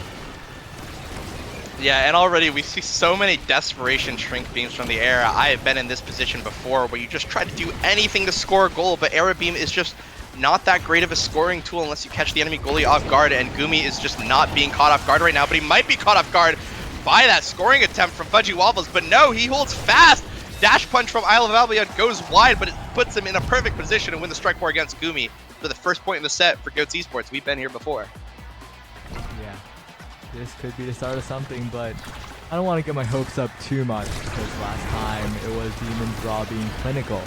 And But this time, maybe something different will happen as Fudgy Waffle does have more speed on the table with the Super Surge. I love Albion in there, but stuffed away by the shotgun. Oh, but Fudgy finds the strike in time before the pillar can arrive, and now it is the Goats maybe finding opportunity. The barrier is taken by Snake, but Fudgy is dribbling. Fudgy is looking for something with the backup of the magical Maelstrom. I love Albion in position, passing up to Fudgy Waffles, but it is slightly off target this time. I love Albion does have to flip, but Snake does too. Snake is approaching. The shot up to the top side will not find the goal as Snake in position for a much better one. It is still stuffed away by Kilius, as now the core finds its way to Gumi's teleport, perfectly set up to defend that moment. And kind of in position, has a shotgun. It is sent away by the Molten Bolt of Kilius as Gumi is fine to just stall the core out, build up more orb stacks. The longer the rounds go, the more insurance they have as Kilius. What?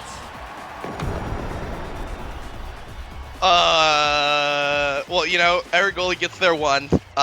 Quoting Daftgrass here, and that's just an unfortunate one. The pressure caused Kilius to crack a little bit there. We've seen it. It happens to the best of us, even the goalies here in the North American Striker League. But right now, it looks like Goats Esports trying to regain the small shrink ray onto Snake, not able to mean much as he does get the goalie barrier right now. I love Albion trying to go forward, but the Rune Pillar prevents any sort of aggressive posturing from him. Fudgy Waffle is not able to win the strike board and get that goalie barrier, but they are able to win the strike board to get the goalie barrier. I think I just said two things at the same time. Fudgy Waffle is trying to get in the Maelstrom, able to find the core, but not the goal. Oh, and Snake again, the small chicken eggs in front. Oh, but Snake is paid back in kind. I love Albion. Oh my god. What a crazy defense from Goody and Kaidi. Right now, the two are probably talking about how much they love each other in comms right now as the banish comes out and not able to find anything just quite yet, though. The Molten Bolt sends it onto the side of Demon's Raw map, but a strike or win from Fudgy Waffles continues the aggressive play. The good strike placement from Snake, able to get it past Fudgy Waffles. Pass from I love Albion. I love passing right now, able to break Kainu's ankles a little bit, forcing that core flip and a dash punch through Kainu, able to get that goal, and unfortunately the power of love will not be enough to keep the goal out of the net. Or the ball, the puck, the core, that's what it's called, the core out of the net. Yeah, incredible defense on the goal line, but it is the Goats finding their last opportunity here. They need to score or else the game is over. Kilius passing it up to Fudgy. They're looking for a way out of the situation, but the Era is banished. The Era is taking so much damage along with the Juliet of I Love Albion. Kilius manages to clear it out for a moment. The KO is attempted, but a little bit of hesitation on the flip means that Snake stays alive. Snake is involved in taking out the barrier. Gumi has the flip, whiffs it. The magical Maelstrom will halt the core for a moment, but Kainub is constantly passing it back and forth. Gumi with the bounce, but it is sent away. Fudgy Waffle staying alive for a moment, being brutally taken out by Kainub's lock and load, but the barrier goes down. A little bit of hope, but once again, I love Albion. I love the Rune Pillar. Unfortunately hits it directly into its face, setting up a strike war situation for Snake, and he doesn't miss those. He does not miss right now. So many small mammals and chicken eggs consumed by that Asher play this game, and Demon's Raw looking very, very strong, taking out, you know, a team that a lot of people expected them to take out, but doing so in such a decisive manner that I don't think everyone was prepared for. Yeah, well, it's a little bit of a double-edged sword, right? I think a lot of people expected it to be decisive, but there were also moments where the Goats look good, but there's a lot of conditionals in there. But yeah, definitely a win for Demons, unexpected win, but very, very well played by them regardless. Yeah, and I mean, look at that. Unfortunately, we did not get to see Iki splash zones, but you know what? We did get to see 18 KOs from the side of Demon's Raw. You know, Asher, Chakar, characters that definitely have a lot of that KO potential, especially if they get a lot of those damage trainings and stuff like that. And Snake there looking like an absolute carnivore in the grass, just waiting to pounce so many of those times. The primary from Asher, so much knockback, so much damage, that I love Albion and Fudgy Waffles, even with the damage reduction of the shrink, just wasn't able to contend with in the second game. Yeah, it was a little bit rough there as, well, you know, there were a lot of good moments and it was very close. The clutch dash punches near the end from I Love Albion, but in the end it ended as it began, with a strike into the pillar that was predicted, and it will once again be Demon's Raw taking the victory here. And Brickbat it looks like we're going to head to a short break before we pass it off to another analyst desk, I believe. So yeah, that'll be us. That'll be it for us. Yeah, and if you want to see more high-level Omega Strikers content or potentially be in it yourself, use that ! Discord again. Why am I running out again? I forgot. We'll do that at the end of the stream probably. I don't need to worry about that right now. Well, I hope you all enjoyed summer because it seems to be over. I'm tossing away this towel. Goodbye. I finished my Coca-Cola. Summer's over. We're back in August. That sucks. But hey, maybe we'll see more Inky Splashstone now that I'll be getting off the desk in just a moment.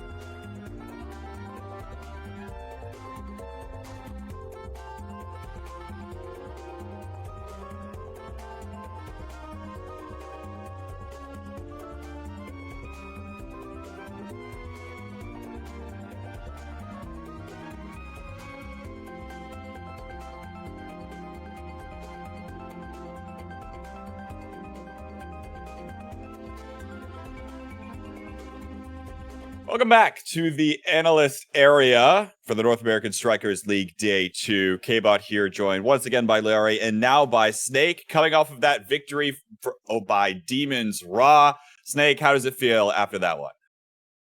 Feels good. Definitely feels good to not get Inkies or any of the other maps. So, fun games. It's like good old OS. Nothing too crazy or new. Too crazy. Hey, another walk in the park, another day on Demons Raw, I guess, for you. And we'll get there. But look, Liari, expected favorites won, of course, both the Sad Boys and Demons Raw, but also as expected, it was decently close, but the more consistent team ended up winning.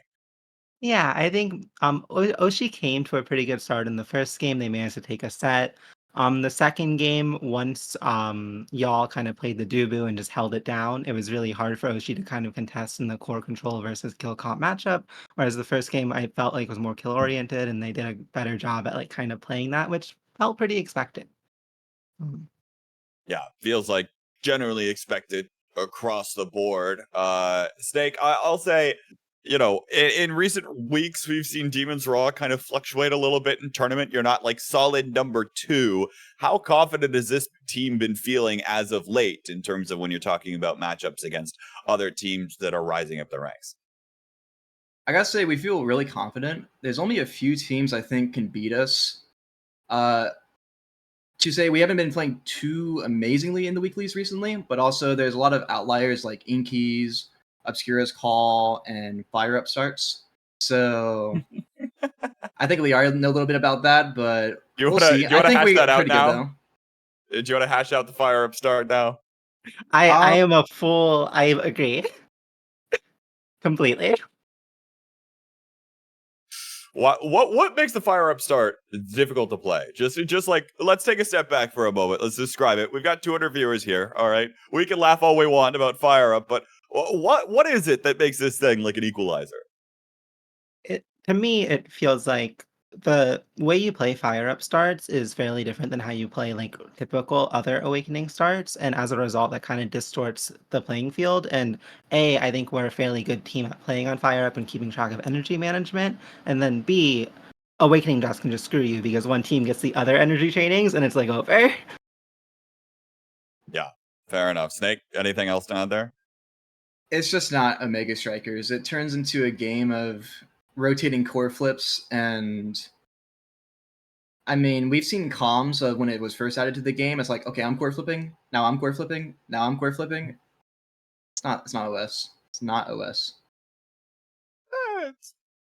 It still is OS. We're still playing Core Strike, as it turns out, but certainly much different. But now we're going to take a look at the final match we have today in the North American Strikers League. It'll be Core Overflow versus Finesse. And let's start by talking a little bit about this Core Overflow team, because they won't be playing with their starters today. Instead, Leo Leon will be joined by both Treddy and Slop this time around, instead of having Streak and Elo Heaven in. And this one should be interesting to look out for here, Liari. Just with a new roster, obviously they got the chance to play last night in Big Fish Friday, but even still, it's not like they're normally practicing with this roster. Yeah, I definitely think Core Overflow, they looked fairly strong in Big Fish Friday. They ended up getting second. They dropped a random game to Platinum Exclusive and Swiss, who didn't even make the top 8. So maybe an inconsistent team, but with Slop in the net and Shreddy in midfield, they're both experienced players who have been around the block. They both placed fairly high in Pro League. Slop won it. Kind of was a sub in a sense. But anyways, yeah, I think Core Overflow should be a pretty fun team to look at. Leo Leon, always a great star. Snake, what do you feel about this team here, especially when you have to try to put things back against Slop? I think they're a good team. I think Slop doesn't have too many other characters in Luna at the moment. He did play quite a bit of Amy in week 1 of OSBL, and it's not a bad pick for him, but I think Luna's his main pick, and I think if he doesn't get that, he might struggle a bit. Other than that, though, it's a really good roster. You have Leo Leon, one of the best brawler players since beta, really. You have Treddy, this guy, bit of an Amy player, bit of an SL player, so we'll see how it goes. And Rune. And Rune. Maybe. We'll see if maybe. that Rune We'll see. pick comes out. We'll see. Heading over here to Finesse, though, this is probably the more known entity, but I feel like we haven't seen Lilybun play with this roster. And Liari, I think there are still some question marks that people at home have about how this team will play together. What do you got for defending Lily here? Okay. So the big question, right, I think when people look at this team is Barcode was this really defensive goalie who played Dubu and Atlas. On Quest, Lily only played aggressive range goalies, essentially. She had a little bit of Dubu games, but what worked with the team was her aggressive goalies. And there's a question of how Finesse can meld the two play styles and find a perfect outcome. And I think it's going to be hard for them in the beginning of the weeks, but I believe they're finding a pretty good way of mixing the two, and I think we'll have a pretty good game today. Snake, of course, one of the things about you all is that your team ended up placing third place at the Philadelphia LAN recently, where you did get to end up playing against Finesse at least once or twice, or the forward duo of Puffy and the Joker at the very bare minimum. What's that matchup like from a playing perspective? Puffy and Joker is probably the best forward duo in NA at the moment. Vaughn and Bells are really good, but there's just something Puffy and Joker do that you can't really replicate. They've been together through thick and thin of recently, and them getting that big first major win, really proud of them. I think that's a strong team, and I think Lilybun just tops it off. She needs a bit more time to be one of the best, but she's definitely close there. Certainly will be interesting to see how that one all runs together. Of course, Liari, you ended up not being able to make it to Philly, but watching that event and how exactly that planned out, what were your major takeaways from the LAN last week? It was really exciting to see. I think Puffy and Joker were able to adapt to y'all. I know they didn't have too much practice together, but fairly well throughout the tournament. And obviously winning it, even though they were the expected team coming in, is still a great result. And also, obviously, Snake popped off with Average Alex and John Fortnite, the goat of Lanimal. Sorry. Yeah, pretty fun event. Definitely would watch the VOD. Definitely would watch the VOD before it gets taken out. Other thing I want to say, though, about this Finesse roster, it was your team, Liari, that ended up beating them last night, right? What was that? I mean, it was only one game, best of one. What was it, on Inkies or something, probably? Okay, so this is actually a really funny story. We played them in Swiss on the Portal map. We lost to them. They stomped us 3-0. Then in bracket, we rolled Portal map again, but we had played it 4 more times in Swiss, or like 3 more times, or something crazy like that. And as a result, we had adapted to the map a bit better, and I think just the picks ended up working better for us. And yeah, I am excited to see them on that map. I know Lily's been practicing the rune. And that's one of those maps where you see a lot of interesting, diverse picks. I think people haven't really figured out the meta too much besides the brawler sitting in the corner. Snake, how about your reactions right now to, we'll start with the Gates of Obscura. How do we think this map's going to play? Because we haven't seen it on broadcast at all today. Probably not. I think at the moment it's a map. I think it's fun if you can play it. If you can play it efficiently, it's a lot of fun. But otherwise, it turns into I'm gonna clean the portal. And it repeats and it repeats. I think with a few changes, it's gonna be a great map. And I think if we see it on broadcast, it's gonna be interesting because we're gonna see a lot of defensive goalies to make sure that that ball does not get through that corner portal. We'll see what ends up coming through and what we end up rolling, but we'll see what it is. Now, I'm still stalling for a moment while we get our teams in, so I'll just ask you both about Inkies. Let's ask it real quickly here. Liari, thoughts here? How we feeling about this map? So okay, it is really fast and I really dislike how it plays out. But the thing I like about it is that like all my midfielders that I like playing are good on the map. So I have a really fun time. No matter what. It's great. Probably not the best brawler map though, Snake, huh?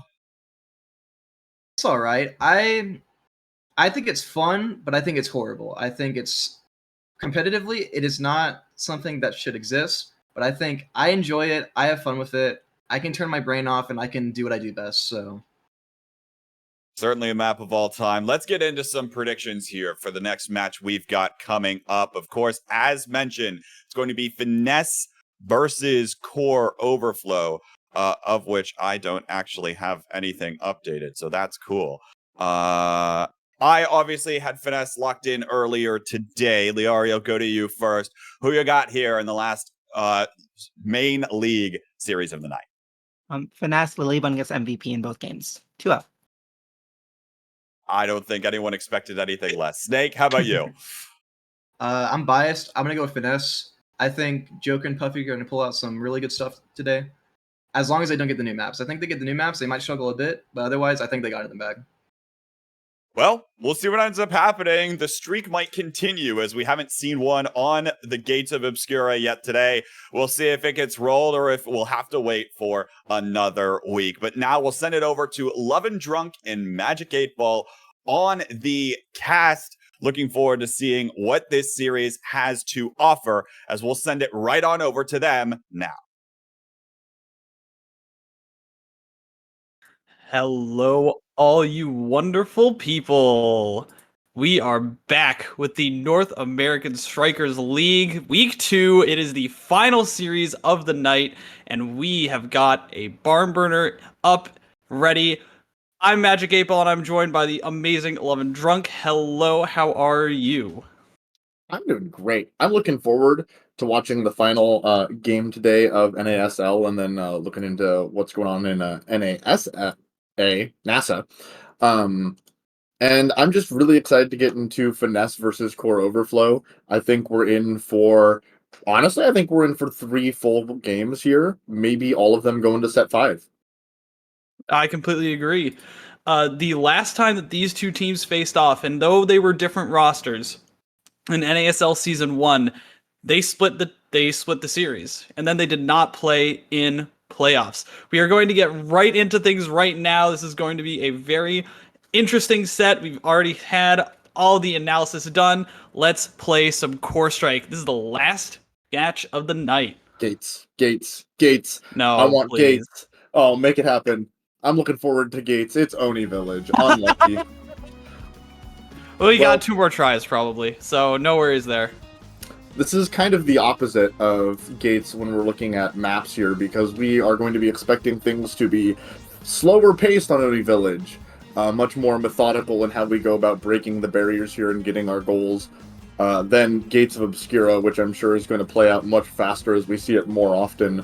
Luna and Dubu are the bans coming out today. And we're going to probably see a Kai from Lily. We are going to be seeing the Kai again, like the analyst talked about. That ranged, aggressive goalie going to be coming through, going to be trying to put on that aggressive presence with Puffy in the midfield. We're going to be seeing it matched, but the forwards taking 2 different approaches. The scorers, the brawlers. Joker going to be on the characteristic Asher, one of the best players to utilize it, one of the only players that I've seen utilize it most effectively. And we're going to see the Rasmus from Leo Leon.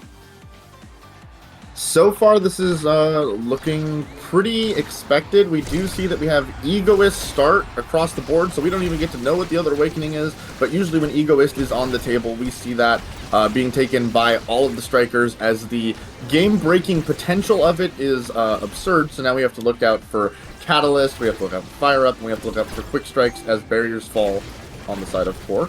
Barriers fall already. Slop getting a little bit of a beating in that goal box. Not quite finding anything yet, though. Passing play is trying to come through for the dynamic duo that is the FNS forwards. A little bit of dribbling from Joker. Decides to dash forward, doesn't catch the core, but it bounces right back to Puffy, gets him back up to him, and that's a score for the Joker. And this, well, this is about what we'd expect from FNS. Puffy on the characteristic Estelle, going to be doing so much work. Yeah, no, and the combination of Puffy and Joker is one that I have seen since I started playing the game. It wasn't in beta, it was actually at launch. I saw them playing together a lot, and they are a very dynamic duo, and it is unsurprising that we see them strike first here on Oni Village, as they're looking to take the barrier here yet again, trying to set up either that Puffy poke or pass it into Joker here with the core flip. Let's see how we can make it work, as that is the first Egoist sprint boost coming out, setting up this play here on the top side barrier. setting up the play here. A little bit of a good interruption by Lilian there. Getting that egoist sprint as well. Trying to find something. Trying to find poke with the hook. A couple of strikes and gets it right past Lilybun's barrage. Going to be an open goal for the time being. But there's 2 core flips ready on the side of Finesse, so they've got a good opportunity, as well as the Pat Splitter coming through. Trading burst. And Treddy has one of his own. This could be the great opportunity, but Lilybun catches it with a quick knockback, and that's going to be the goal barrier on the other side, falling. But Treddy has an open field, not finding anything, and Puppy energy burst to catch it away and prevent Treddy from scoring that very dangerous opportunity, very well handled by the midfielder of Finesse. So let's see if they can turn it around, but Treddy's trying to get one of his own. These players getting matched blow for the time being. And finally, the piercing shot comes through for Treddy. Levels up to finally get that level 2. And hey, Core Overflow, they're still playing pretty even with this team. No, they are. I was actually really impressed by both the Kais there, as they were able to swat away some vicious shots there on both sides of the core. As we see the Rasmus Lilian is poking in pretty swiftly here, trying to take this down. They can't quite find it there, using both primaries on both their strikers, and that sets up a good attack here for Finesse, who have been relenting to say the least, getting a lot of these core flips, energy burst, and trying to make the best use of it. Joker trying to get set up here, and barrier falls on the side of Finesse. Oh, a little bit of a miss on the barrage. That goal barrier is going to fall. Keeping it away from Lilian, who had the energy burst, though. Very smart heads-up play. And now there's a good opportunity. Slop does not find the burst, but is able to knock it away at the very last minute with the help of Treddy. Just trying to go duo on this last goal barrier standing. Try and just keep the aggression away completely far back, and they're just gonna keep getting pounded by this Asher. The Egoist is gonna mean that Treddy's energy will stay online, gonna have plenty of evades to get through that damage, but this is still very dangerous. Look at how far back these players have to play on the side of Core Overflow, but as soon as I say that, bursting forward with that Egoist boost is Treddy, and another snipe, and I wasn't expecting Treddy to be the one that is the difference maker in this game, but it might be. Well, as we actually talked about stats pre-game, we find that Treddy has the most goals in all of NASL so far, tied with someone else who I don't remember right now. And it's actually Lilian who ends up setting them up. So the Egoist here is going to make breaking Oni Village a lot easier, and we're going to see, hopefully, these core flips get used just for that purpose, but instead we find one for a KO there on the side of Finesse for Joker, as they broke the barriers. They did break the barriers. Great combo. They're trying to make use of this power play. Lilian playing a little bit of spoiler, trying to get between that open passing line, doing so successfully. And that's a yoink, the Death's Touch, but Puffy has the Egoist boost, so could be able to stall for the time being. Has about 8 seconds, and is going to be able to do a good job of playing spoiler. And the Joker's going to come right back up, but it's still a little bit dangerous. There's still a lot of pressure and a lot of stuffing potential on the side of Core Overflow. They just have to keep it away, keep dribbling, and they're going to be able to do so successfully. Slop has the energy burst at the ready, so it's going to need to be a couple of opportunities from the members of Finesse to get this goal in. They're going to go here first. No burst out of Slop just yet, as Treddy's able to rose warp forward, able to get this one into Lily's hands. She's not able to find a clean clear. Just gets right back into the hands and gets up right back into her own. And as soon as Puffy decides to jump forward, trying to skirt that sideline, gets sent outside of the arena. Is going to have to sit in timeout for the time being. Energy burst, that's another one, and Lilybun's barrage is not able to cover the whole goal. That is going to be this first set going to Core Overflow, which I think is a little bit shocking considering all those predictions. I think there was a lot of Core Overflow haters in the analyst table, let's be honest here. I think these teams are really closely matched up. And this Awakening draft right here, we see the Catalyst coming out, which honestly could just spell this one. Wow. No other energy here to contest it. That's going to make things very difficult here. Joker picking up Stagger Swagger. We see that Slop is taking Specialized Training. Missile Prop for, I believe that's Puffy? Yes. And then Peak Performance and the Orb Rep falls, as there's not much left that's too great. I think it's pretty easy to say that with the Catalyst, Core Overflow won this draft, and it's not even close. So we're going to have to see how they handle the Rasmus here, Leo Leon on the side of Finesse, because he is going to become an absolute monster this set and forward. You know, look at that. He already almost has that energy burst. We saw him like dribbling a little bit, and that was very intentional, trying to get just a little bit more energy out of those hits. And he's already got the burst. Lilybud's Barrage stops it for a second, not able to finish it. Though nice Death's Touch and swipes it right past the midfielder and the goalie of Finesse. And they're going to need to start playing hardball if they're going to want to shut down this player, because he is going to start running away with this game. So that was 25 seconds. It took 25 seconds for Rasmus Leo Leon to get one full core burst and use it, and we're already 2/3 of the way to Leo Leon's next core burst. That is actually just how good Catalyst is. Do make sure you're picking it up in your games, but I shouldn't be talking about them because Finesse has a good offense set up here that they're looking to get this barrier on the side of Cal, but it's just not able to get there, as we should look and note that Leo Leon's second core flip is coming up right now. So they're going to try to make a play off this Egoist, and there it is. Gets another barrier and opens the gates. Counterattack opens up gates on both sides. Here we go. This is the opportunity. Open net for both fields. It's just going to have to find a way through. The pad splitter tries to make one. Get quite where it needs to be. Piercing shot is down for Treddy, though. Maybe you have to come up with something different. Decides to go for just a raw core flip right in front of the goal. Lilybud handles that decidedly. Gets it right back to Joker, who's got a core flip of his own. Gigablast able to shoot it for now.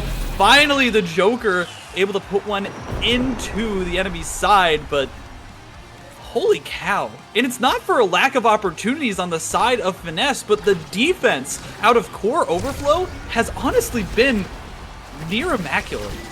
Yeah, no, I've actually been really impressed with Slop this game. I have only experienced Slop in solo queue, where I've seen Slop play Luna exclusively. So watching Slop's Kai is kind of a little bit of a treat. And I've been really impressed thus far with not only his play, but both Treddy and Leo Leon's core control in the midfield engagements, and how they've been able to really benefit and utilize the Egoist start because of that core control, which I guess is fitting of the team named Core Overflow. It's honestly incredible how they've been able to interrupt one of the hardest to shut down duos in NASL for the past season and a half. Puffy getting shut down there, no goal. Rasmus has the energy burst, but so does Lilybud. Going to be traded out. Not going to be able to find anything with the Death's Touch. A lot of abilities on cooldown now for Core Overflow, and Puffy has a little bit of an open side, but is going to get knocked down, at least for the time being. Actually gets fully knocked out. This is a great opportunity as Slop has the energy burst. There's almost no chance for this open net to get scored on. Rasmus with the Death's Touch and a nice piercing hook, but no, it's Treddy who takes it at the final moment. Core flip stunning Lilybud, and Core Overflow is absolutely running away with this game, which we thought would happen, but the analysts did not. This is an incredible turnaround and a very good roll on the draft.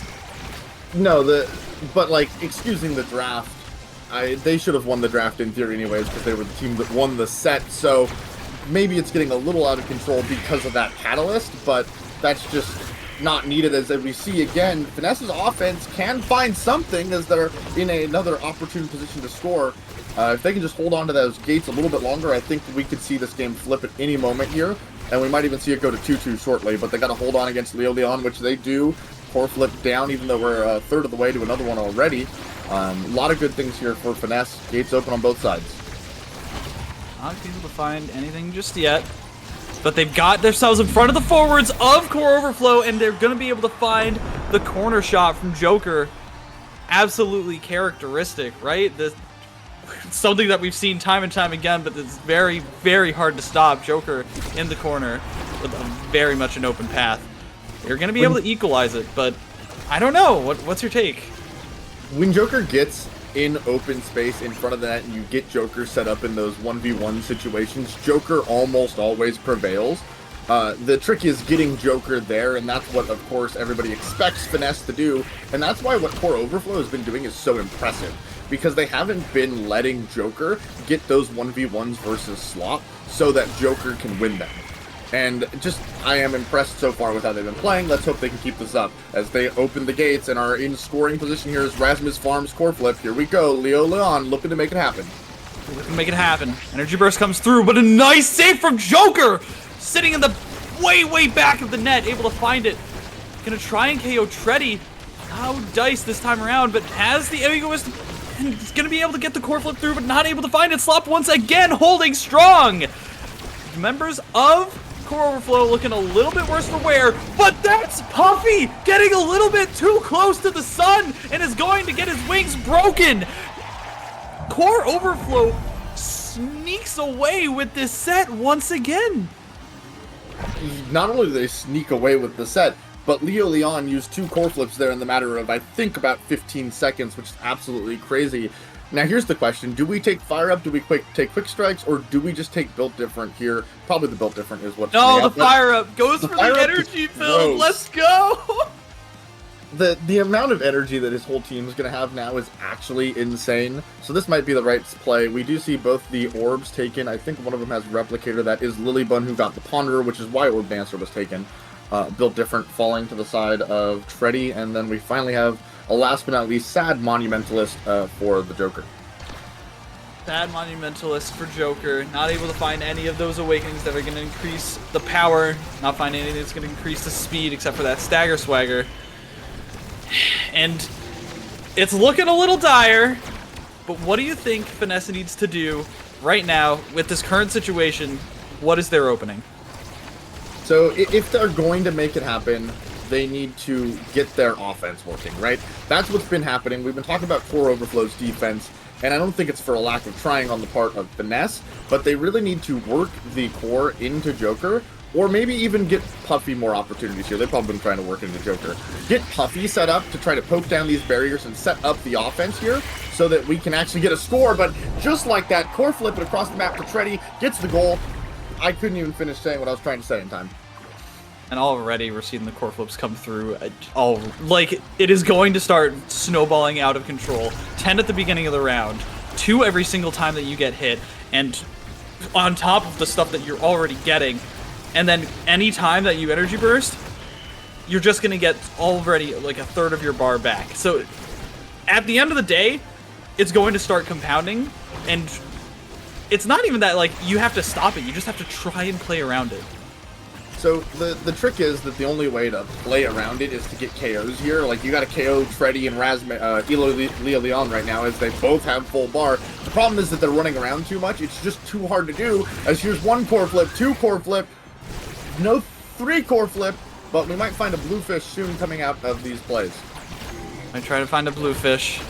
Rasmus tries to get a simple strike in, but the Rose Warp is able to KO Lilybun. This is no good. Puffy is able to get at least a barrier for the time being. There's 6 seconds left on Lily, but no, that's going to be a piercing shot, and Finesse might go quietly into that good night, because this is looking like it is curtains for this team. It absolutely does look like it, and I don't know if we have to blame this all on the Egoist start. Obviously, Finesse looked good from the start, but Core Overflow did win that first set, so maybe there's just better team play here from Core Overflow right now. So it will be interesting to see how this looks like going forward, and if Finesse can overcome this, but again, it's not over yet as Treddy gets the barrier, core flip in front of the goal, not able to find it. Leo Leon secures it off the redirect. What immaculate play from Core Overflow. It's not even the fact that they got to go away, etc., etc. They not only did they play around it, they played against the members of Finesse and completely shut them down. It looked like they could never get what they wanted going. Yes, you could argue the whole synergy between the new goalie and the 2 forwards. You could argue that it was a matter of not getting the good awakenings on the draft. You could argue so much, but at the end of the day, they did not do enough to get around Core Overflow's strengths. No, they could not. I was really, again, just impressed this whole game by Core Overflow. It looked like they were the ones in control the entire time. And the awakenings only pushed that and accelerated that control, and it really is what made it so that Finesse was just kind of strangle-held out of the game. And I think as we look into the next games, hopefully games, plural, we're going to be looking at what can Finesse do now to overcome the excellent core control that Core Overflow showed us. Are they going to look to take them off the map so that they don't have to worry about it as much? Are they going to adjust how they're setting up their passing lanes? Was that just a map problem? Is that just an Oni Village problem? Will we not roll Oni Village, and then will we see something else? Time will tell how they're going to adjust to this, and I'm excited to see it. I think there were also, I don't want to say positioning misplays necessarily, but, a lot more opportunistic KOs that ended up befalling Finesse, right? Where Puffy was caught on the side. Joker was in a bit of a bad position. Lilybund ended up in way too far back in the net, and they ended up getting a little bit knocked out. Whereas comparatively, there was only one KO on the side of Finesse, and that was Joker getting that crazy dash into the energy burst.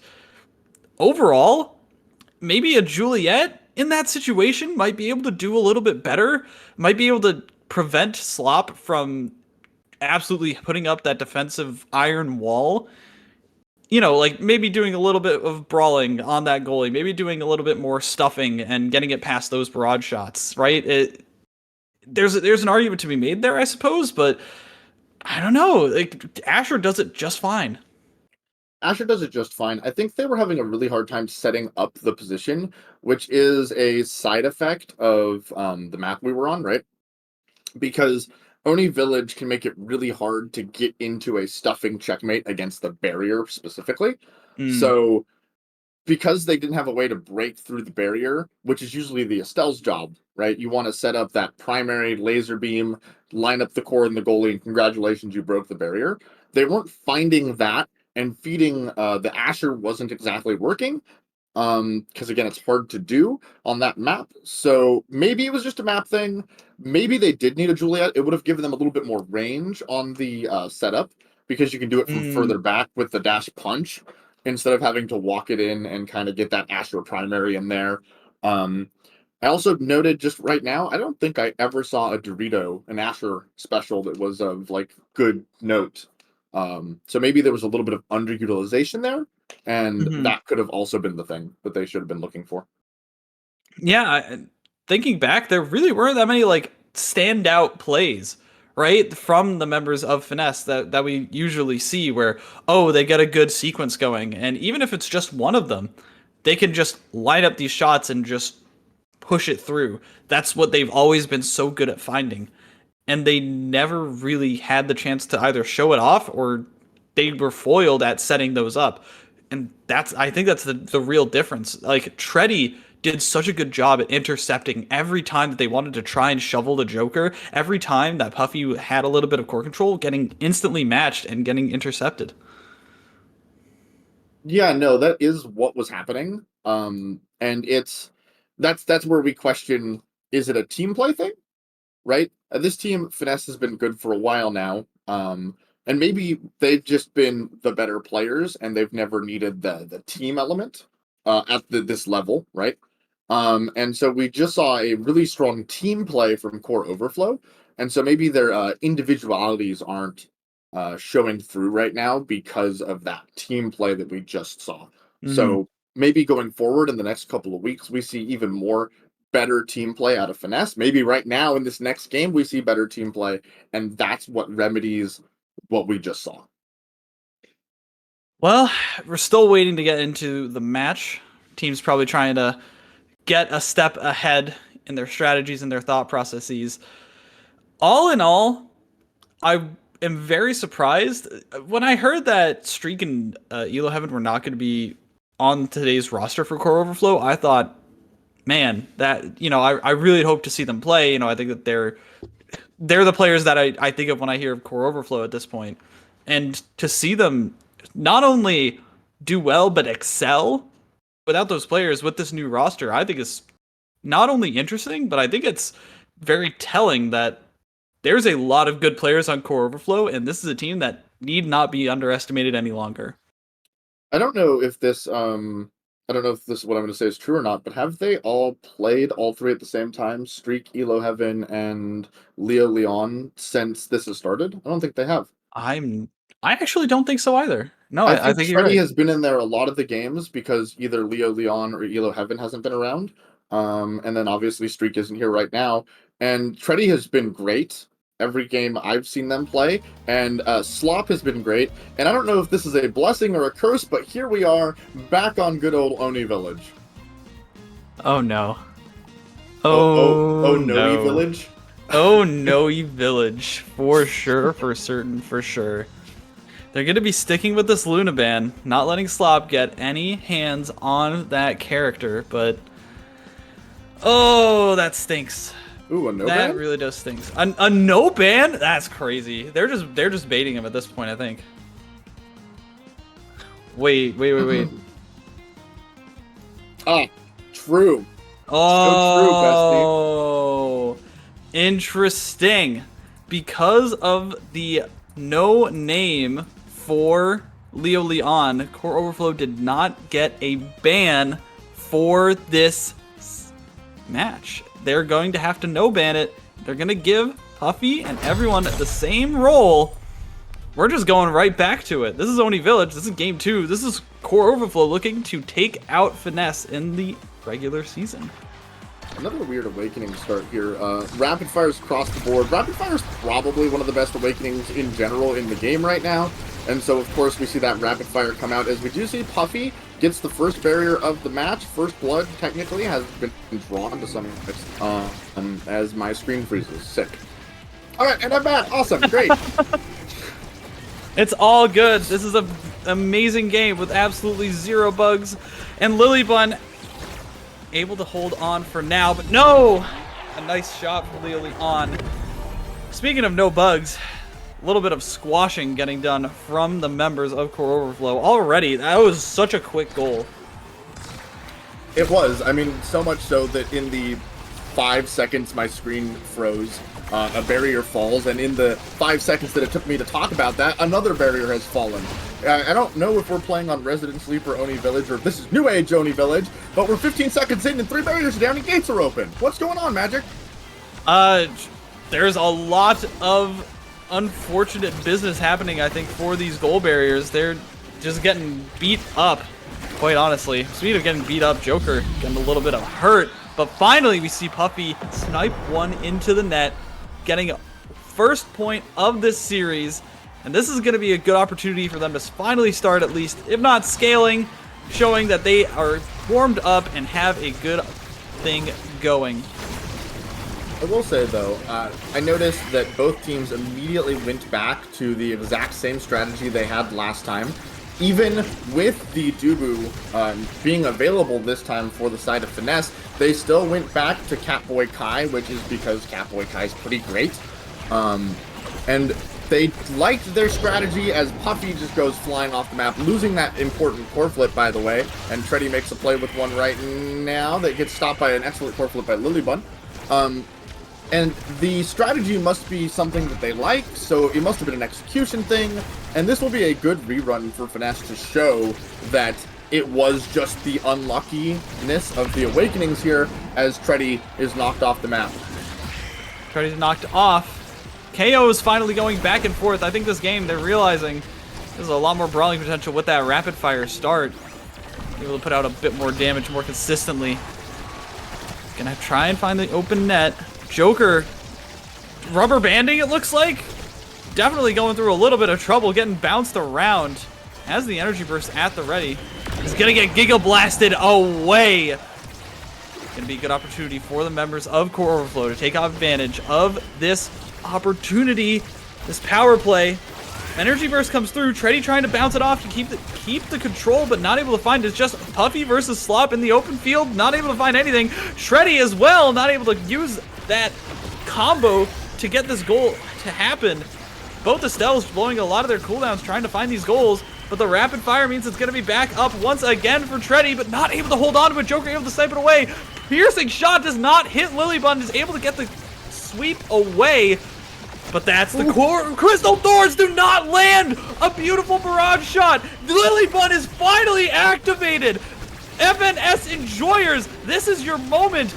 We have a goalie that is going to be making insane saves, and this is going to be the opportunity I think that they need. But Slop is right there on the other side trying to do the same exact thing. And Lovin, this is the game that I was expecting to see.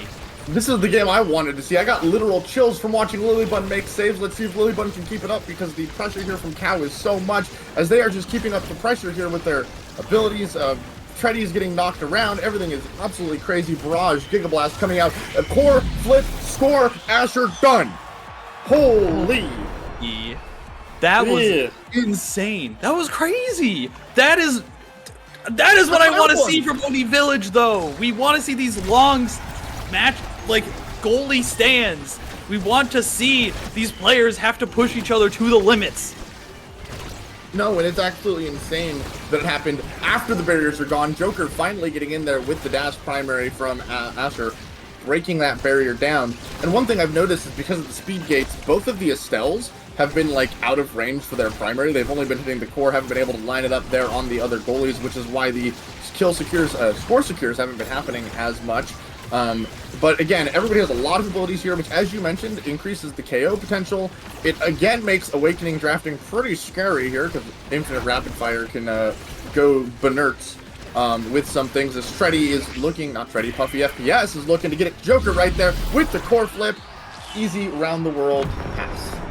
That was definitely around the world, making sure that none of those players could touch that as it sent right through to Joker. Puffy definitely deserved getting that MVP, and this draft, oh, there it is again. Wait, the energy trifecta's out. The energy stuff's all here. So Catalyst is gonna go, Egoist is gonna fall in not too long. I don't think there's a world in which it doesn't get taken. There goes Fire Up, there goes Egoist, there you go.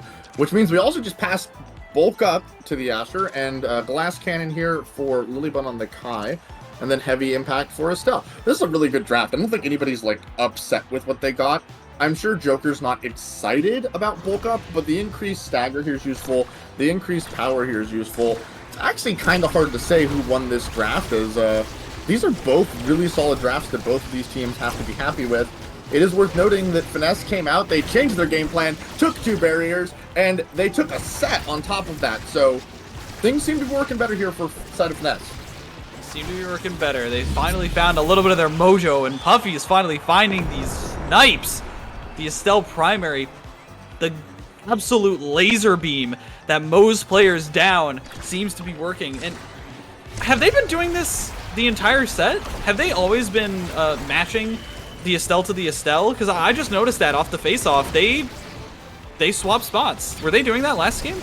They might have been doing it at the start of the set. I don't remember about last game, but I do remember earlier this game when Joker threw a special at Treddy. So I know they have not been matched up like this the entire time. I can't tell you when they swapped, as Puffy SPS finds the floor once again. Lilybun pushed forward, try to take the barrier. No, 2 core flips deny that and open the gates. Treddy with another core flip here, probably looking to make it happen. Trying to make it happen. Save. No, not gonna be able to find it. A beautiful save from the piercing shot and getting it right past Lilion's strike, but it's going to leave Lilybun with low stagger, and it's going to leave her with presence on the map. That's going to be a kick in from Leo Leon, fighting with Joker to keep that core away, but no dice. They're looking still very good, very clean. Core overflow is a menace right now. And although Finesse is looking better, they still have to make sure that they are playing absolutely precisely. Yeah, no, the way, the precision of the execution, everything is so intense and so close right now.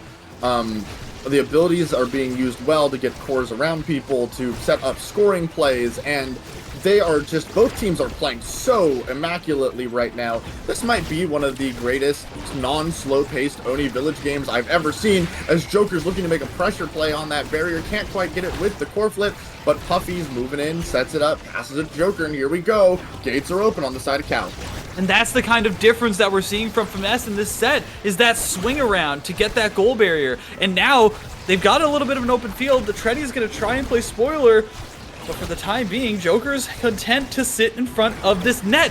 And Lilybun's going to start moving forward. Going to be using that aggressive range to keep the core in the hands of the forwards of Finesse. And there's a energy burst that does not land. Puffy's not going to be able to find anything quite yet, and it looks like the breakaway is going to go back into the side of core overflow for the time being, as Joker is staggered. Slop is doing a handed job at keeping him out of the fight and away, but a beautiful pap splitter, like you mentioned, Lovin, hitting that goalie right at the perfect angle and forcing that core in with the arc beam. No, the path splitter here hasn't. Like, that's the first one where I was like, yes, it did a thing. I've noticed Joker's been throwing path splitters a lot at the players right now, looking to get damage, looking to get KOs. I think if more of them are used here for the goal barriers, for the scores, we're going to see a better game out of Finesse as Leo Leon with an amazing play there unlocks the barriers for them, setting up a core flip play that doesn't quite hit, but there it is. Piercing shot. Lilybun's gone. Who needs core flip? Who needs core flip indeed? Not Treddy. This is going to be a wonderful opportunity for Core Overflow to equalize and make sure they can keep hold of this set, not let the momentum slip away from them. Speaking of momentum, Joker has a lot of it, using that energy burst quite effectively. And the pad splitter that time, landing the KO. And finally, we're seeing Joker get these setups landing. The energy burst, the Slop does not hit it in the right direction, and Joker's able to take that one with the help of Lily. This is Finesse starting their own run. Maybe Joker just needed to warm up, because those last two goals looked amazing from Joker, and that's not the Joker we saw last game. We're seeing definitely not. Joker play like the Joker that we all know, respect, appreciate, admire, whatever it is. Pancakes go the way of that Asher. Time for not the heartiest or healthiest of meals, but the most delicious of meals. Prime time here for, who is this? This is Treddy. It's going to look scary. We have Lilybun taking that spec training. Orb Ponder goes to Slop. Estelle gets Stagger Swagger here on the side of Puffy. And then, of course, a built different falls all the way to last pick for Leo Leon. Yeah, I mean, it makes sense, I think, right? Just picking up the Stagger Swagger, Puffy deciding wants the speed, as well as Joker. The stacks so much more important, and getting hit with that built different means you're gonna have a little bit of a wider hurt box, right? You're gonna be able to get taken off the map a little bit more consistently. Gonna get hit by more abilities that way. So it's a slight trade-off. It definitely makes sense. It's just interesting because it's very rare that you see built different fall that far. It's usually a first or second pick. And so while it makes sense and that increased hurt box, the inability to be KO'd unless you're just poorly positioned on the side of Puffy, it makes things work out better. Gates fall both sides, trying to see who can set up the offense here and who can secure a goal as we get a KO there on that big Erasmus ×2. The combo from the forwards, and it's going to lead to a double team on Slop. Jokey. Maybe it's their... I'm not gonna say it. They're doing a great job, though. They're putting their abilities in the same spots and combining it onto players, making sure that these goal barriers and these goalies cannot withstand all of that pressure because they're finally coordinating. And this is the play that we expected to see. Yeah, no, and you can see Leo Leon again has been put down. They established a plan here, and they came out and they've executed it excellently as Puffy gets that there with the special there on the Estelle. But they said, we're going to take Leo Leon out of this game now. They intentionally probably gave him the built diff and said, let's make him bigger so that we can hit all of our abilities on him. And let's just see if we can take him out of the game and win the game that way, as there's a path splitter for a barrier.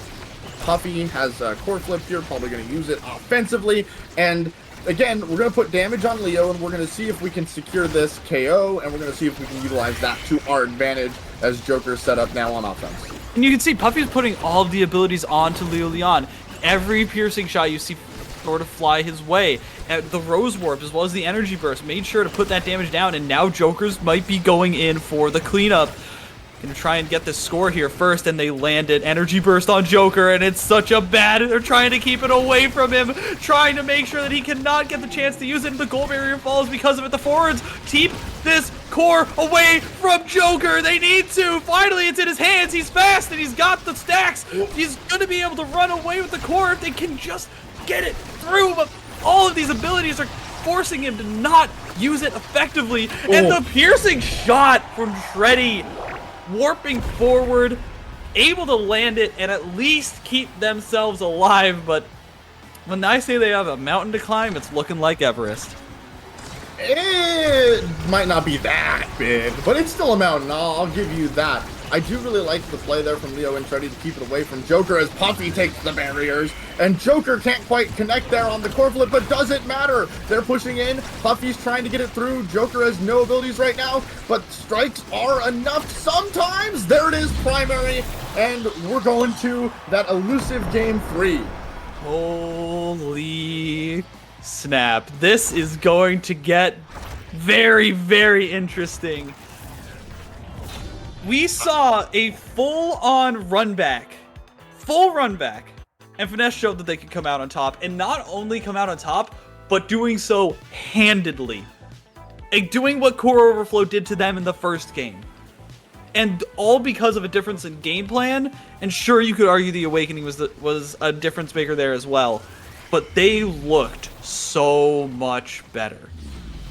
The damage numbers that came out for the side of Finesse here were more than they were last game. And I think this game went faster, too. I didn't pay attention to the times of them. I think this game was a little bit faster. The only thing I do note is that Lily didn't throw out quite that much damage in either of the games, which is interesting because of how many specials were being used there by the Kai.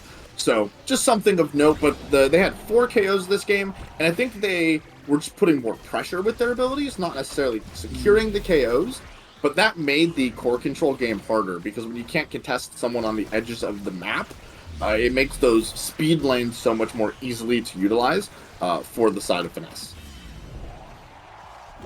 So, if we see Oni Village again... When we see Oni Village. Don't say that to me, Eleven. Do not curse this cast. If we see Oni Village again, are we going to see just the same lineup once again? Both teams have showed they can make it work once. If your core overflow right now, are you thinking that it worked because of the Egoist and that you should mix it up? I doubt it. And if so, what are you even changing? Are you deciding that Rasmus isn't the play here? Because the Rasmus didn't look that great in this game, but Leo Leon looked great in the first game on the Rasmus, right? So, not particularly sure what you would even change. I think both teams came in here with a plan. They ran the exact same comps no matter what the Awakening was. Yeah, sure, both the Awakenings were really good for the characters, but they ran the same comp, so I don't see any reason why it would change.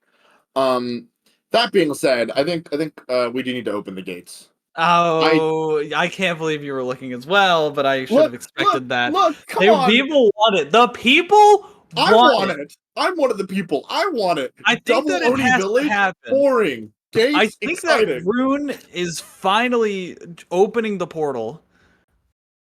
We're loading. I like. Wrong portal. Wrong portal indeed. Although I actually think that this is going to create an even more interesting scenario. Yeah, why's that? Because there's going to be a lot more opportunities for KOs, which is something that we did not get the chance to see in that Oni Village game. The damage from the black hole, the damage, the proximity to those sidelines means that Juliet is going to go absolutely bonkers if given the chance.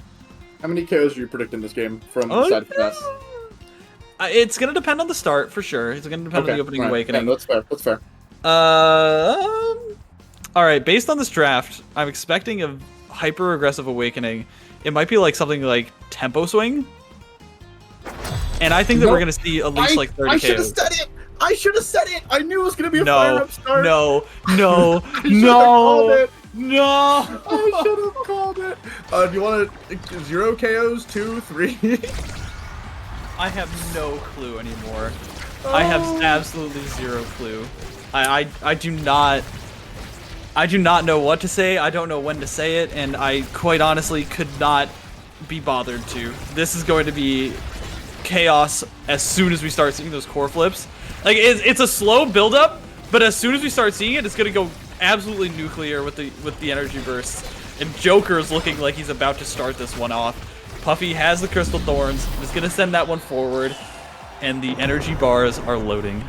They absolutely are loading. We're preparing the cannons, all hands on deck. We're not playing Omega Strikers anymore. We're playing Fire Strikers.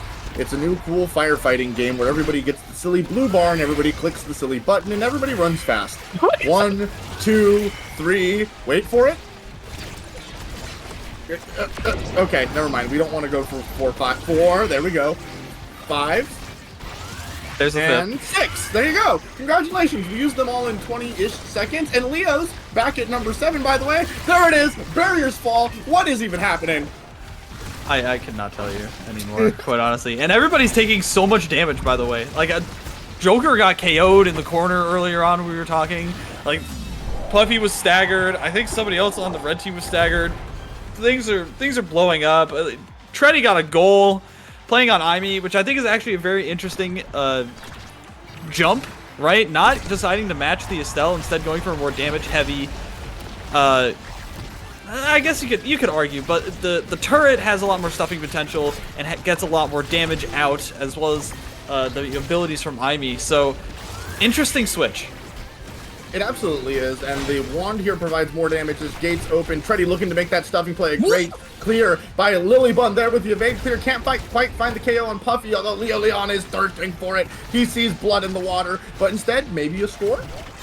With the energy burst. Don't even need it! Don't even need it! Dice. Just Slishy Slash.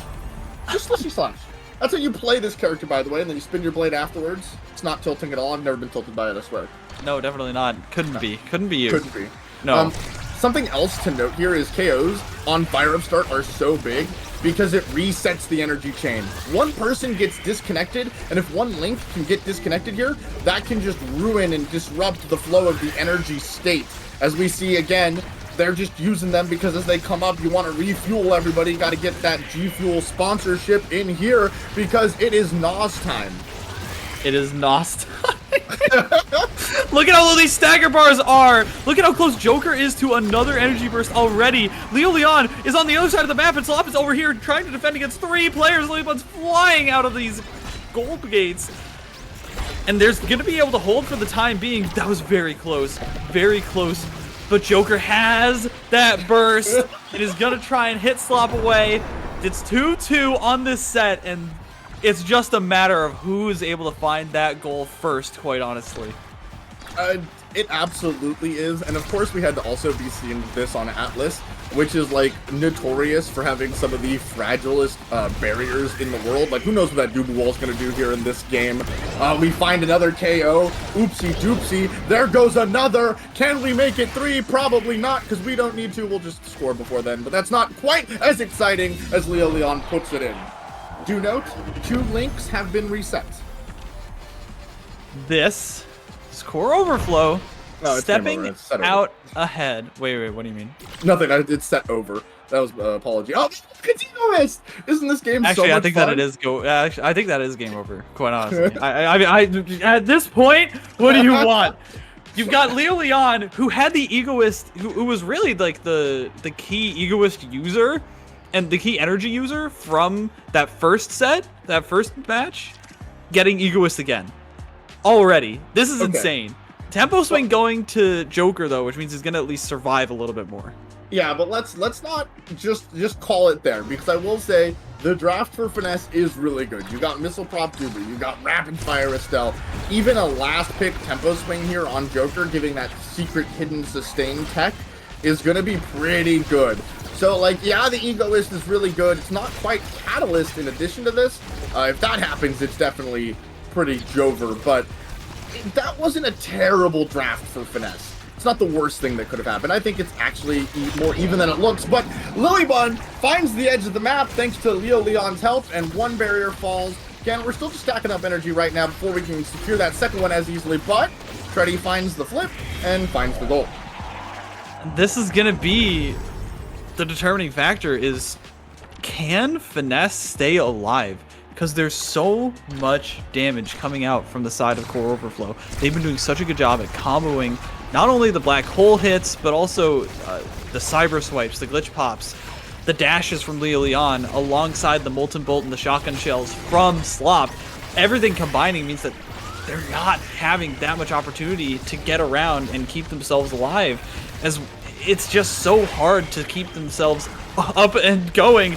But Leo Leon deciding this time around as well is going to be hard to keep up and going, sticking around on the other side of the map. Lilybun going to use the energy burst and decides to take one herself. This is going to be interesting because that Dubu might start flying. Lilybun knows what's up. Lilybun's a knower. Dubu's actually in the game to score. That's why you pick Dubu. You actually don't want to play goalie. Goalie's a boring role, so you pick Dubu and you go score. Leo Leon uses a core flip from midfield, does not quite get the barrier, but a lot of pressure is put down there on the barrier, so it does fall. All the same here, as we look on the top side, Joker secures a barrier for their side, 1-1, both on the lower side of the map. So it's going to look similar to an Oni Village game, but it's not quite as slow. Core flips coming up on the side. If Puffy can stay alive, Joker's gonna just get a couple hits here, have a core flip, pass it around, and we're gonna be back in explosive Blue Energy City. Here we go. Explosive Blue Energy City. I wanted to try and come up with like a postcard one-liner. Didn't happen. Blue Energy Explosive City thing where the colors aren't quite red. The colors are not quite red, but the stagger bars are going to be right here. Joker's already getting cracked by that Molten Bolt, and Leo Leon deciding to come and help make sure that goal gate does not fall. Tofu Fortress means that there's a little bit of opportunity, especially now that Puffy has come back to the game. Joker's just gonna try and go for some hits here. This core is staying on the other side of the field. A little bit of, I think, of a missed opportunity for Finesse, and this is Core Overflow looking to get out with a very big lead. This is so rough, and again, they need to make sure that the draft gets denied. They can't let them get another one that easily. No, giving up the draft here, I mean, it literally just could spell game over. If we see that Catalyst comes out and Leo Leon gets that, like, I don't know how this game goes any differently, as they are trying to make it happen here, but this is a really hard thing to stop. There is so much pressure. Your goalie doesn't have enough abilities on their own, and if your offense, if your players can't stay off of the edge of the map, right? Like, you're in such a rough position here because it keeps resetting the energy. It keeps making it harder to get your own core flips off. Treddy able to keep it away here from Puffy, who's just trying to core flip. And they so tight, right? And Treddy's had a really good lineup there, but did not land that cyber swipe successfully. Joker able to keep this one away from Leon for the time being, but that Egoist is up and alive. But what in the world just happened? Getting knocked out of it? I think that energy burst did not catch the core for whatever reason. Slop using one of his own. Gonna try and land that one. Treddy hits it beautifully past Lilybun to secure this set. And this could be it for Finesse. If they cannot find good awakenings in this draft, they need to come up with something to turn this game around. No, so I'll tell you what happened there, which is also for the chat, just in case they don't know, right? When a Dubu or a Vice stuns the core, it actually can't be core flipped during that stun duration by an opposing team or player. So what happened is the Dubu stunned it right as the Zentaro went to core flip, and therefore it actually couldn't be core flipped. That is what happened there. Anyways, no explosive start here, no catalyst, Super Surge though. Timeless and Super Surge. And then Quick Strike falls to Drakkar. I don't know. That is pretty rough. We do have Primetime Rapid Fire Estelle, which is good. Dubu got Glass Cannon, and Leo Leon finds the edge of the map while I'm looking at that. And then Joker again with that bulk up. So it's not over, especially with two barriers. Like, they can do this. Finesse can make this happen. Finesse can make this game interesting. The Glass Cannon as well, with the momentum boots, means that Lilybun could actually start contributing at least a little bit to the damage, considering that Joker now has fully got some damage awakenings going for him. Gonna be able to kick that one in after a nice little punch on the energy burst core. This is a good chance for Finesse to start making a comeback. That bulk up alongside the tempo swing means that he's going to be hitting a lot harder, and the damage from Joker, from Puffy's piercing shots means that they could start getting the KOs and start disrupting the chain themselves. Yeah, something else to note, though, is that because the way this game operates, right, Finesse has to win every set from here, which means they always get priority in the Awakening draft, which means they are going to see the Catalyst. They will always get the Catalyst if we get there, as Joker just puts it in with a sick dash punch right through Slop, and it looks like they can make it happen. I don't know what's happening. Yeah, like, all of a sudden that was a very quick 2 goals, and love it.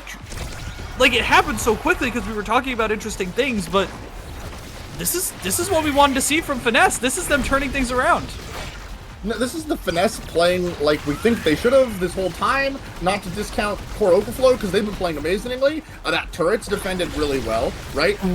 Good elusive there to avoid getting cyber swiped off the map. Puffy just looking to stay alive, make sure to run away from the explosive death hole in the middle, because it's kind of inverse Imy's map, but it's really not. Lilybun with the first core flip here on the side of Finesse in this set, in this point. And no, it looks like they took control, despite the fact that we think that they lost the Awakening draft yet again, but they're making it work. They're making it work, and that's the difference between the good and the great. They can just execute on these plans. Puffy and Lily switching spots, nice rotation.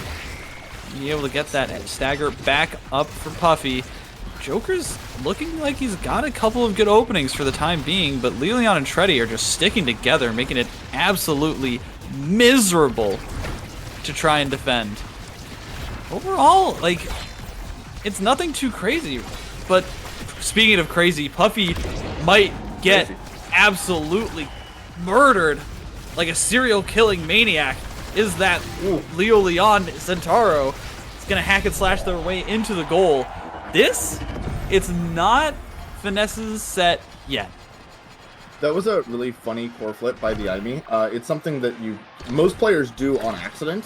And I'm pretty sure that was intentional, where you core flip it in your turret so that it like pauses and stutters weird, and it makes it so that it like really catches the goalie off guard. Nobody does it, but core flip explosion there knocks Leo Leon off the map, which is setting up Finesse here for a really good power play, as they just need to feed it into Joker here, which they're trying to do, but everybody walks up and hits the strike button, and nobody knows what happens at the end, but it got through, and then Joker gets it through in the end, and they push it in. Estelle does it all to seal that off.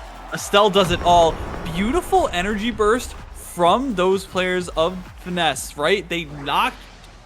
I think the displacement is somewhat not talked about a lot, but displacing those players with that energy burst means that they couldn't get into the path of the core. They needed to stay in front of that goal gate. They could not get it. And Built Different goes to Juliet. This is turning into a crazy game. Built Different, hot shot, stagger swagger, big heavy impact pickup. Nothing here that's that great for the Dubu, probably an Orb Dancer coming out. And then the Deadeye's even a good pickup for the Imi here. I mean, they've been throwing out damage like nobody's business. And you thought Imi turret hurts, it's going to hurt a lot now. So does the Glitch Pop. Unfortunately, it is bugged. I don't think it works on the Cyber Swipe still, despite the fact that it should. But that shouldn't matter.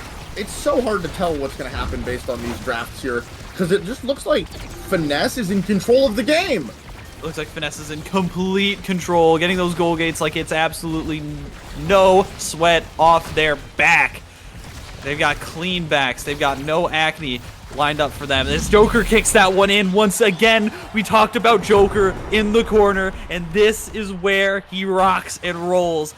This is Finesse running away with this game. They are absolutely running away with the game. It looks like they're the dominant team right now.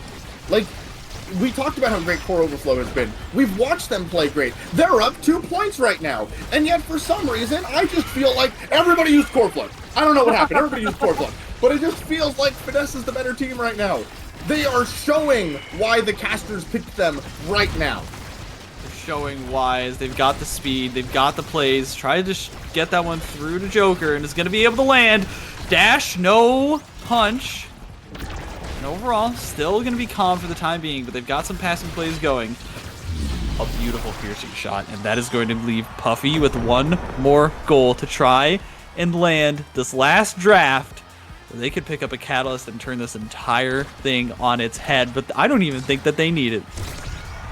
I don't think that they do either. I mean, once they get that, like, I think this game's even over. It would be actually insane to me if Core Overflow won at that point. Like, in all honesty, as you can see, they are focusing Leo Leon down, forcing that core flip out. Do lose a barrier for it, not quite two.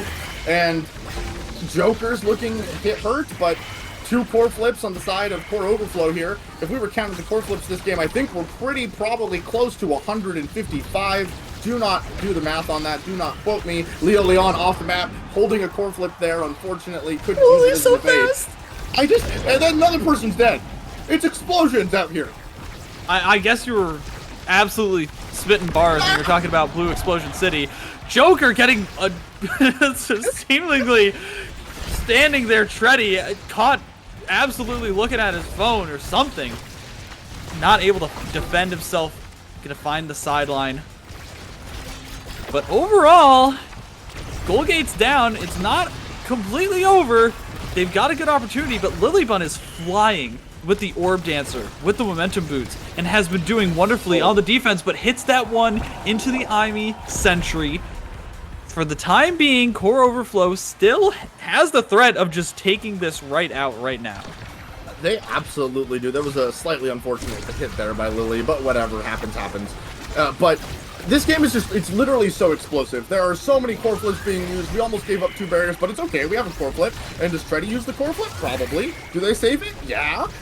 Do I know what's happening? No. But Joker gets a barrier with Dash Punch, and Leo Leon uses core flip and ultimate to get that there. And then Joker's probably going to get the core here and probably core flip and probably score off of it.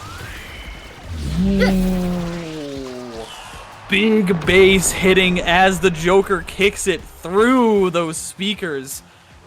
This is everything. Lilybun on the MVP means that she gets it. That's the catalyst. And a lot of other important awakenings are going to be falling here. Aerials is probably going to go to Drakkar, right? And this is so much chaos. This is, yeah, Big Fish, sure, because they're thinking to deny, that's fine, but we know that Joker didn't want that anyways. Joker was already highlighting Extra Special, probably trying to deny that from the Imi, who gets the aerials instead, also taking that away from the Estelle, Prize Fighter, Spec Training. Unfortunately, I think you don't really want Catalyst on your goalie, but you're still obligated to take it. This was like probably worst case scenario for the Catalyst. But that means that it's not going to have an insane amount of effect on the game. It means that Lilybun's going to have a lot more energy burst saves, most likely, right? Which means that she's going to have many more opportunities to hold it down with the Zadubu and going to be able to stay alive a lot more because of that extra energy. So, could be interesting, but Lovin, this is it. This is game 3, set 5. Who do you think takes it right now? Finesse. Like, it's not even close, right? Like, in the last 2 sets, Core Overflow has taken 2 points. We're asking them now in 1 set to take 3. It's Finesse. But I'm going to tell you what, it makes for a much better story if Core Overflow manages to find a way to make it work here. Manages to find a way to get past the presence of Lilybun. And I want to tell you what, the best way to do that is to get Lilybun off the map. Best way to get Lilybun off the map, the specialized training coming into effect right there as Lilion's Oni Blade strikes through. 2 core flips online, but nobody yet presses the funny Q button. This is going to be the first point going to Core Overflow, and this is about to go really, really intense, Lovin. This is really important. Can you hear the Ice Cream Man in the background? No. No, oh, I cannot. Thank God. Discord's filter is awesome because the Ice Cream Man has showed up. He's delivering the blue core energy as they're just using them for fun, probably. Because honestly, let's be honest, everybody loves Fire Up. Somebody, I think Treddy forgot to actually strike it there, but it's okay. Lilybun just gets both the barriers. Lilybun is flying. We're flipping for fun out here, and Joker's gonna be in a perfect spot to not hit that one as Puffy sends it through. This is Finesse's opportunity to make a statement on this game, but so is Core Overflow. It's so important for both of these teams. They're both fighting for this number 2 spot, and it could be this game that really sets up the difference. This series is going to go down as one of the craziest things we've watched so far in NASA because of how just offensive, explosive, bizarre, weird. The storylines from this are going to be crazy. Can Core Overflow only win with Amazing Awakenings? But no, because here they are trying to make another offensive pressure. Treddy saves it. Wait, Treddy, no, that's not what you're supposed to do. The lottery ticket glitch pop strikes again. No goal for Treddy. Probably kicking himself so much right now. Slop is gonna have to burn that burst, and it's gonna be just chaos in the corner. The Oni blade comes through, and Leon isn't able to get the burst off. This is gonna be so tense because Puffy is here with Joker. They're standing in front of this goal gate, and there's no chance for this to go through. But he misses the piercing shot to land on the energy bursted core. Joker has one shot, but if this starts turning around, if the forwards can get this through on Core Overflow, they can get it into a 1v1 situation with Lilybun, and it looks like they're gonna get it! The glitch pop not able to land! Joker has the burst for the time being, but Leo stuffs it! This is the opportunity! Slop is gonna be able to do all the defense and get it through to Treddy, who makes up for his past transgressions and is able to get it to match point. What is happening? I'm sweating. I'm not even in the game. I am so stressed out right now. It feels like we're in permanent overtime with how fast the core is going. Leon takes a barrier right there. Slop probably just gonna have to core flip because we need to get our friends their core flips. And then Leon's gonna come in. They stop one, they stop none, and then somebody died. I don't even know who Leon's gone. I can't. Leon with the Egoist is not going to be able to have that online. The link is broken. The core gets struck. It was just one little strike and it gets through right as the goal gate's open. And Slop is not able to get react in time. This is game 5. Game 3.5 of set 5 of Atlas's Lab with the fire up start and the most chaotic set I think I've ever casted. This is absolutely chaos. Who doesn't like fire up? There were people saying that fire up's awful, but I disagree. Finesse is making it happen. Leon's gone. Lily can't get it past Treddy, but Joker, look at that swap. There it is. Finesse takes it. Finesse.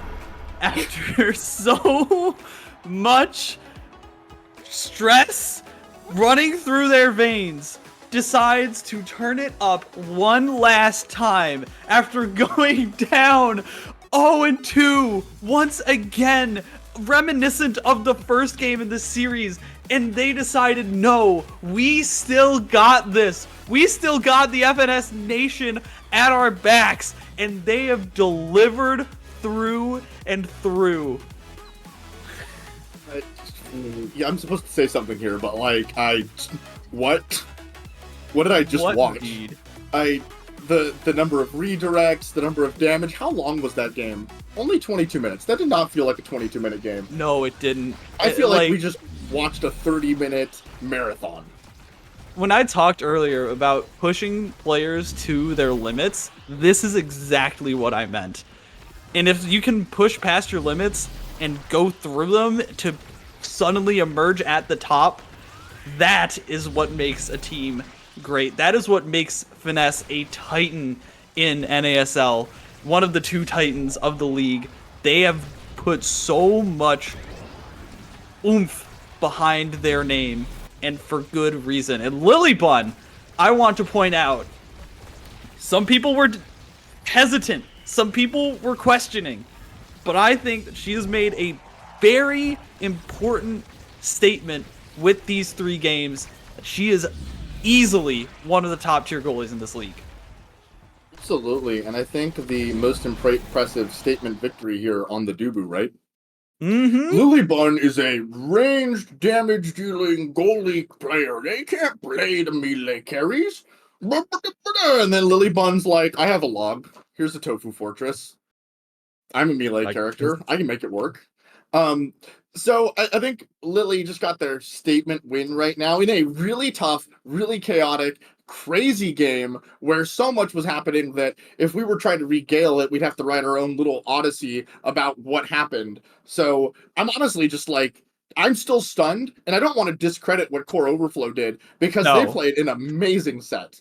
To push a team to their limits like that is more than what a lot of teams are going to be able to say in this league, right? They have showed that they can contend, that they, if one more goal goes their way, if one little interaction changes, they can take that set very easily. So they, again, very pointed statement from them as well.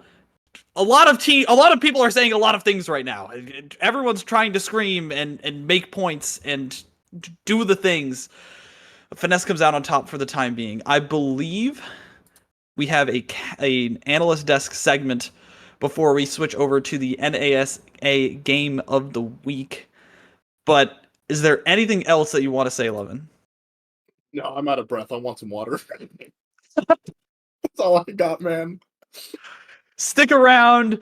This is not the end of Omega Strikers for tonight. We've got one more desk segment. Don't go anywhere. It's going to be fun to be back in the house with K-Bot and Saya.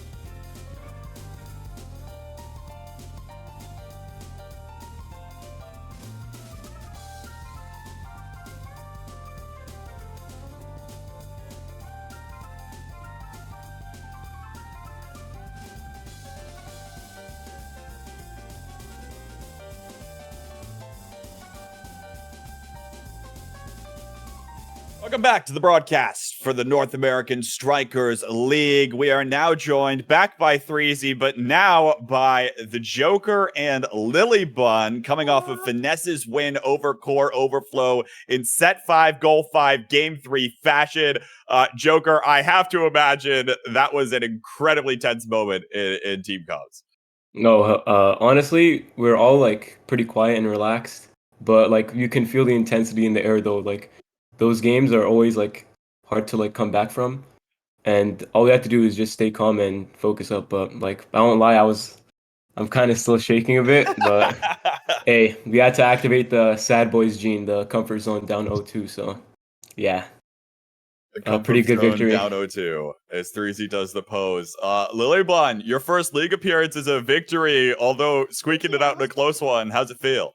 It feels pretty good. I obviously wait, what's the qualifier for NASL Launchpad or Liftoff? The final qualifier.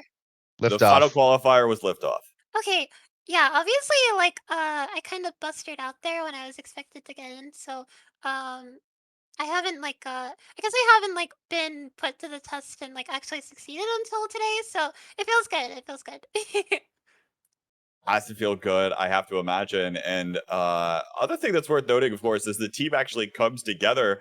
Joker, I have to imagine, has to feel nice that you get a win with this roster as well, right? Even after, you know, I forget off memory. I keep having to try to pull up the bracket for Big Fish yesterday. But I don't think you all made it as far as you probably wanted to, right? No, I mean yesterday it was kind of just like, I mean weeklies right now we're treating it as like games to like let us gel together, give us time to gel together. So we're not like too concerned on how we like perform like results wise, even though like of course we want to win still. But we just want to make sure we're warmed up and ready for NASL, and we got the job done today. So yeah, hopefully we can just progressively get better and better week by week, week in, week out, and be a like proper championship contender by the end of the season. So yeah, that's the plan. Looking like it, though, I have to imagine Threezy might have some words about whether or not you all can actually be championship contenders, given by the fact that everyone is tied at the top of the leaderboard right now. Let's take a look at those standings here. It shows Demons Raw, Sad Boys, Sudobu Strikers, Finesse all picking up 2 zeros in their first few matches of the league here so far. They're followed by Core Overflow and Chikara Chatting, both at 1-1. And then it's the O2s. They're sitting at the bottom. But critically, I think there's an argument to be made here, especially for Finesse, who now has beaten Core Overflow. And Threezy, your team has only beaten teams that are on those bottom marks there. How much do you think your team's got to prove here, Threezy? Hey, I mean, listen, we're scaling, so it's good that our schedule allows such. I mean, aren't you lucky? Yes, I mean, Corflip would like to have a word with you. Last season, we got nixed pretty hard. I was on vacation, and then we went straight into like Bounty Hunters, Demons Raw at the time, and then like some really good teams like Best Western. So this season, we have a much better schedule. So I'm happy about it. Obviously, yeah, we played teams that are on the weaker side for the first half.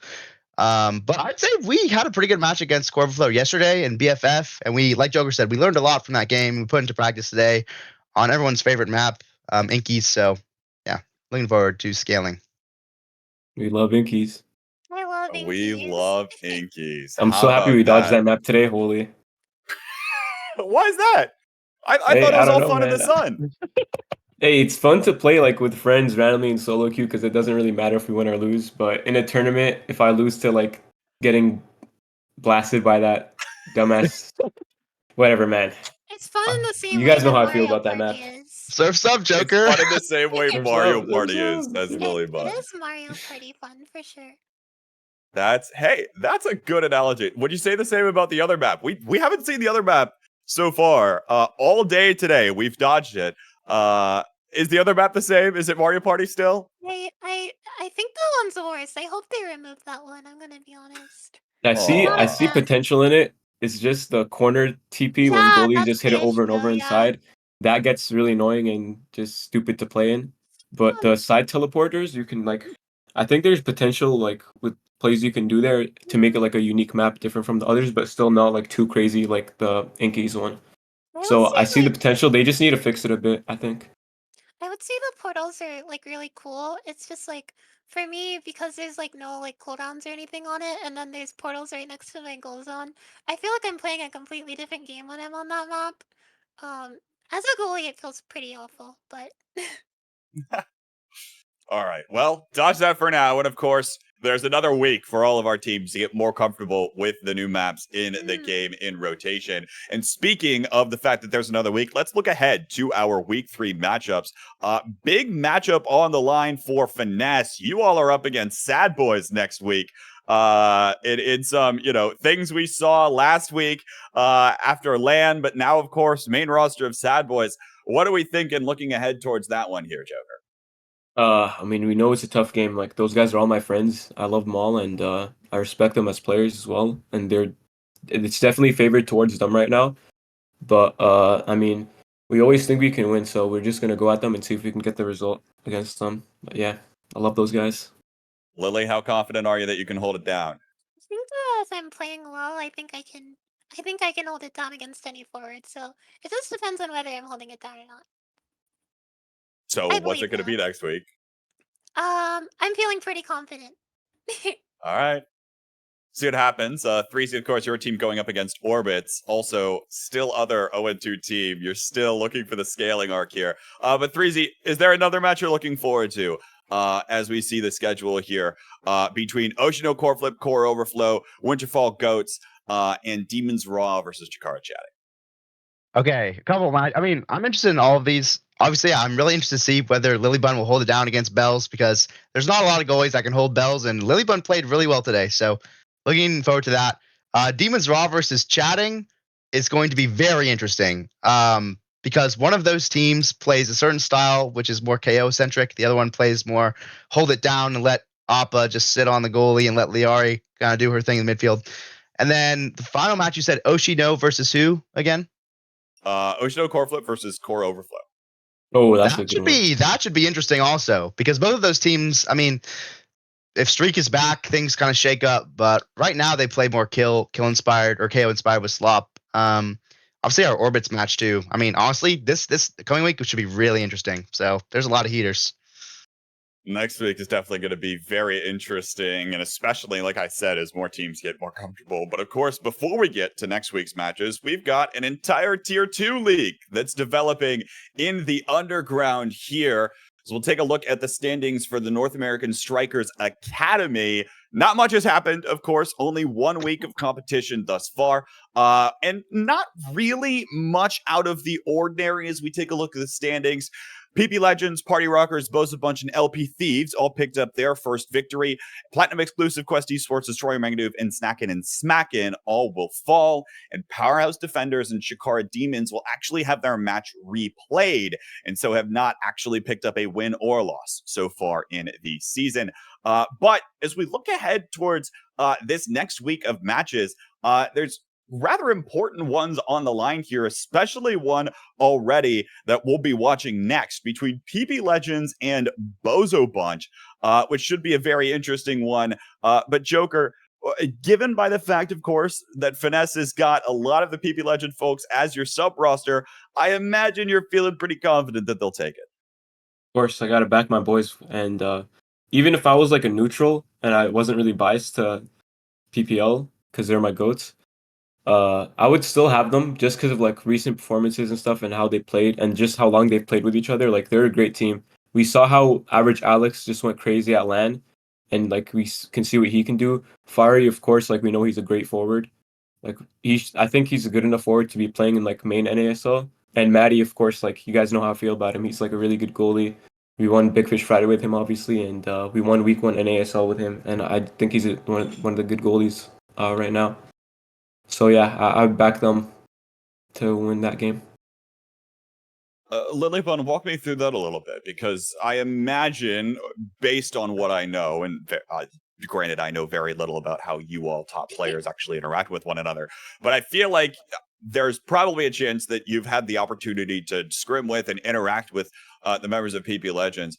How has kind of been that practice tool, having another team that's kind of up there at that level, helping challenge you and get better while pairing up here with Finesse? I like I respect the PPL like team a lot. Obviously I'm a big Maddie fan. I find him a lot in solo queue, and we always have really close games, so I like Maddie a lot. Um I think it's just really nice. We have like I think 8 or so people in our little like group chat, and it's really easy to just like talk about the game or just like find people to like queue with or just VC, and I think it's been really good, especially this patch because I just got back from a long vacation.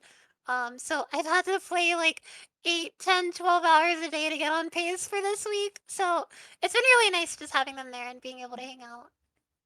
That's a lot of hours. Yeah, I've been playing way too much Omega Strikers and looking forward to just a one day break before I go back to it. Take that break, because I think that Sunday is siesta. Yeah. much deserved of a break, I think. 3Z, what do you got for these two? Any questions? I guess to just talk about before I launch into questions for these goats, I've got something to say about this Bozo Bunch matchup. I think PP Legends are favored. Obviously, Maddie, Pipa Mateo. We've got Fiery. Fiery's my goat. Played against him today. Again, just never fails to impress me as a player. But I will say I have scrimmed against Bozo Bunch, and I've seen their scrims and I've seen their play. That forward duo of Dropletto and or Muncher, they're really good. So they could be scary. Really the key to the match is how good Fembison plays. You know, if they're gonna step it up and just kind of hold it down the box, then it could be close. But I mean, People Edge is obviously favored, but I mean, I think it would be interesting. Two of the better teams in NASA. And I will say, I mean, after LAN, or I got the chance to talk with a lot of these folks, Fembison was one of the couple that said that believes that they've got at least the first or second best team in the league here for tier 2. So of course it'll be a matter of whether or not Bozo Bunch can actually hold up, that roster being Fembison, or Muncher and Dropletto all there. And we've seen this team, perform pretty well. I don't know, Joker, Lily, you all have any reactions in terms of Bozo Bunch here? I mean, you could go first, Lily. I think I've played Bozo Bunch like once or twice, and I don't know too much about them. They seem like pretty good players. But yeah, I don't have too much to say other than I think people will win. I mean, yeah, I think they're a good team. I think Bozo Bunch is a good team as well. I mean, individually, their players are like all solid players, but I just think the chemistry that PPL has, and they've been together for longer. And I think Maddie being like a top goalie now, top 3 NA, he finished in season 1. He was like 3rd on the ladder. I think like that's going to be the difference, and we'll see if Fembison can prove themselves as well against Maddie, and like see how that goalie matchup unfolds as well. So yeah, Sounds like the teams. I'm ready for that match. Yeah. Sounds like the teams are just about ready. So let's get into some predictions here. Joker, I'll send it back to you since you've got the last word there. PP Legends or Bozo Bunch here in the match we're about to see? PP Legends. All right, Lily Bun, what do you think? Legends. Breezy. BBMF Legends, baby. Okay. I'll say PPL looking pretty strong, but the last time, of course, a lot of people predicted one team was for Core Overflow losing that last match versus Finesse, which almost didn't happen. So this might be closer than the analyst desk would suggest, but of course, Omega Strikers is all about that consistency. And right now, everyone here believes that consistency will fall over to the PP Legends. It'll be an interesting match, though, nonetheless, folks. So stick around for the match of the week here for week 2 of the North American Strikers Academy. We'll send it back on over to Magic 8 Ball and Love and Drunk for the cast. Hello, all you wonderful people. We are back with the North American Strikers Academy, NASA. This is the cream of the crop of the tier 2 scene. We've got PPL versus the Bozo Bunch. The analysts and the lovely players of Finesse have all talked about it at length. This is going to be quite the match that we've got, and I'm back with Love and Drunk. What are you thinking here? Well, I'm just throw down. I think the analyst desk is a bunch of bozos for sleeping on the Bozo Bunch. Actually, I don't know. PPL's pretty strong. Like, let's be real here. I last time I said we might be looking at game 3, right? So we might be yet again. I don't know if this one's going to be as close or as intense as the last series. I don't know what I'm in for, but I can tell you what I want. I can tell you what the people want. We want the gates. I don't care what happens in this game. I want to see gates be opened. Okay. We can try and go for the crazy, the wonderful, you know, I'm on the side of the players on this one. I do not want to see that. I don't want it. I don't. It's going to be chaos if we get it. There's going to be brawlers sitting at the corners of the map and just not going to be able to get KO. It's just going to be chaos. And while it will be fun, I want the players to have fun. And I don't think they're going to have fun if they're playing on gates. First of all, if you're not having fun playing on gates, what are you doing? You haven't figured the map out yet. That's the reality. Because once you figure it out, it's like seeing into Obscura. And if you get to look into Obscura, when you look into the void, sometimes the void reaches back and grabs you, and you get to find out exactly how fun Gates is. Gates is the best map, this is a hot take, by the way, that Audi has ever made. And it is going to remain my favorite map until they release Gates 2 Electric Boogaloo. Who put this guy on the cast? Was can we?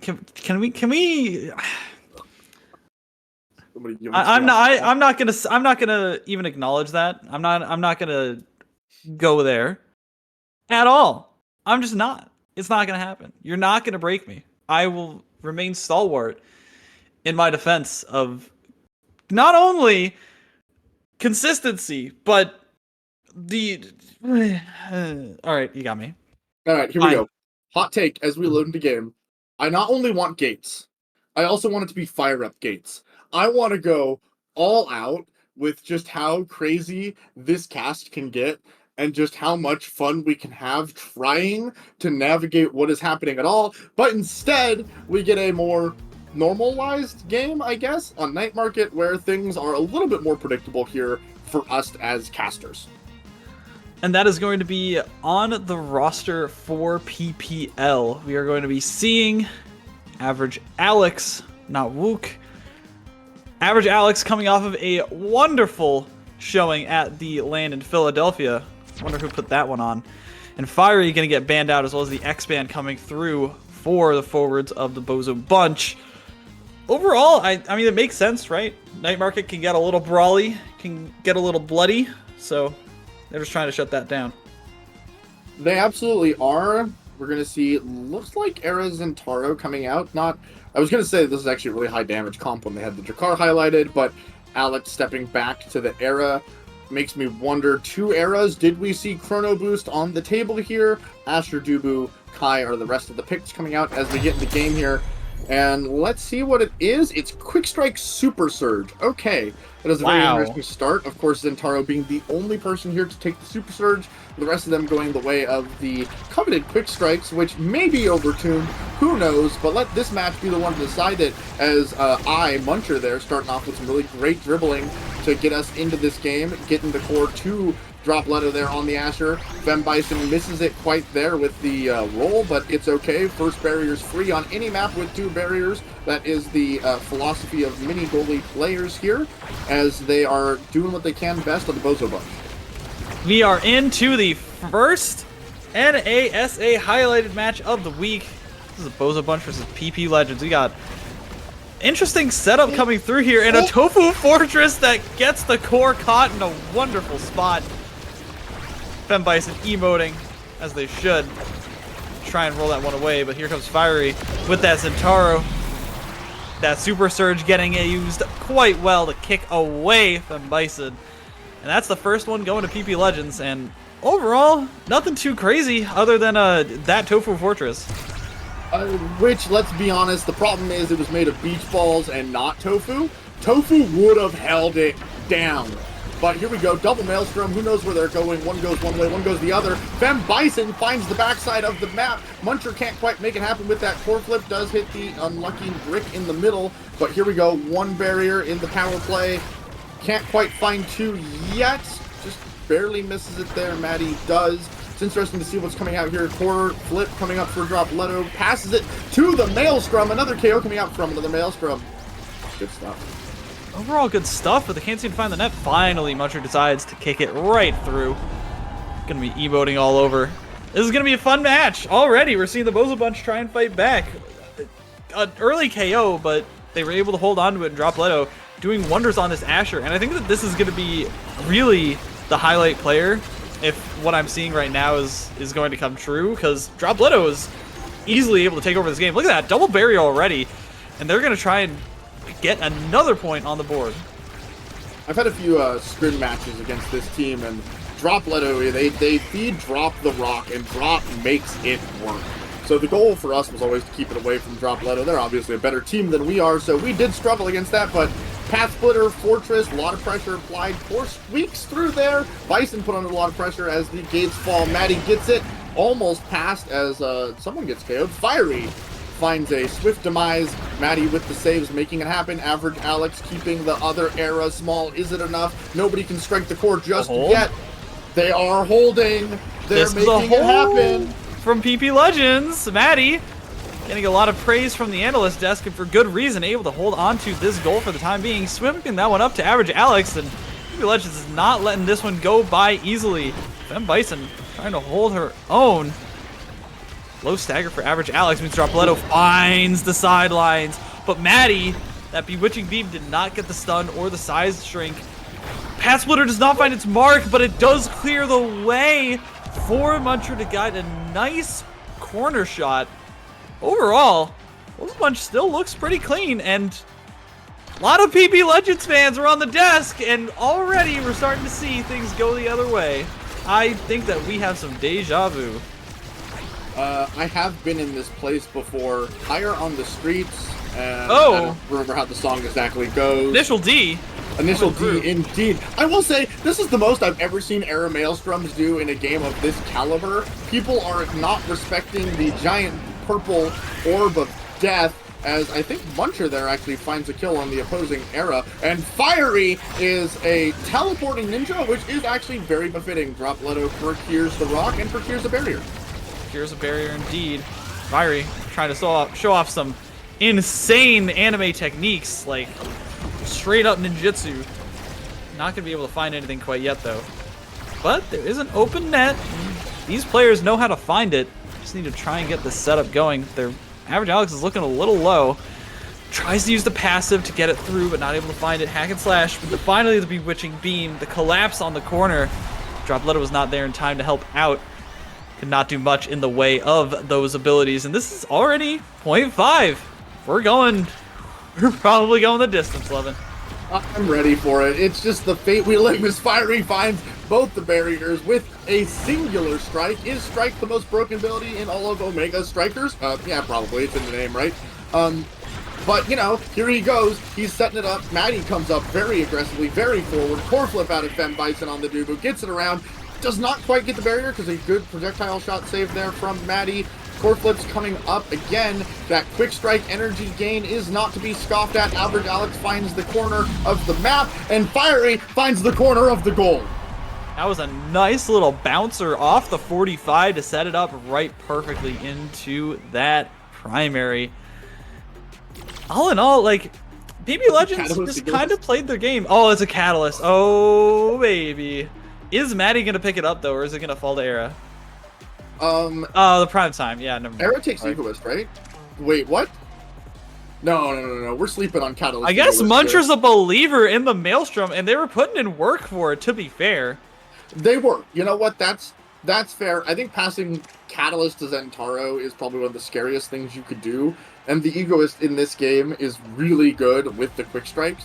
Like, you want both those for your team, because then when you roll Fire up, the game explodes and we just get to go into haha funny silly blue energy city again. But hey, there's the Monumentalist paying out and getting a barrier just like you mentioned, so maybe I'm the one who's wrong. Bison also picked up the Orb Dancer, a key component for the ice skating that we might see. The wings on this Dubu could start growing, as we saw with Lilybun before. But overall, just holding it down right now, having to use the abilities, not able to find it this time around. Evading, and Fiery died? Fiery died, and Robledo just sinks that one in? I have to watch that one back, because I did not see what happened. No, unfortunately, we're on a delay. I think he got hit by a bewitching beam as he teleported to the edge of the map. Like, so he did his dash and that kills, because that's how that works. But I don't know. Fiery disappeared. That's all I do know. And analysis be danged. Good clear here from Maddie to get it around the pass splitter and the maelstrom. That is a hard clear to make. Good use of the core flip there. Robledo with the egoist finds the edge of the map. This game has more KOs than I was expecting, given the fact that there are 2 eras in it. Indeed. Already Fiery showing off that ninjutsu once again, but in quite a different way. Robledo getting Giga blasted out of the arena. But all in all, it's still pretty even games. Like, both sides are doing very well for themselves. They just are running into each other, playing at a very high octane. So, I just watched it back. I just saw it happen. It was exactly what I said it was, except it wasn't a bewitching beam, it was an Asher dash. So, Fiery got killed at midfield from an Asher dash. Maddie pushes up, almost overextends. Core flip does hold on there. Robledo pushes it through, unable to secure anything. The ult from Zentaro knocking it actually back towards Maddie here, and his own team on PPL. FemBison is holding it down, making it work out. Everything's coming together. This defense from both sides has been really immaculate here. Robledo can't find the angle there. Can Fiery find the angle here? Nope. What a beautifully timed strike from FemBison. Absolutely putting it down. Hello? And Maddie as well. Like, both of these barriers have been standing for so long. Overtime is long since started, and both of these teams are just struggling to find the net. Finally, Fiery kicks that one towards the barrier, opening the goal gates, but right in turn, they do so on the other side. Puncher, try and kick this one away. Oh my goodness, gets absolutely sped up massively. The amazingly lucky, and I'm calling it lucky, core flip from Maddie is going to send that one forward, and Fiery finally uses the abilities to kick it through the hack and slash. And that's the goal for PPL after literal minutes. Are we on the new Oni Village? Is this just Oni Village for these two teams right now? The offenses aren't clicking, but I'm going to tell you what, these defenses are putting in work. Both of the goalies right now are playing out of their mind, and as is the catcher's curse. We do see a barrier fall, almost 2. Thankfully not 2, because that would have been embarrassing for me. But there we go. Fiery able to get one back on the other side, and they're just really making it work. The secret to quick strikes is nobody has quick strikes. If everyone has quick strike, Muncher there getting the barrier and getting the rock to Robledo, who's going to push it in. Maddie trying to Giga Blast that one, but getting it out a little bit too late. Instead, it kicks it right back towards him. That's going to go in. Bozo Bunch trying to make a return, trying to keep this one alive. Both of these teams are just honestly playing well, right? Nobody's doing some crazy standout things other than the goalies, I would imagine. It's just a matter of getting these forwards into the right spots. Ooh, that was a delayed buffer core flip there, but you are correct as Fiery scores it off of a great pass there for Maddie. What we're seeing is great, what I'd call team play. Both these teams are playing really well. They're both working into each other's game plans. Like, they're trying to get the core to drop Leto on the side of Bozo Bunch, and Maddie is helping Fiery secure by pushing forward. Average Alex is just trying to maintain that midfield core control presence, and they're doing a really good job of helping each other out and making sure that everyone can successfully operate as a unit. And that's what we like to see here. Operating as units, try and make sure this unit can move forward ever so slightly, inching. Robledo uses that path splitter, trying to get this goal barrier, able to find one. FemBison not able to get that flying core stop. This is going to be very important. If this goal goes in, Bozo Bunch equalizes, and if not, goes towards the other side. It's PPL getting a huge lead. Robleto's staggered. He's not going to be able to find this goal quite yet, but not able to get KO'd. Monumentalist comes through, trying to find the Maelstrom and drop Leto. Barely not able to find it. Beautiful save from Average Alex, and this could be everything. Fem Bison, no! Fiery slips it past, barely avoiding the Summer Assault. And that's going to be PPL going up 2-0 in these sets. They absolutely are going up. This is an interesting draft here. We have a lot of powerful things on the table. Extra Special, Rapid Fire, Stagger Swagger, which I don't think is super useful. Castellast for both of the eras. Can imagine one goes right here. There you go. I want to see how Bozo Bunches are going to come back from this, because it looks like both teams are playing really well. This is really close, and it's just going to take one thing to make it fall Bozo Bunch's way, and I don't know what that one thing is just yet.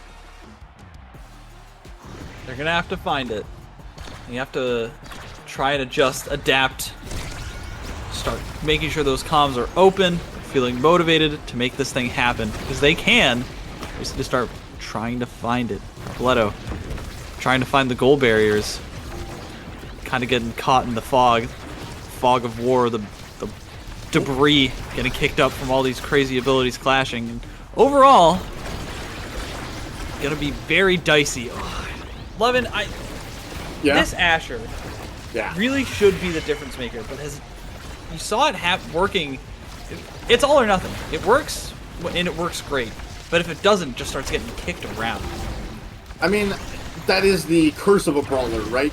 When your brawler can't get in position to make use of their toolkit, they tend to just not have the power to do anything there, as Fiery gets the core flip score pass from Average Alex. And when you watch Asher's and Julie's, if their team is unable to put them in optimal positions, it just tends to look bad. Not like the players are playing bad, but if they're having a hard time getting it to Drop Leto, where Drop Leto has abilities, it just doesn't stuff as much as you want it to. Right. So they're going to have to find a way to at least get it to Drop Leto a bit more consistently, with a bit more help.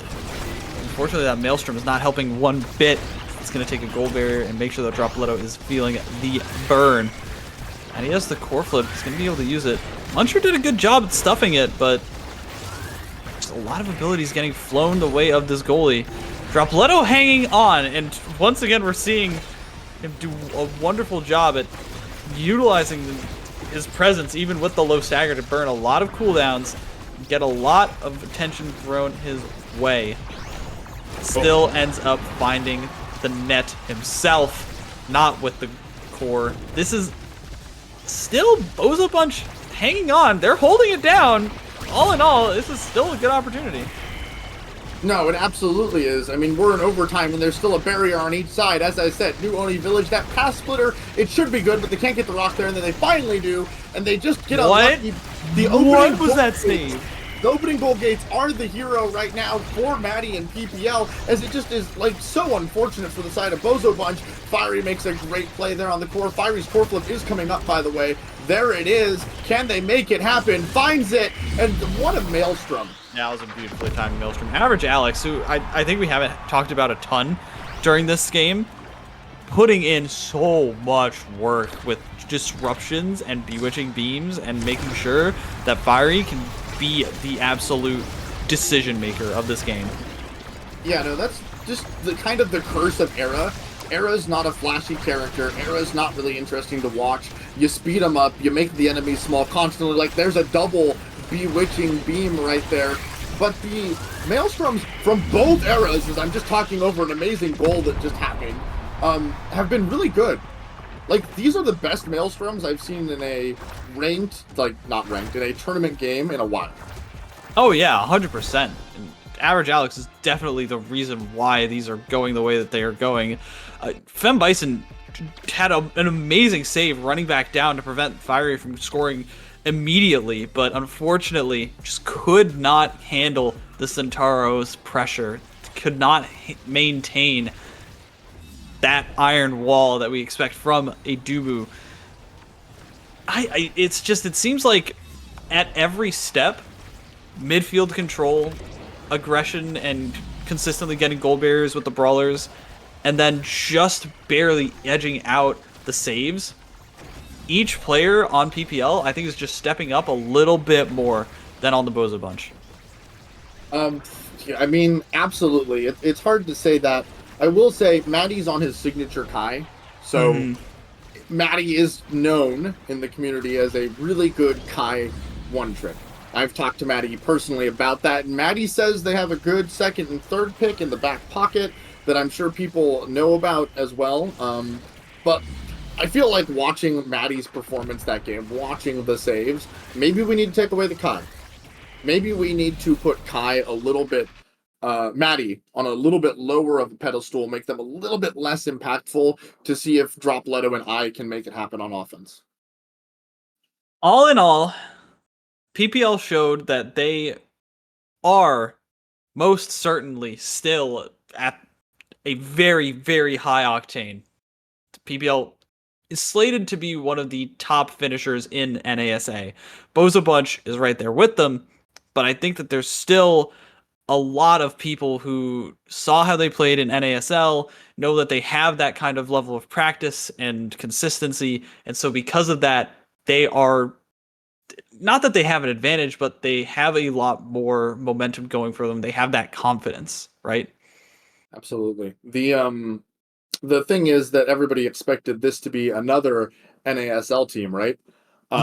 We were shocked when PPL didn't make it through to some extent. So to see them here and to talk about them as one of the best in the Academy League is not much of a surprise. We did think that they would be at a higher tier than they are. They had a bad day, underperformed then, and here they are showing us why we believed that at the time and why the analyst picks them to win. You're going to be getting into Game 2. Gates. NASA Week 2. Gates. I don't Gates. do this to me. We Don't do want this to me. the I Gates. can't. Gates. You know what? It could cause some Gates. very interesting gameplay, right? It could be the switch up that Bozo Bunch needs. Maybe they know how to play it better. Who knows? It could really throw off their game plans. It could throw off everybody's game plans. It could throw off your game plans right now and make you unlucky as a caster. But instead, we get to go visit the beach. Who wants to be in the void when you could be at the beach? Beach skins coming out? Any beach skins? Any beachers in chat? Did you know that if you use a beach skin on this map, you get one more movement speed than any other character? It's like a little Easter egg that the devs put in. Are you serious? No, I'm just messing with you. I'm literally just messing with you. Wow, they banned out 2 characters on the side of PPL. They took away both of their Ashers. That is a really good, powerful ban. Although, again, the Estelle ban coming through instead of the Kai on the side of Bozo Bunch, which I don't know. It's a decision for sure. I just don't know. Is Average Alex's Estelle really that much of a problem for them? I can tell you, I would ban the Kai this game and just hope to persevere through the Estelle, because the Kai is what made last game really difficult. So I just wouldn't want to see it again. I'd be frustrated with it. We do see a different composition coming out. Dropletto and I, completely different characters. Rasmus, Aimee. Not sure how to feel about that yet, but here we go. It's splishy splashy time, and we're gonna see some juice. We are gonna see some juice. We're gonna see quite powerful juice. This is the Cyber Swipe and emotes for it. I love these players.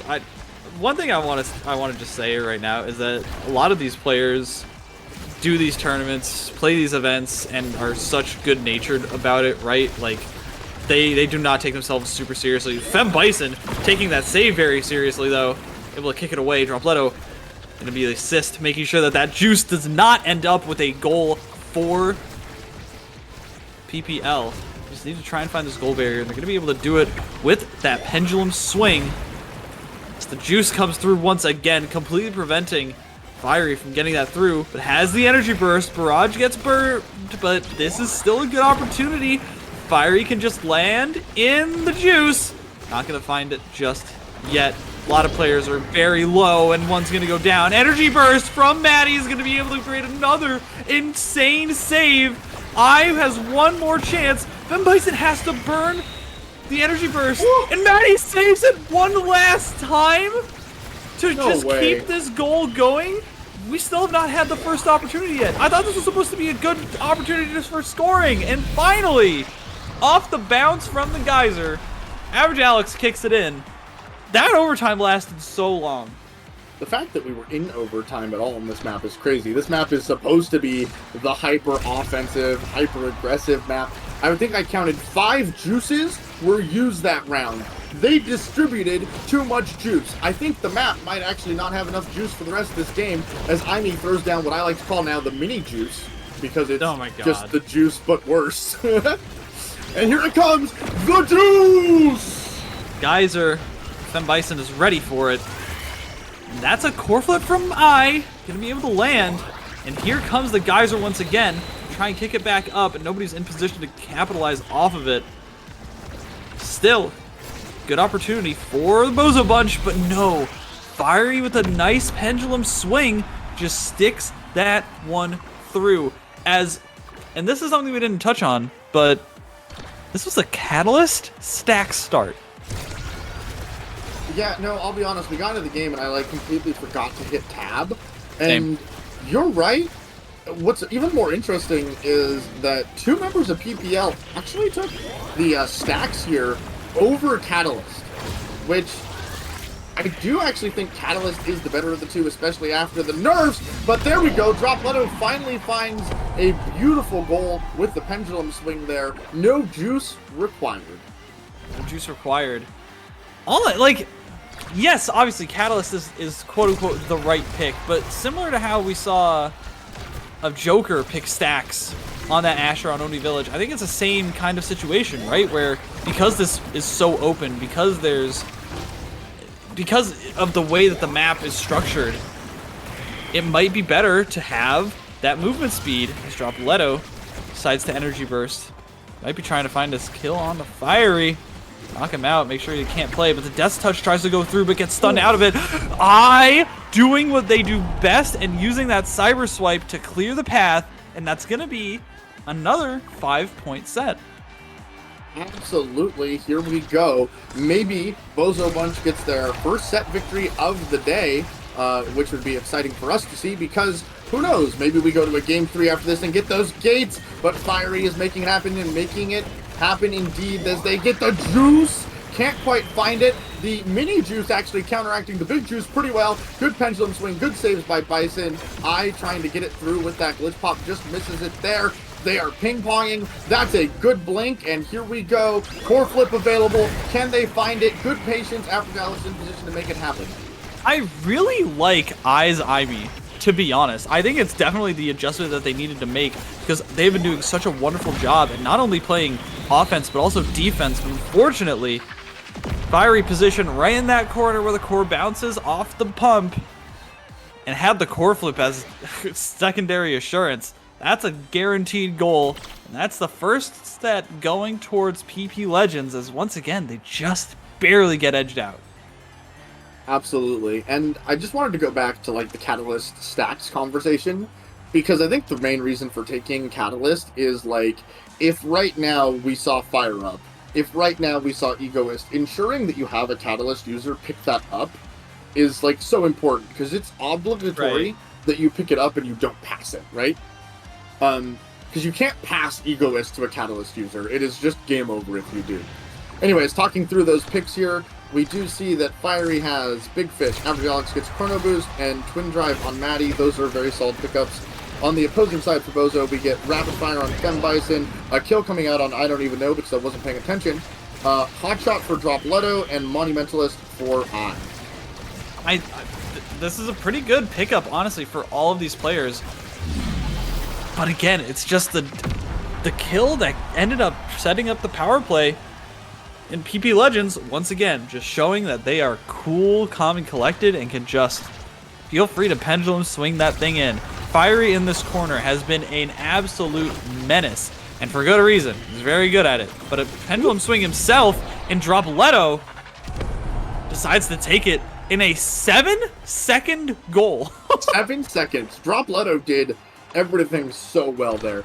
not to say that I didn't help out, but we won a pendulum swing. We won 2 strikes in a row, strike fours in a row to secure that goal through Maddie, who is a very good striker, so to say. I gets a barrier there with the core flip. Probably going to have a juice coming out once we can get this cleared. Never mind, we don't need to clear it. Juice comes out. It doesn't help as Fiery pulls the core out of the juice. I guess just a little bit of a missed opportunity there because they had a good setup going. Oh, Alex, giving a little side eye right there. I think for good reason. Forwards are in front of the other forwards on that. That's not a good No, thing they're to making say it on so commentary. hard for Fem Bison to clear here. Fem Bison is having to do overtime double duty because they're stuck in a 2-on-1 and can't find any clear angles here. There we go. We finally get a clear angle up to I on the I-Me. Sorry, I had to emphasize that at least once, putting up a lot of pressure with the slightly less mini juice into the big juice. Can't get it done. Drop Leto in position to score, and there it is. I really like that IME turret actually. You know, making sure really to good. kick it to the top corner where that geyser is gonna be, and basically force it to get hit by the geyser where Dropletto was already in position. Like that is the kind of coordination that Bosa Bunch needs to be seeing a little bit more of. But unfortunately, Average Alex just sneaking out that top edge of the corner, and Dropletto gets taken away, and so does I. They just cannot deal with this geyser. And The that's juice another finds- set going Finds through. 2 victims. The juice craves for more. It's no longer orange juice or blue juice or Gatorade. It's people juice now. They're getting wet at the beach, folks. This is what we asked for. This is what we got. The draft coming through, and no energy awakenings this time, but specialized training means that Fiery's hooks are going to be dealing tons of damage. Like 7 damage, probably. It's a lot of damage. Just gonna throw out all those dated memes out there just for the good OGs who get it. We do see Deadeye coming out, Aerials as well, the last cannon. Cast the Last is probably the weakest pick here. I mean, it's what you pick at that point. It's still, like, good. I mean, Rasmus Dropletto isn't excited about that, but I think that's the worst thing we see. That is a good turret. It does just look like, to me, that, again, PPL comes ahead in the draft. And it is worth noting that the Catalyst start's not as good if none of the Energy Awakenings show up, which PPL have been fortunate here. Good dribbling by Maddie, trying to find how to get it past. Can't quite with the juice, but there it is. Not yet. Ooh, finally from Bison able to keep it away from that pendulum swing. And the Locked and Loaded not able to find it as well. But the duo gets a little bit jumbled up, crossing. They got their shoes tied together, like they were tripping over one another. It was a little rough for that defensive duo to find that last sequence. That is Overall, what Bosa happens. Bunch needs to turn things around. They absolutely do, but it's what happens when you have slip kicks, right? Because you have too many shoes. Like, you have your normal shoes, you have the slip Right. kicks on top of that. You have now 8 pairs of shoes to trip over between 2 forwards. That's a lot of shoes. Fiery here with the core flip. Well defended by Fem Bison. Good kill by I, who is staggered themselves. Can't quite make it happen. Are we going to see the double juice express? Yes, we are. Choo-choo. Here it comes. Dropletto looking to make it happen. Can't quite, as Maddie does a great job with the saves there. Just barraging it into the geyser, and then like saving that strike for exactly when he needed it. And unfortunately, Fem Bison not finding the energy burst shot to the player that she wanted. This is the game match point for NASA Week 2. This could be the last time we see these teams. But I is going to try and find something here alongside Dropletto. And finally, we're seeing some life from the bozos in chat. That was a really good score there for Dropletto. And of course for the Bozos in general, coming away with that 11-second score. I have noted that every time, not every, but a lot of their scores have been quick. So if they're able to mount an offense, it just works. But when they spend too much time, they just get out of position, they're not quite able to find it, whatever the case is, they need these quick scores because it's what's working for them. Not able to find anything quite quick just yet. Then they're going to get worn down, and Fiery's Death Touch spells death for I. I'm going to go down. This is a power play, and this could be the last play of the night. Leto Juice not able to play. get the core, but a beautiful barrage through the geyser means that it saves them enough time for I to come online. They're keeping this one away from Fiery. They are able to get the goal barrier. Giga Blast, but that's a beautiful core flip shot, outlasting the barrage to the perfect time and getting in the perfect spot. And that is PP Legends able to walk away with another set under their belt for the North American Strikers Academy. NASA. NASA. The Bozo Bunch find themselves in the splash zone there, a little bit unfortunate. This map's awkward to play on. I don't think the community as a whole have really figured it out yet. Although I can tell you that from day one to right now, the defenses on this map are starting to get a little bit better as players are figuring out how to interact with the juice on defense. Right. Maddie, you saw, did an excellent barrage into it to stall it from getting to drop Leto, and stuff like that. You're going to see more of as we figure this out more as a community in a whole. A great game from both sides there. Dominant performance by PPL. That is exactly the correct adjective. It's just dominant. Even when I stepped up on that IME, even when we started to see Drop Leto do some honestly really good things on Asher on Night Market, just not enough pieces were put together at the right times to start getting those set wins. And I think that's the real difference. It's like they started to push. They had a lot of 0.5s, but just again, like I said, just every time PPL just edged them out, just stepped up that next level and just shut them down when they needed to get there. Yeah, and you mentioned it earlier. This is a game about consistency, right? Mm-hmm. It's about coming in, doing the same thing over and over, day in, day out, making the same plays in the same way and the same passes, and just making it all work out. And PPL showed that, yeah, they were able to do that consistently. And Bozo did take them a lot to those 0.5s as you were talking about, but they didn't ever win them.